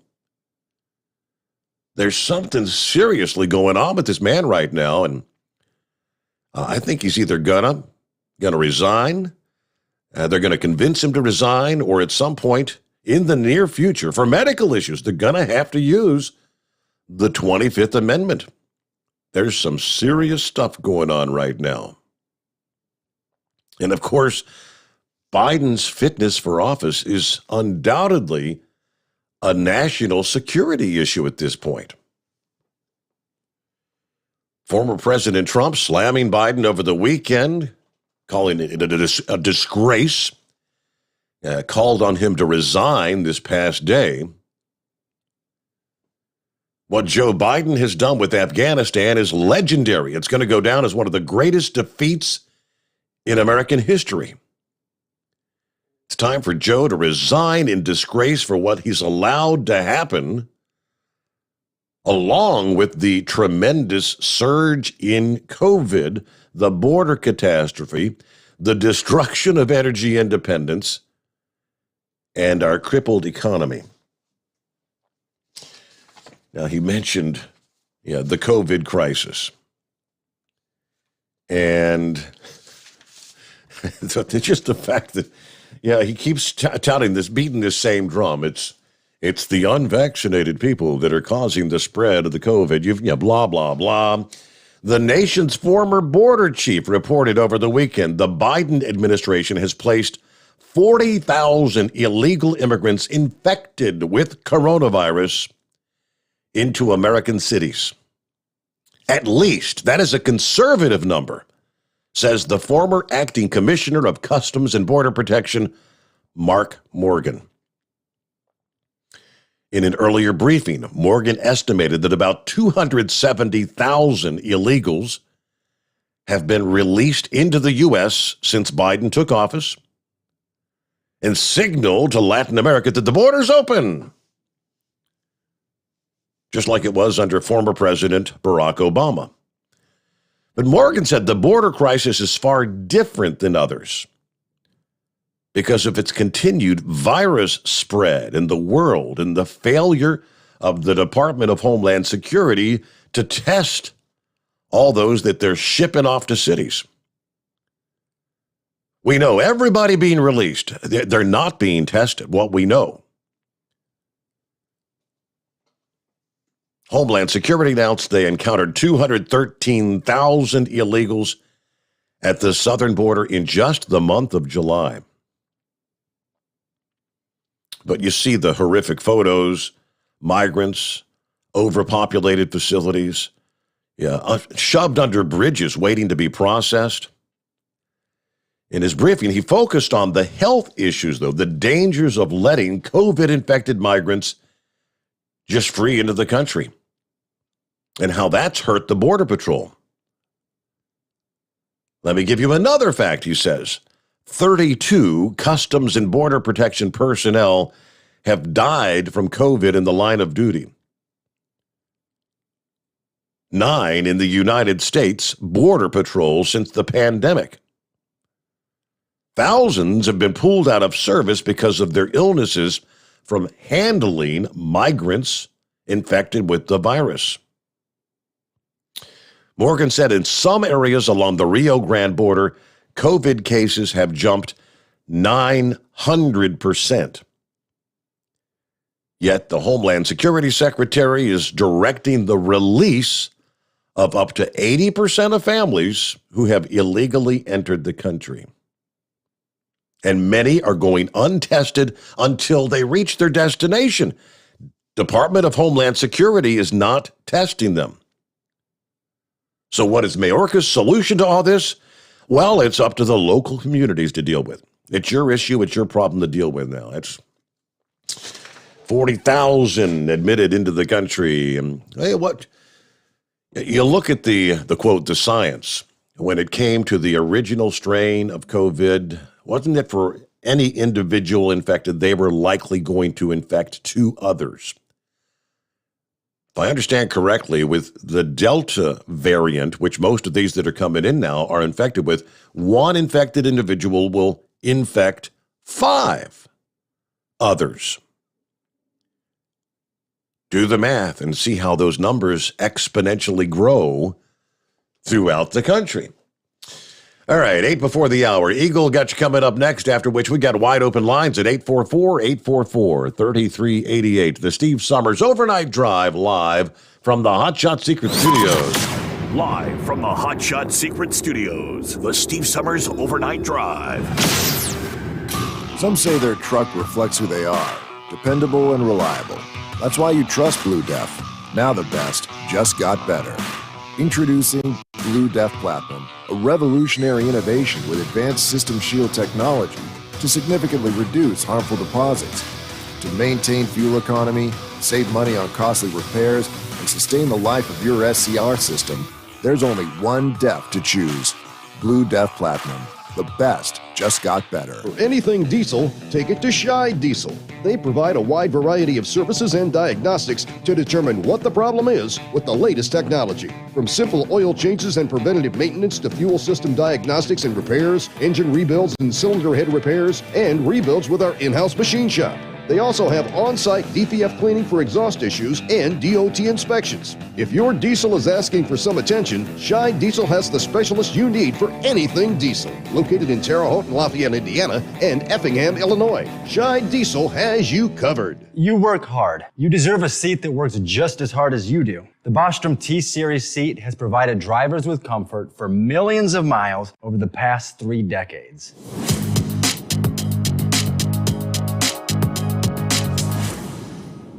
Each seat is built right here in the USA and has 4-position front cushion tilt and higher low-profile air suspension with Isolator.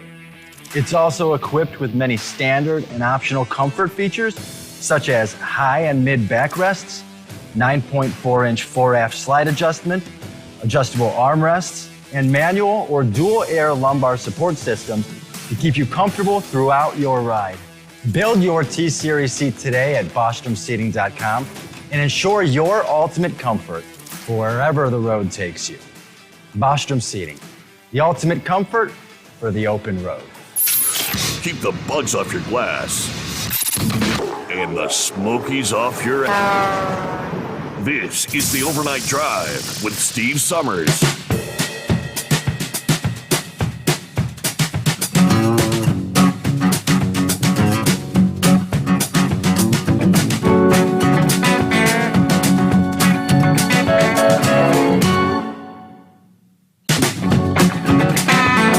Promise we get to Eagle here and some additional comments on a Monday. Yeah, welcome back, Eagle. Eagle, are you with us, or did you doze off? Hello, Eagle. All right. I think he dozed off. Yeah, he did. I hear that. He's not snoring like he used to. It's been a while since we've had an Eagle snooze call. He'll wake up when I hang up, right? It's 844-844-3388. We got about 5 minutes before news update time. Let me jump into this. Now, I know it's more COVID-related stuff, but I just came across this yeah, go figure. Yeah, how they like to manipulate the numbers. According to the Centers for Disease Control and Prevention, as well as the White House and most of the mainstream media, what we have now is a pandemic of the unvaccinated, correct? That's what we've been hearing. According to the official narrative, 99% of COVID deaths and 95% of COVID hospitalizations are occurring among the unvaccinated. White House press briefing, the CDC director, Dr. Walensky, claimed that over 97% of people who are entering the hospital are unvaccinated. Well, it was unveiled last week that that statistic is grossly misleading. In an August 5th video statement, Walensky inadvertently revealed how that 95 to 99% statistic was actually created. Grossly misleading data manipulation. Here's how it works. To achieve those statistics, the CDC included hospitalization and mortality data from January through June of 2021. It does not include more recent data or data related to the Delta variant, which is now the most prevalent strain. Problem is, think back, the vast majority of the population wasn't vaccinated during that time frame. January 1st of 2021, 0.5%, half of 1% of the population had received a shot. By mid-April, an estimated 31% had received one or more shots. As of June 15th, 48.7% were fully vaccinated. Now, keep in mind, you're not fully vaccinated until 2 weeks after your second dose. In the case of Pfizer and Moderna, which is given 6 weeks after your first shot, so those receiving an initial dose in June, for example, would not be fully vaccinated until 8 weeks later, sometime in July or August. By using statistics from that time period, when the country as a whole wasn't vaccinated, the CDC is claiming we're in a pandemic of the unvaccinated, in order to demonize those who still haven't agreed to get this experimental injection.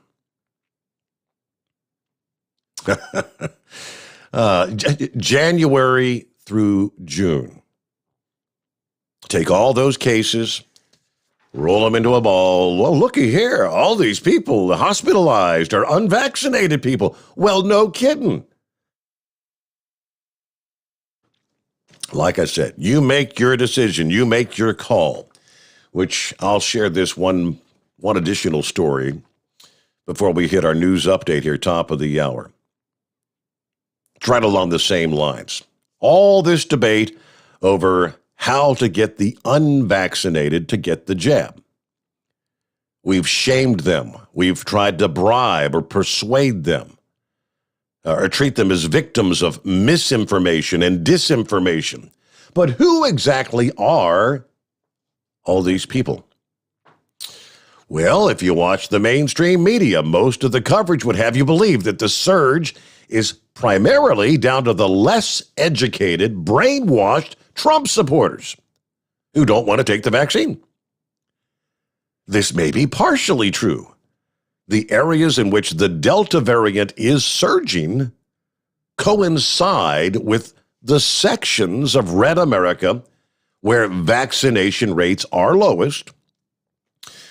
But according to the new research from the Carnegie Mellon University and the University of Pittsburgh, this does not paint the full picture. They analyzed more than 5 million survey responses by a range of different demographic details and classed those people who would probably or definitely not choose to get the vaccine as what they call vaccine hesitant. In some respects, the findings are predicted. For example, they find that there's a strong correlation between counties with higher Trump support in the 2020 election and higher hesitancy between January and May of this year. But more surprisingly is the breakdown in vaccine hesitancy by level of education.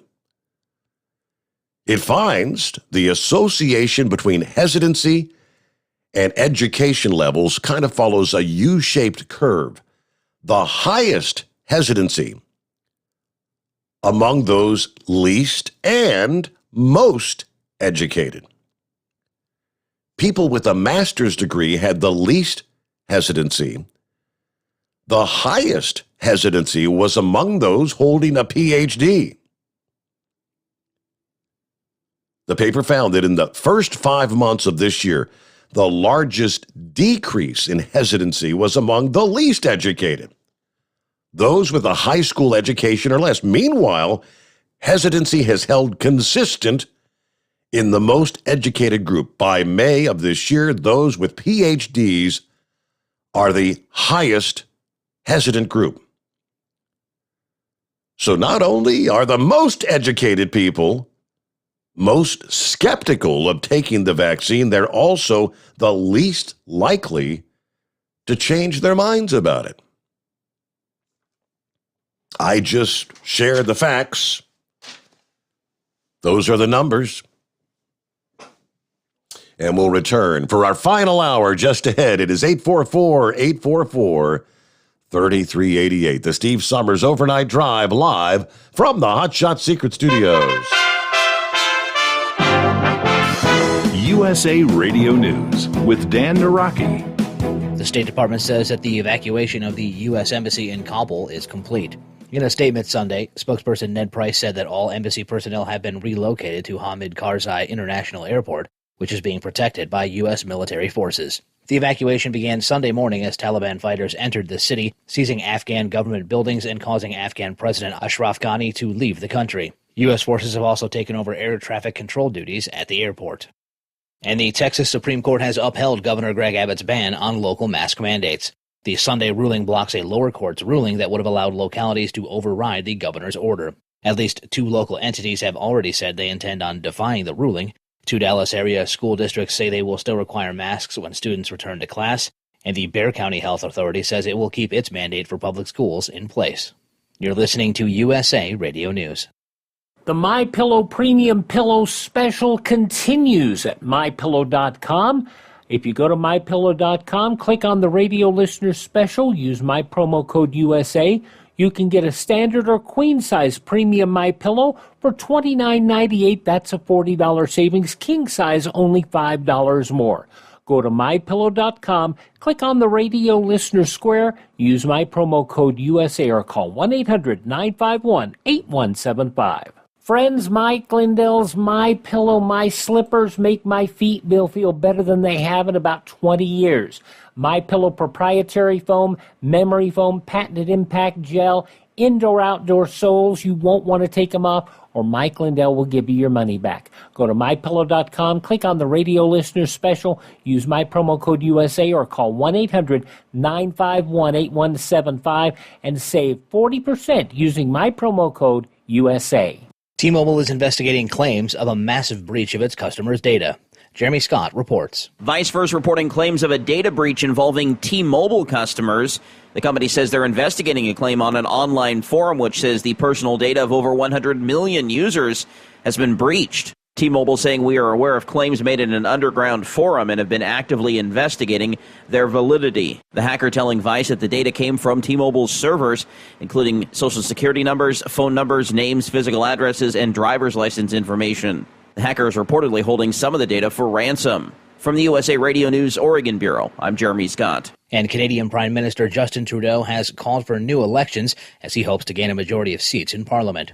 His Liberal Party has had to work with opposition parties to pass legislation as they barely missed a majority in elections 2 years ago. The vote, which will take place September 20th, is expected to be centered around the Trudeau government's response to the COVID pandemic. This is USA Radio News. Lights out, everybody.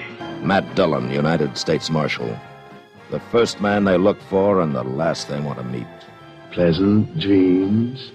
The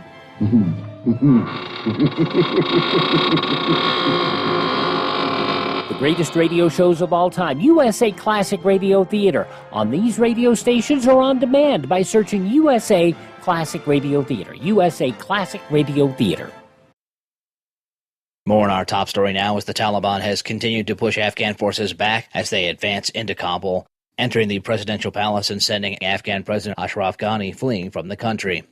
Congressman Andy Biggs says that he expects to find that the administration underestimated the Taliban's capabilities. The Arizona Republican tells Fox News that the disorganized withdrawal could also have demoralized Afghan security forces. I think we're going to find out as we do after-action reviews, but some of the things that I would say that went wrong is an overestimation of the will of the Afghan fighting force, a failure on the part of this administration to understand the reality of what Taliban might do, and the actual. We'll see whether there was some Chinese influence in there, and I know that's odd to say, but China's already said they're going to recognize the Taliban. Yeah. Did that weaken the will of the Afghan fighters? The way we left Zagreb, for instance, did that weaken the will of the Afghan fighters? Did they say, well, there was no communication there, it was in the middle of the night evacuation, and did that actually impede or dampen the will of Afghan fighters against the Taliban? Because they felt like the U.S. was going to leave them without direction, without support, and without guidance at all. And you're listening to USA Radio News. At Hot Shot Secret, we share the science behind common diesel problems and their solutions. For example, ultra-low sulfur fuels. The primary function of diesel fuel is combustibility. One of the little-known aspects of fuel is its role as a lubricant to metal-on-metal moving parts. The introduction of ultra-low sulfur fuels diminishes the fuel's ability to lubricate because sulfur, which has been mostly removed, has lubricating properties. Hot Shot Secret Everyday Diesel Treatment with LX4 delivers unmatched lubricity. Third-party testing confirms that it takes 3 times the amount of leading fuel treatment to match the lubrication benefit of 1 dose of Hot Shot Secret. Everyday Diesel Treatment is a fully formulated 6-in-1 premium fuel treatment for every fill-up, every time. Everyday Diesel Treatment is available at truck stops, Tractor Supply, O'Reilly's Auto Parts, and online at HotShotSecret.com. Hot Shot Secret, powered by science.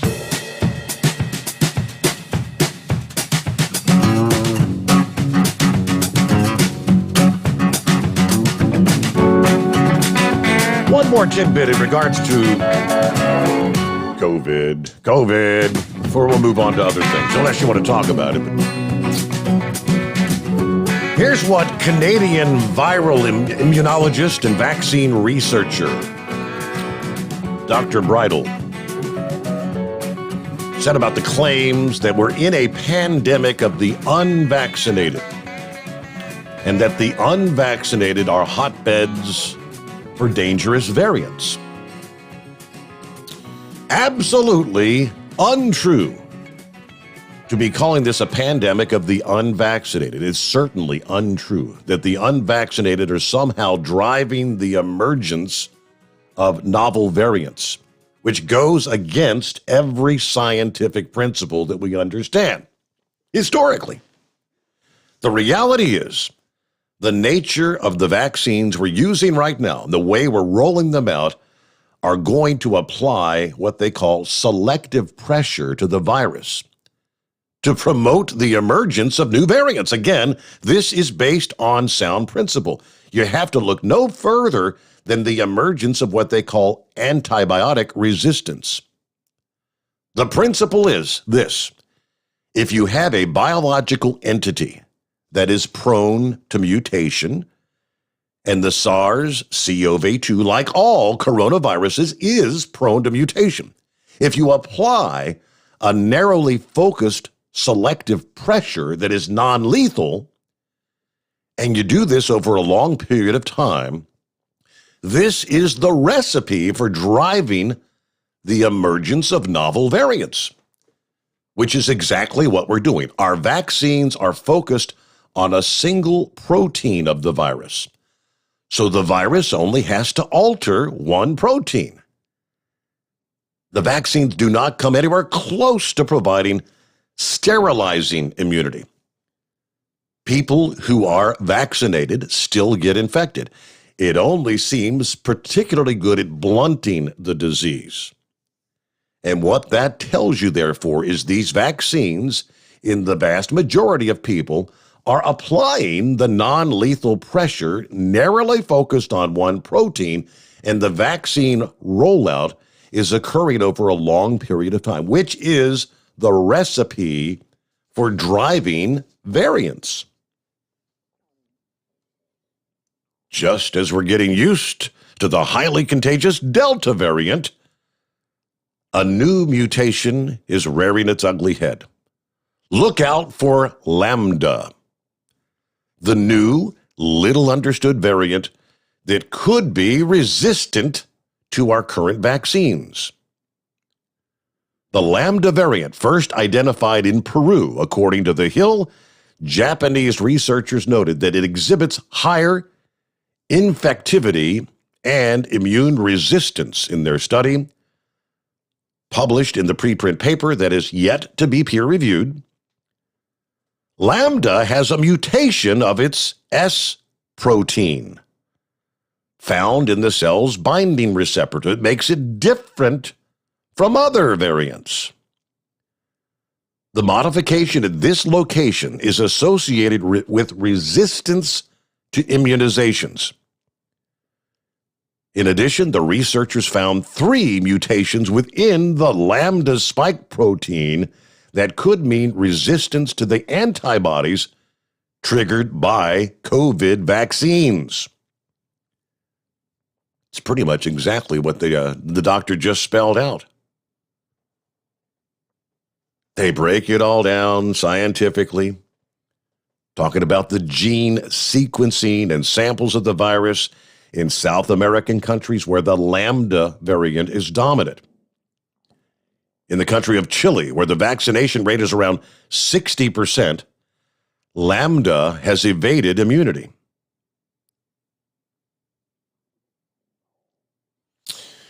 I'll leave it at that. You make your own decision, but I try to present the facts. As I've said from the very, very beginning, all of this is one giant experiment. And I guess with variants, just like the seasonal flu, they're going to change. One variant gets pressure. It doesn't want to die. I'm going to mutate. I want to live. I want to infect more. That's what viruses do. Simple as that. All right, let me get back. See, Eagle woke up, I think. Hello, Eagle. Take 2. Yeah, okay, yeah, I'm awake now. I had to doze off a little bit after that phone call I made earlier. Steve, as I listened to the situation with Joe Biden, not a good deal. But like I say, in a way, it's kind of good for Trump fans out there because the more this guy does his thing, he's making himself look bad. I was listening to something after I hung up with you, Steve. This guy is incompetent, Steve, at this point. It's a real nasty situation we got going on. But I wanted to say one thing about that, and then I want to talk about this coronavirus situation. Now, here's what's really devastating, Steve, like I said about the Joe Biden and the Afghan situation, is that, for those people who say they're not concerned about he had a guy call in after me, and you said he talked to him before, and he seems to think that the United States doesn't belong. USA shouldn't be the police for the whole world. Yeah, well, he might be right about that. I agree with him on that. But when you have to finish the job, what are you supposed to do? Do you think this guy is saying the USA shouldn't have anything to do with it? What are they supposed to do? Just pull all the troops out of Afghanistan and then let the Taliban take over? This guy say he ain't got no problem. He ain't got no problem with the Taliban running Afghanistan. But he'll have, I guarantee you, that same guy who called in, he'll have a problem when they perform a terrorist attack in the United States, just like you tried to tell him, Steve. That's the reason why we went there to begin with, was because of 9/11. And now we got to be worried about these clowns trying to do the same thing again. Like I say, you got a bunch of men that were free, Steve. Them guys, how would you feel? Let me ask you something, Steve. I already know how you would feel. I would do, okay, we don't round it up. All of these guys over the 20 years that we've been there, all these international terrorists was, they had been in Guantanamo, now they're back in Afghanistan, supposed to be locked up in a jailhouse. And then all these international terrorists has been arrested, and now the Taliban take over the jail and free all these men, and now these men are back on the loose again to attack any country that they want to attack. I can't agree with that guy on that. And besides the point about the women, he said he should be able to practice Sharia law. No woman should be treated like that, Steve. I don't care what country she come. No woman, every woman has a right to drive a car, go to school, and not have to wear these burqas and all head to toe, and not be a sex slave. Yes, it is the United States, and it should be other countries' responsibility to clean these places up. Nobody deserves to live like that. These are human beings. Now, let me say this right quick about the coronavirus, Steve. Okay, now, we know now, and, several so-called doctors have even said it, including Dr. Doom, that the vaccine now they finally admitted that the vaccine is not 100% of stopping you from getting the COVID. Now they're even telling you to get booster shots, 2-3 shots at this point. So they saying that if you do contact this deadly virus, that it helps you keep from suffering severe problems with this virus. You might stand a chance of not dying. That's the next step that they saying. So now, but they still want to mandate a vaccine. This is why people are so upset, Steve. And you're going to start seeing the same thing happen in the U.S. as happening in other countries with people protest. They're already doing it. They want they want people to take a vaccine that is not going to stop them from catching the virus, or even some people haven't even died that have had the vaccine, with this virus. So they're mandating this. You can't go in a restaurant. You can't go to a football or a sporting event. You can't get on an airplane. You can't get on a cruise ship. The list go on and on and on and on and on. So these people want you to take something that they, that's not a guarantee of anything. So, like I say, it's up to the people to do what they want to do, Steve. Like I say, we have a president right now that's completely incompetent. Everything this guy has put his hands on the last few months that he's been in the White House has turned into garbage. And it's going to continue to happen like this, Steve, because this guy here is shouldn't be there to begin with. And because this is an ugly situation, Steve. Other countries see what's happening. We're the laughing stock of the whole world right now. China, Russia, North Korea, all these people are laughing at the United States. Well, it ain't my fault, but Joe Biden, the way he handled this Afghan situation, we're the laughing stock of the whole world. And I thank you for taking the call tonight, Steve. All right, Eagle. Thanks for waking up and joining us once again. It is 19 past the hour, and it's 844-844-3388. Quick 2-minute timeout, and we return. The Steve Sommers Overnight Drive live from the Hot Shot Secret Studios. Live from the Hot Shot Secret Studios, the Steve Sommers Overnight Drive. Are you having trouble sleeping? Are you tired all the time? Growing older is a fact of life. Our skin starts to wrinkle, muscles get weaker, and our energy levels plummet. If there was a product that may help you slow down these symptoms of aging, would you be interested? I want you to go to getonthegel.com. That is getonthegel.com. Watch this 4-minute video that explains more about this amazing product. Or call us at Youth Fountain HGH today at 513-472-0699 for more information. Diesel Army is on duty 24 hours a day, 7 days a week. Burning the midnight oil with the best diesel coverage. All the tech, all the torque. Diesel Army, where there's smoke, there's fire. For the latest news and event coverage, as well as feature and tech articles, sign up for the newsletter and don't miss a thing. Visit dieselarmy.com from the Power Auto Media family of digital magazines. Again, it's dieselarmy.com.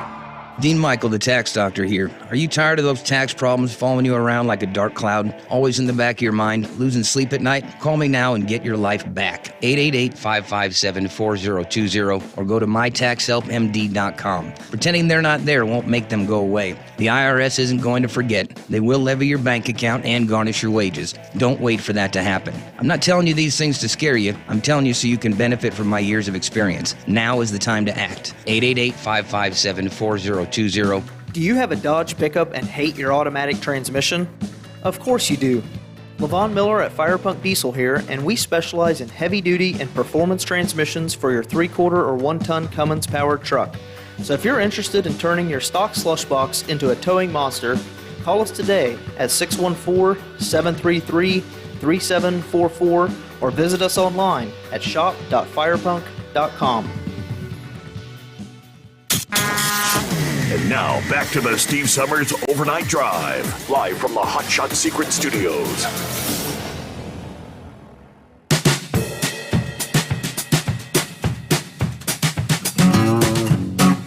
I just shared a link to a handful of videos emerging out of Afghanistan.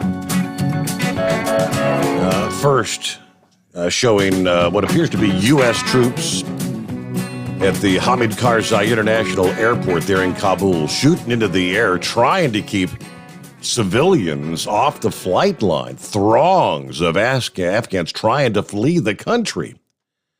Stranded at the airport, which currently is being run entirely by the U.S. military and has been closed to commercial aircraft. The airport has become the island of foreign control within the Afghan capital, which is otherwise all but entirely under de facto control of the Taliban. The video clip in question, seen in the tweet following the satellite image, was reportedly shot at the Hamid Karzai International Airport this past evening, taken from the perspective of a crowd of Afghans. Right at the beginning, there's a burst of automatic weapon fire heard, followed by what sounds like American troops shouting, "Get back," in English. It can be extremely dangerous to have people milling around like this, on or along active aircraft movement areas, which can force aircraft to abort movements, damage aircraft, or even worse. And just based on the sheer number, the throngs that are there, you got to wonder about an individual being able to, to sneak in amongst the crowd and detonate a suicide bomb kind of vest sort of thing. I could see that happening next. What would it take to have to shut down all operations at the airport? Other videos, as well as pictures, had emerged earlier showing large numbers of civilians milling around the airport grounds, kind of underscoring the increasing desperation of those trying to escape ahead of the Taliban's takeover. Why did they not fight, is my question. They all just want to flee, and I guess they want us to take them out of there. The Department of Defense has halted all incoming and outgoing flights on the civilian side of the airport. According to an Afghan official, the frustrations felt by many of these individuals, women, children, government workers with visas, cannot get out of the country because they say the U.S. essentially is blocking them. Those frustrations and the tensions that go with them could very easily grow as the U.S. military continues to try to help primarily U.S. diplomatic staff get out of the country. Reports indicate at least 500, possibly more, U.S. government personnel have flown out on American military aircraft, as well as those belonging to the U.S. State Department. So far, the plan is still for military forces to eventually be able to help thousands of individuals get out every day. But the capacity to conduct operations at that scale is reportedly days away from being in place. Not a pretty situation unfolding there. Yeah, all right. So, meanwhile, let's get back to the calls here. What's going on this morning? Pappy, happy Monday. Happy Monday, Steve. How you doing? Doing all right. Had a good weekend, good anniversary weekend. Here we are back at it. Yes, sir. Good deal, good deal. Well, I'm scheduled to maybe get a tooth pulled today, Steve. Are you? Probably two of them. I don't know. What the hell? Yeah, it hit me Thursday. My regular dentist, his office is closed. Steve, I called around. Nobody could get me in. They wouldn't even give me antibiotics because I'm not one of their patients. Wow. So I had to suffer through till tomorrow, hopefully. So, Steve, my daughter called me on the way to work today. Damn near had tears in her eyes, Steve. I could hear it in her voice. She wasn't crying, but heard it in her voice. She's a manager at a nursing home over in Kentucky. Got the call today that they're forcing vaccines on the staff. And you don't know what to do. What about the mental stress these people are putting on American citizens, Steve? This whole mandating stuff. You know what I'm saying? Yeah. I mean, there's a few guys at work that are like, man, what I mean, she's like, what am I going to do? If I don't take the vaccine, they're talking about firing us.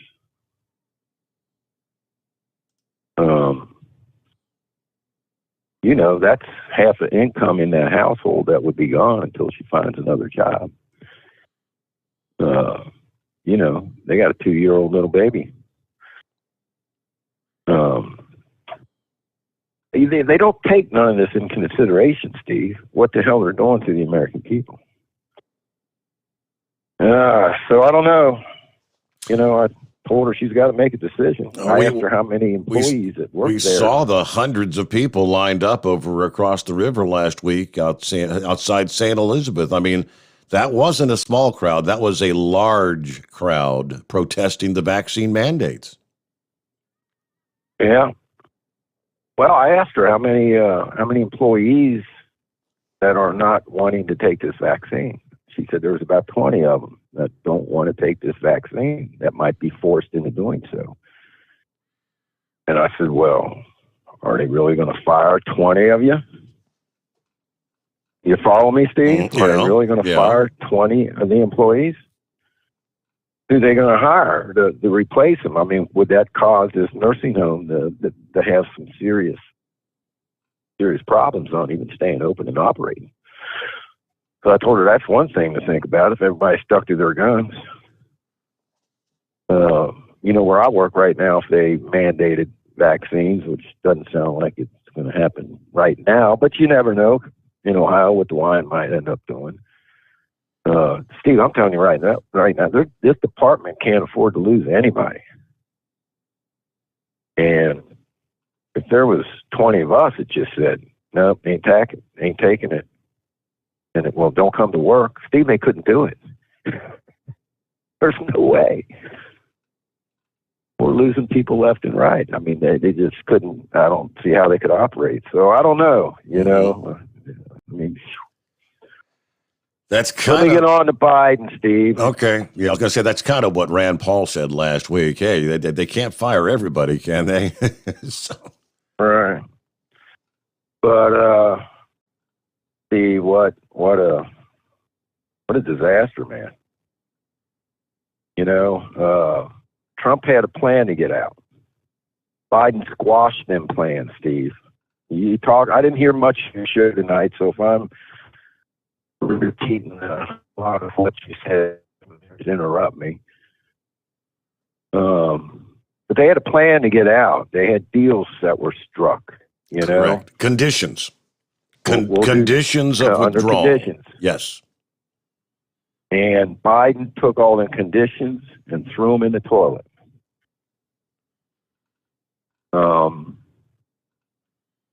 Steve, who the hell is briefing president?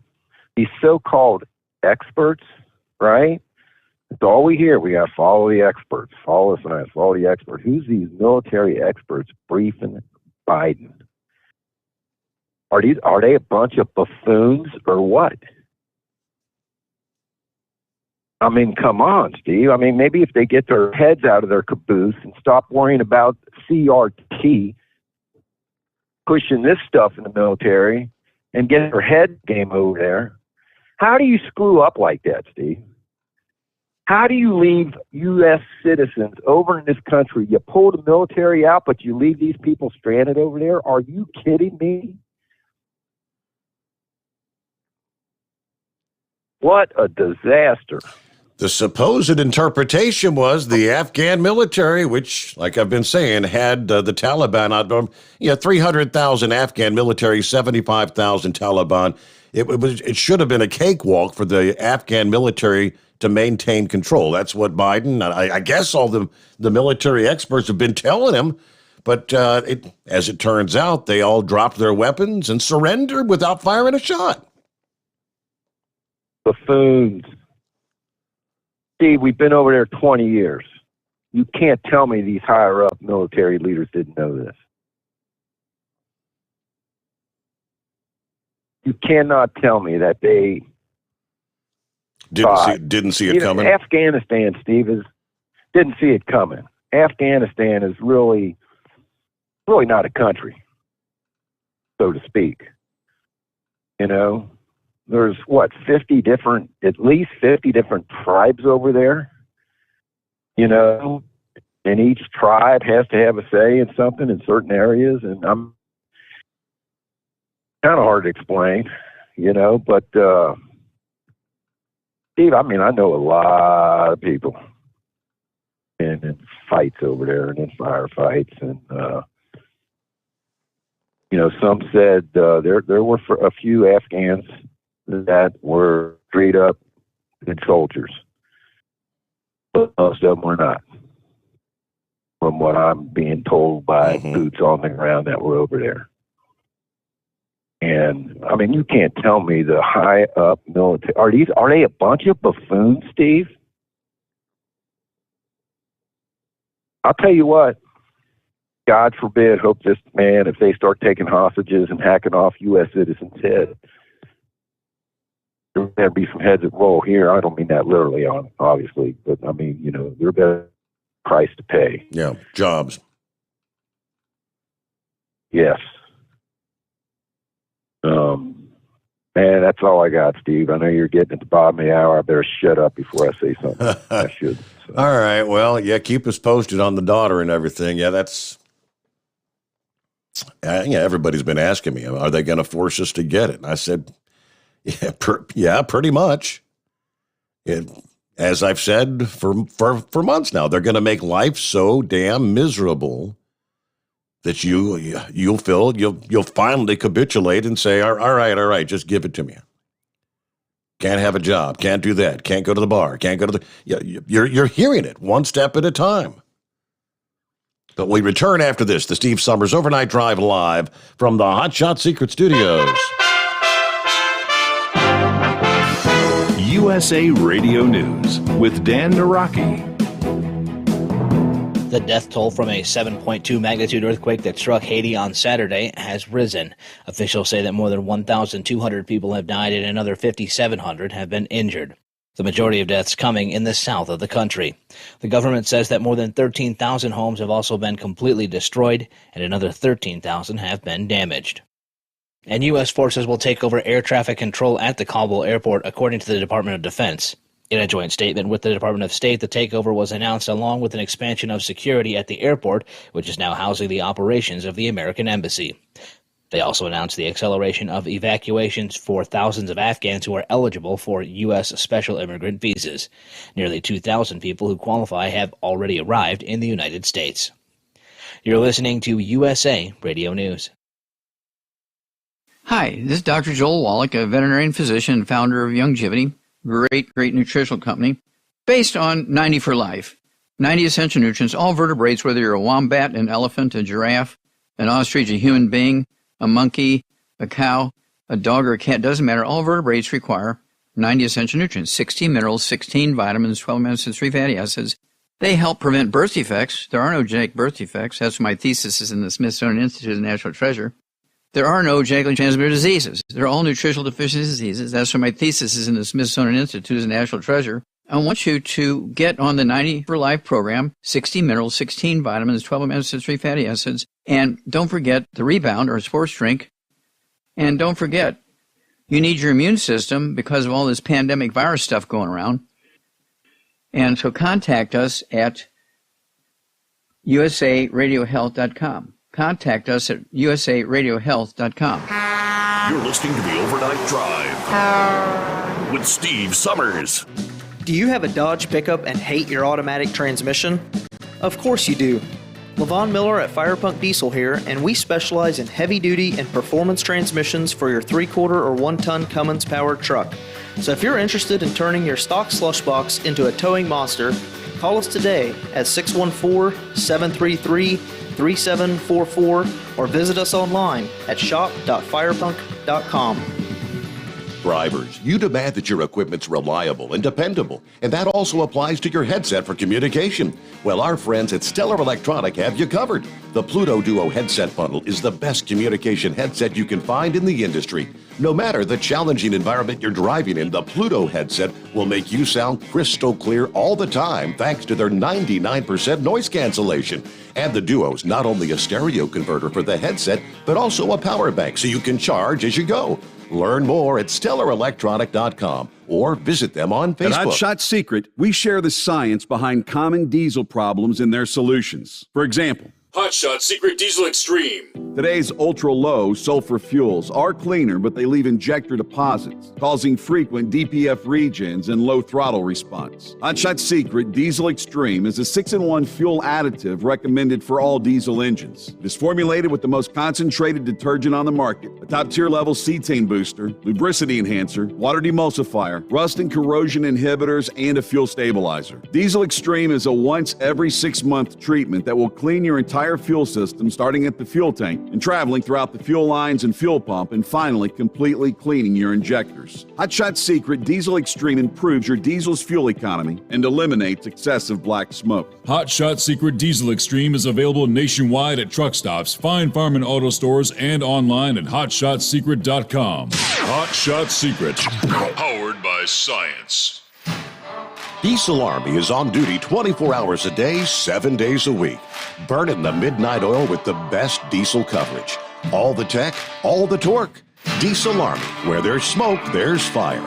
For the latest news and event coverage, as well as feature and tech articles, sign up for the newsletter and don't miss a thing.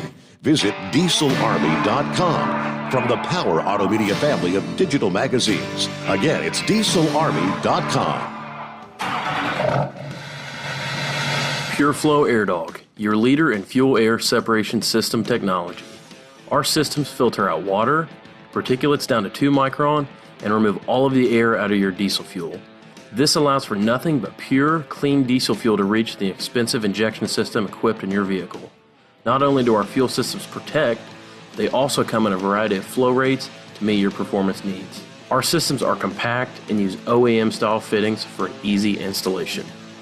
Learn more about our product at www.pureflowairdog.com and be sure to follow us on Facebook and Instagram. Protect your investment with PureFlow AirDog. The Overnight Drive with Steve Sommers. Live from the Hot Shot Secret Studios. Call Steve now. 844-844-3388. That's 844-844-3388. All right, tell you what, let's jump right back to the calls here. Who's next up here? Always moving on a Monday. Hello, Always Moving. Good morning. I know it's a weird time for me to call, but that's another long story. Anyway, this is Joe Biden of Saigon. I was born in 58. I don't know how old I was when I watched the exodus of Saigon. My brother served in Phan Rang. He was a dog handler over there. Had a lot of friends, the family and all that served. But I do remember watching and seeing the people hanging on the helicopters as they were trying to pull away. And a friend of mine that I ride for Pelotonia, who passed from cancer, he was one of those last people out of there, if I'm remembering it right. But anyway, and I distinctly remember watching the, and you will remember this, might remember this, but watching the soldiers who had been held captive when they were released, and being, I'm going to cry just thinking about being reunited with their families on the tarmacs for the airway when they got off the airplanes, and their families seeing them for the first time after they had been held hostage, captive, prisoners of war, if that was the word I was looking for, sorry. And so to have that airport overwhelmed, people trying to get on flights to get out, yeah, that is exactly what happened in Saigon. If I get into any more detail about it, I'll just spit nails over it because the whole thing just makes me sick. And as for the COVID, I got to where I work. It's all over the place, and different people have different opinions and blah blah blah. But I was very, very fortunate Friday afternoon that a very big cheese sat down at the desk with me, and we got to sit there and talk for a few minutes. And I saw two hints, glimmers of hope, because I have felt very overwhelmed and depressed and upset at the government for a lot of things about this. And, you know, you have to be careful what you say. But this particular cheese, brand of cheese, if you want to call it, had their mask in their hand, or had a mask in their hand, and kind of flicked it a little bit and said, you know, when we get rid of these, and he said, which shouldn't be too much longer. And that was a glimmer of hope for me. And then the other thing that this cheese said was they rolled their eyes, shook their head, and muttered about how the CDC was just going way overboard. And it gave me assurance that I'm on the right track, that I am seeing things clearly. And I trust this cheese. I trust this cheese a lot. And so it made me feel good. It gave me hope. I hadn't seen much hope lately, and that gave me some hope. So to take the pressure off of me, I chilled Saturday and Sunday, literally at my house, just sat and did a whole lot of nothing, and no bells, no nothing. Sometimes I just need to decompress like that because we've been overwhelmed at work. It's just unreal. And watched a couple of interesting movies. One was Ferris Bueller's Day Off. Swear to God, every time you watch it, that is truly one of the best movies ever made. I mean, from the music to the video shots, to the actors, to everything. That is truly one of the greatest movies ever made. And then I also watched one I had no precognition or thoughts about, The Big Lebowski. Oh, yeah. And I sat there and I kept waiting. I kept waiting to laugh and waiting to laugh. I mean, I laugh out loud at Ferris Bueller, and I waited to laugh, and I never laughed. And I sat through that whole thing, and at the end of it, I went, I don't get it. I mean, I really was just like, what? I mean, other than it was a weird story, which is what the cowboy says at the end. Well, at least it had a story. I thought, who thought up this thing? I mean, I was just really blown away by that. It's a very dry that a mind humor. Could think of that. Dry humor. I don't even know that it was dry humor. I mean, who put bowling balls on these women's head and had them dance around in this one scene? And, you know, I'm like, and the whole, I mean, Bridges was phenomenal. He was really phenomenal, and he was trying to be so laid back through the whole thing. But yeah, when it ended, I just went, huh, did I miss something here? I mean, I just didn't get it, other than that was the weirdest story I think I've ever seen. Yeah. And so anyway, there was that. So I just thought I'd change the conversation up, lighten it a little bit with some. And I also watched Legally Blonde because it is just funny. It is just cute and funny. It just for some light humor. But Ferris Bueller, I just wondered what he told his children when they when they went to school, because the son just graduated this year from high school. I wonder what he said to them. For any child of his I don't know if they have more than just the one, but I think they have. Well, I guess they have that and the twins. But anyway, how would you do that? But it is just so good, and the music is so wonderful in that. But that is an incredibly great movie. I really enjoyed that too. So that's all I had for tonight, and let's hope and pray all the Americans get out of Afghanistan alive and well, and that's for the soldiers and for everybody. And God bless everyone who served. My brother who served in Korea that passed this year, my brother that served in Vietnam, and my dad served World War II. My niece was in the first wave that went into Iraq, and I feel for those who didn't make it home. I feel for those who were injured, and I pray and I hope that all those people over there make it out.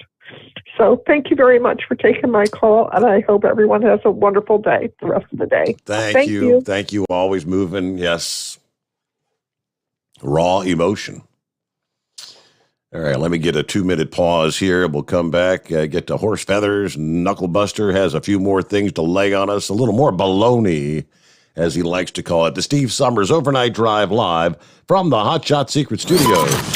Live from the Hot Shot Secret Studios, the Steve Sommers Overnight Drive. Some say their truck reflects who they are, dependable and reliable. That's why you trust Blue Def. Now the best just got better. Introducing Blue Def Platinum, a revolutionary innovation with advanced System Shield technology to significantly reduce harmful deposits. To maintain fuel economy, save money on costly repairs, and sustain the life of your SCR system, there's only one DEF to choose. Blue Def Platinum. The best just got better. For anything diesel, take it to Shy Diesel. They provide a wide variety of services and diagnostics to determine what the problem is with the latest technology. From simple oil changes and preventative maintenance to fuel system diagnostics and repairs, engine rebuilds and cylinder head repairs, and rebuilds with our in-house machine shop.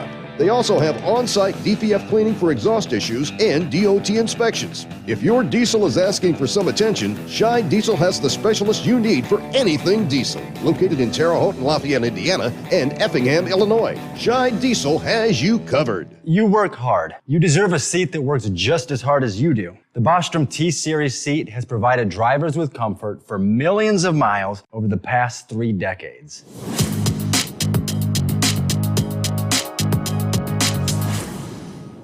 Each seat is built right here in the USA and has 4-position front cushion tilt and higher low-profile air suspension with Isolator.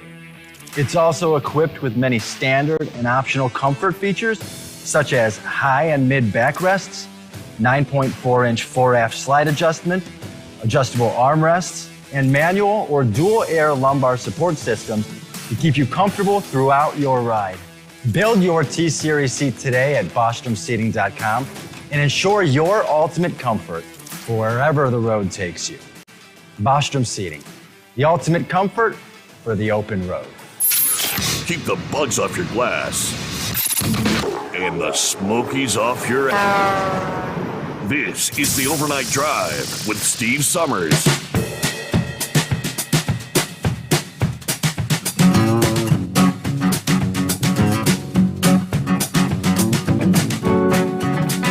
We head down the home stretch here on a Monday. Welcome back, Horse Feathers. Yeah, thanks for putting me back on here for a minute there, Your Honor. Hey, when you're putting these things out there, you look up there, you get the references and all that. Is there any way, you said the one thing there earlier was from Bloomberg. Is there any way you could possibly, if there's a way to put that out there so when we want to try to look it up, somebody asks us and we try to look it up where we kind of know where to go to be directed to try to find something. You were just talking about these last numbers there with the COVID and the vaccination, and is it really how they were counting the vaccinated and unvaccinated numbers and that, and where we could go to chase after that so we can, because you always have somebody ask us, well, where'd you get that? Where'd you hear that? How do you know that? That ain't true. That's yeah. Let me see here. Yeah, I mean, and my thing back to that. I get my stuff from so many different places, but I'm trying to recall where I got this one. Although, a lot of these things people actually email you links to and whatnot, but I do get a lot of info from Newsmax, Epoch Times. Of course, I still go to Drudge, even though I don't get nearly as much from Drudge as I used to. Yeah. So, and as far as the U.S. being the police force of the world there, it's kind of always been to that, but you didn't see the United Nations coming right into Afghanistan or anything there, did you?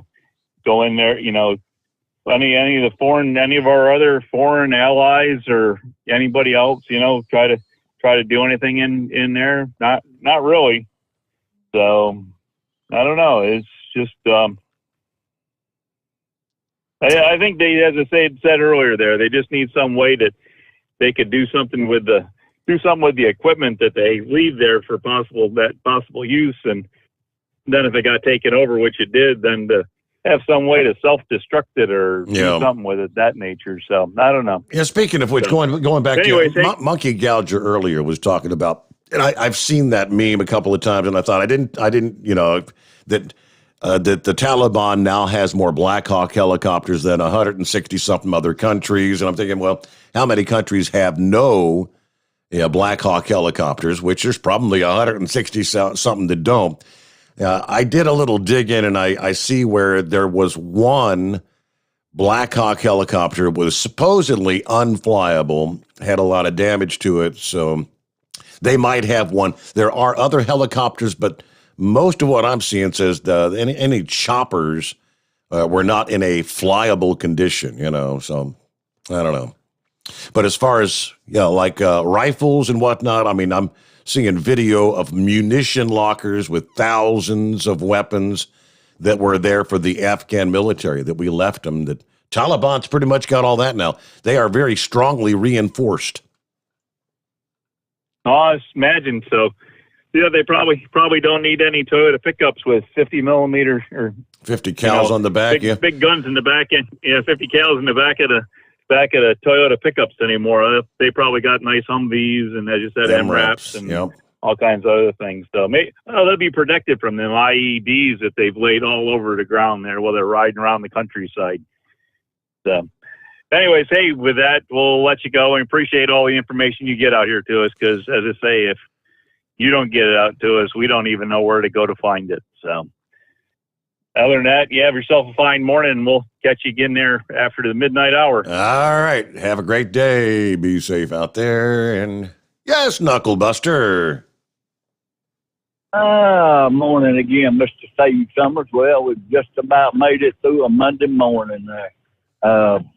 My question would be is this going to be one of them situations where they try to invoke a 25th on Doofus Agoo there, because he's really totally lost it there. He's not in control of anything. So I don't know. Might be.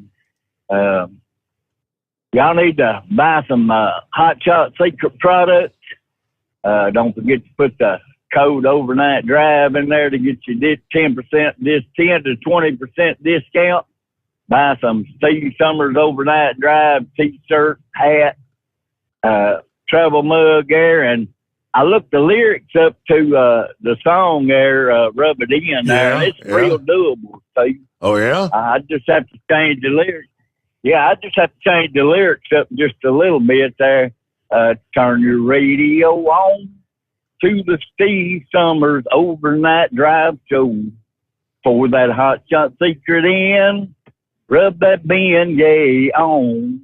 Rub it in, rub it in. That's all of my baloney for this morning. Mr. Steve Summers, have a great day. Thank you, Knucklebuster. Yeah, Billy Crash Craddock. That was, it's interesting. You go back in the 70s where that was a time when what would be considered country music actually made it on the rock charts. Those were the days, right? Yeah, back when Tanya Tucker would be a big hit on the rock charts. Top 40 chart, of course. Casey Kasem's American Top 40. Little Delta Dawn. They had a bunch of country acts that used to get on the pop charts. All right, not a whole lot of time left. I was trying to scour through, get the latest on what's going on with Fred. Fred, supposed to be making its way toward the Florida Panhandle later on this evening. Yeah, either late evening or during the overnight hours. The 2 a.m. update here, just a couple hours ago. Fred increased in wind intensity, regaining tropical storm status shortly before, that was Sunday morning. At 2 a.m. this morning, maximum sustained winds are now at 50 miles per hour, so definitely tropical storm Fred. They anticipate some additional strengthening. It's going to be a strong tropical storm. I don't think they're anticipating it with so much wind shear. It's not anticipated to make hurricane status. Biggest concern is going to be the torrential rains, but they're talking about 40 to 60 mile per hour winds right along that zone from the Big Bend in Florida over toward maybe the Alabama coastal areas. Gulf shores and whatnot. All right, with that, obviously we'll keep an eye on things. We'll see what develops, what unfolds through the upcoming day. And a quick thank you to all those purchasing your Steve Summers overnight drive gear. I saw several folks posting this past evening. They got their travel mugs, and I think Rick Friend got a couple for his girls. And thank you very much. Go to overnightdriveradio.com, click on Shop, and get your Steve Summers overnight drive material. Help promote the show. And we shall see you back at the midnight hour tonight. I hope you'll join us and tell your friends. The Steve Summers Overnight Drive live from the Hot Shot Secret Studios.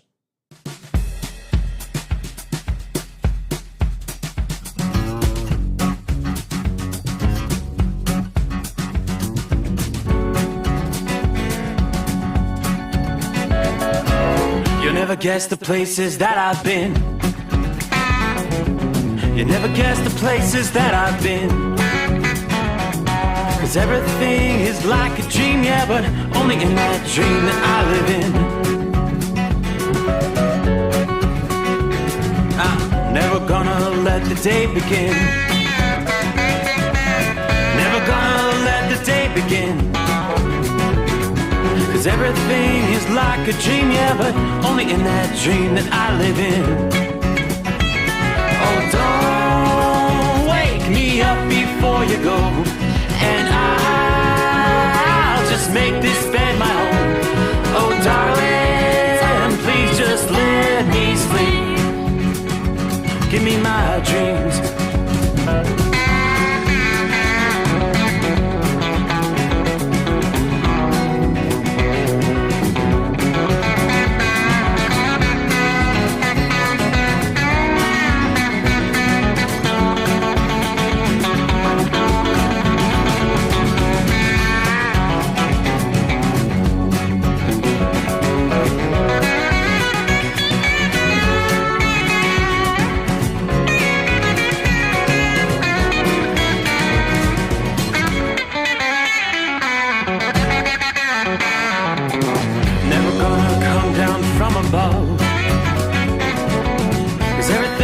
Better from above. Nothing's ever as it seems, yeah, except in that world that I dream of. Never gonna lose the ones I love. Never gonna lose the ones I love. 'Cause everything is like a dream, yeah, but only in that world that I dream of.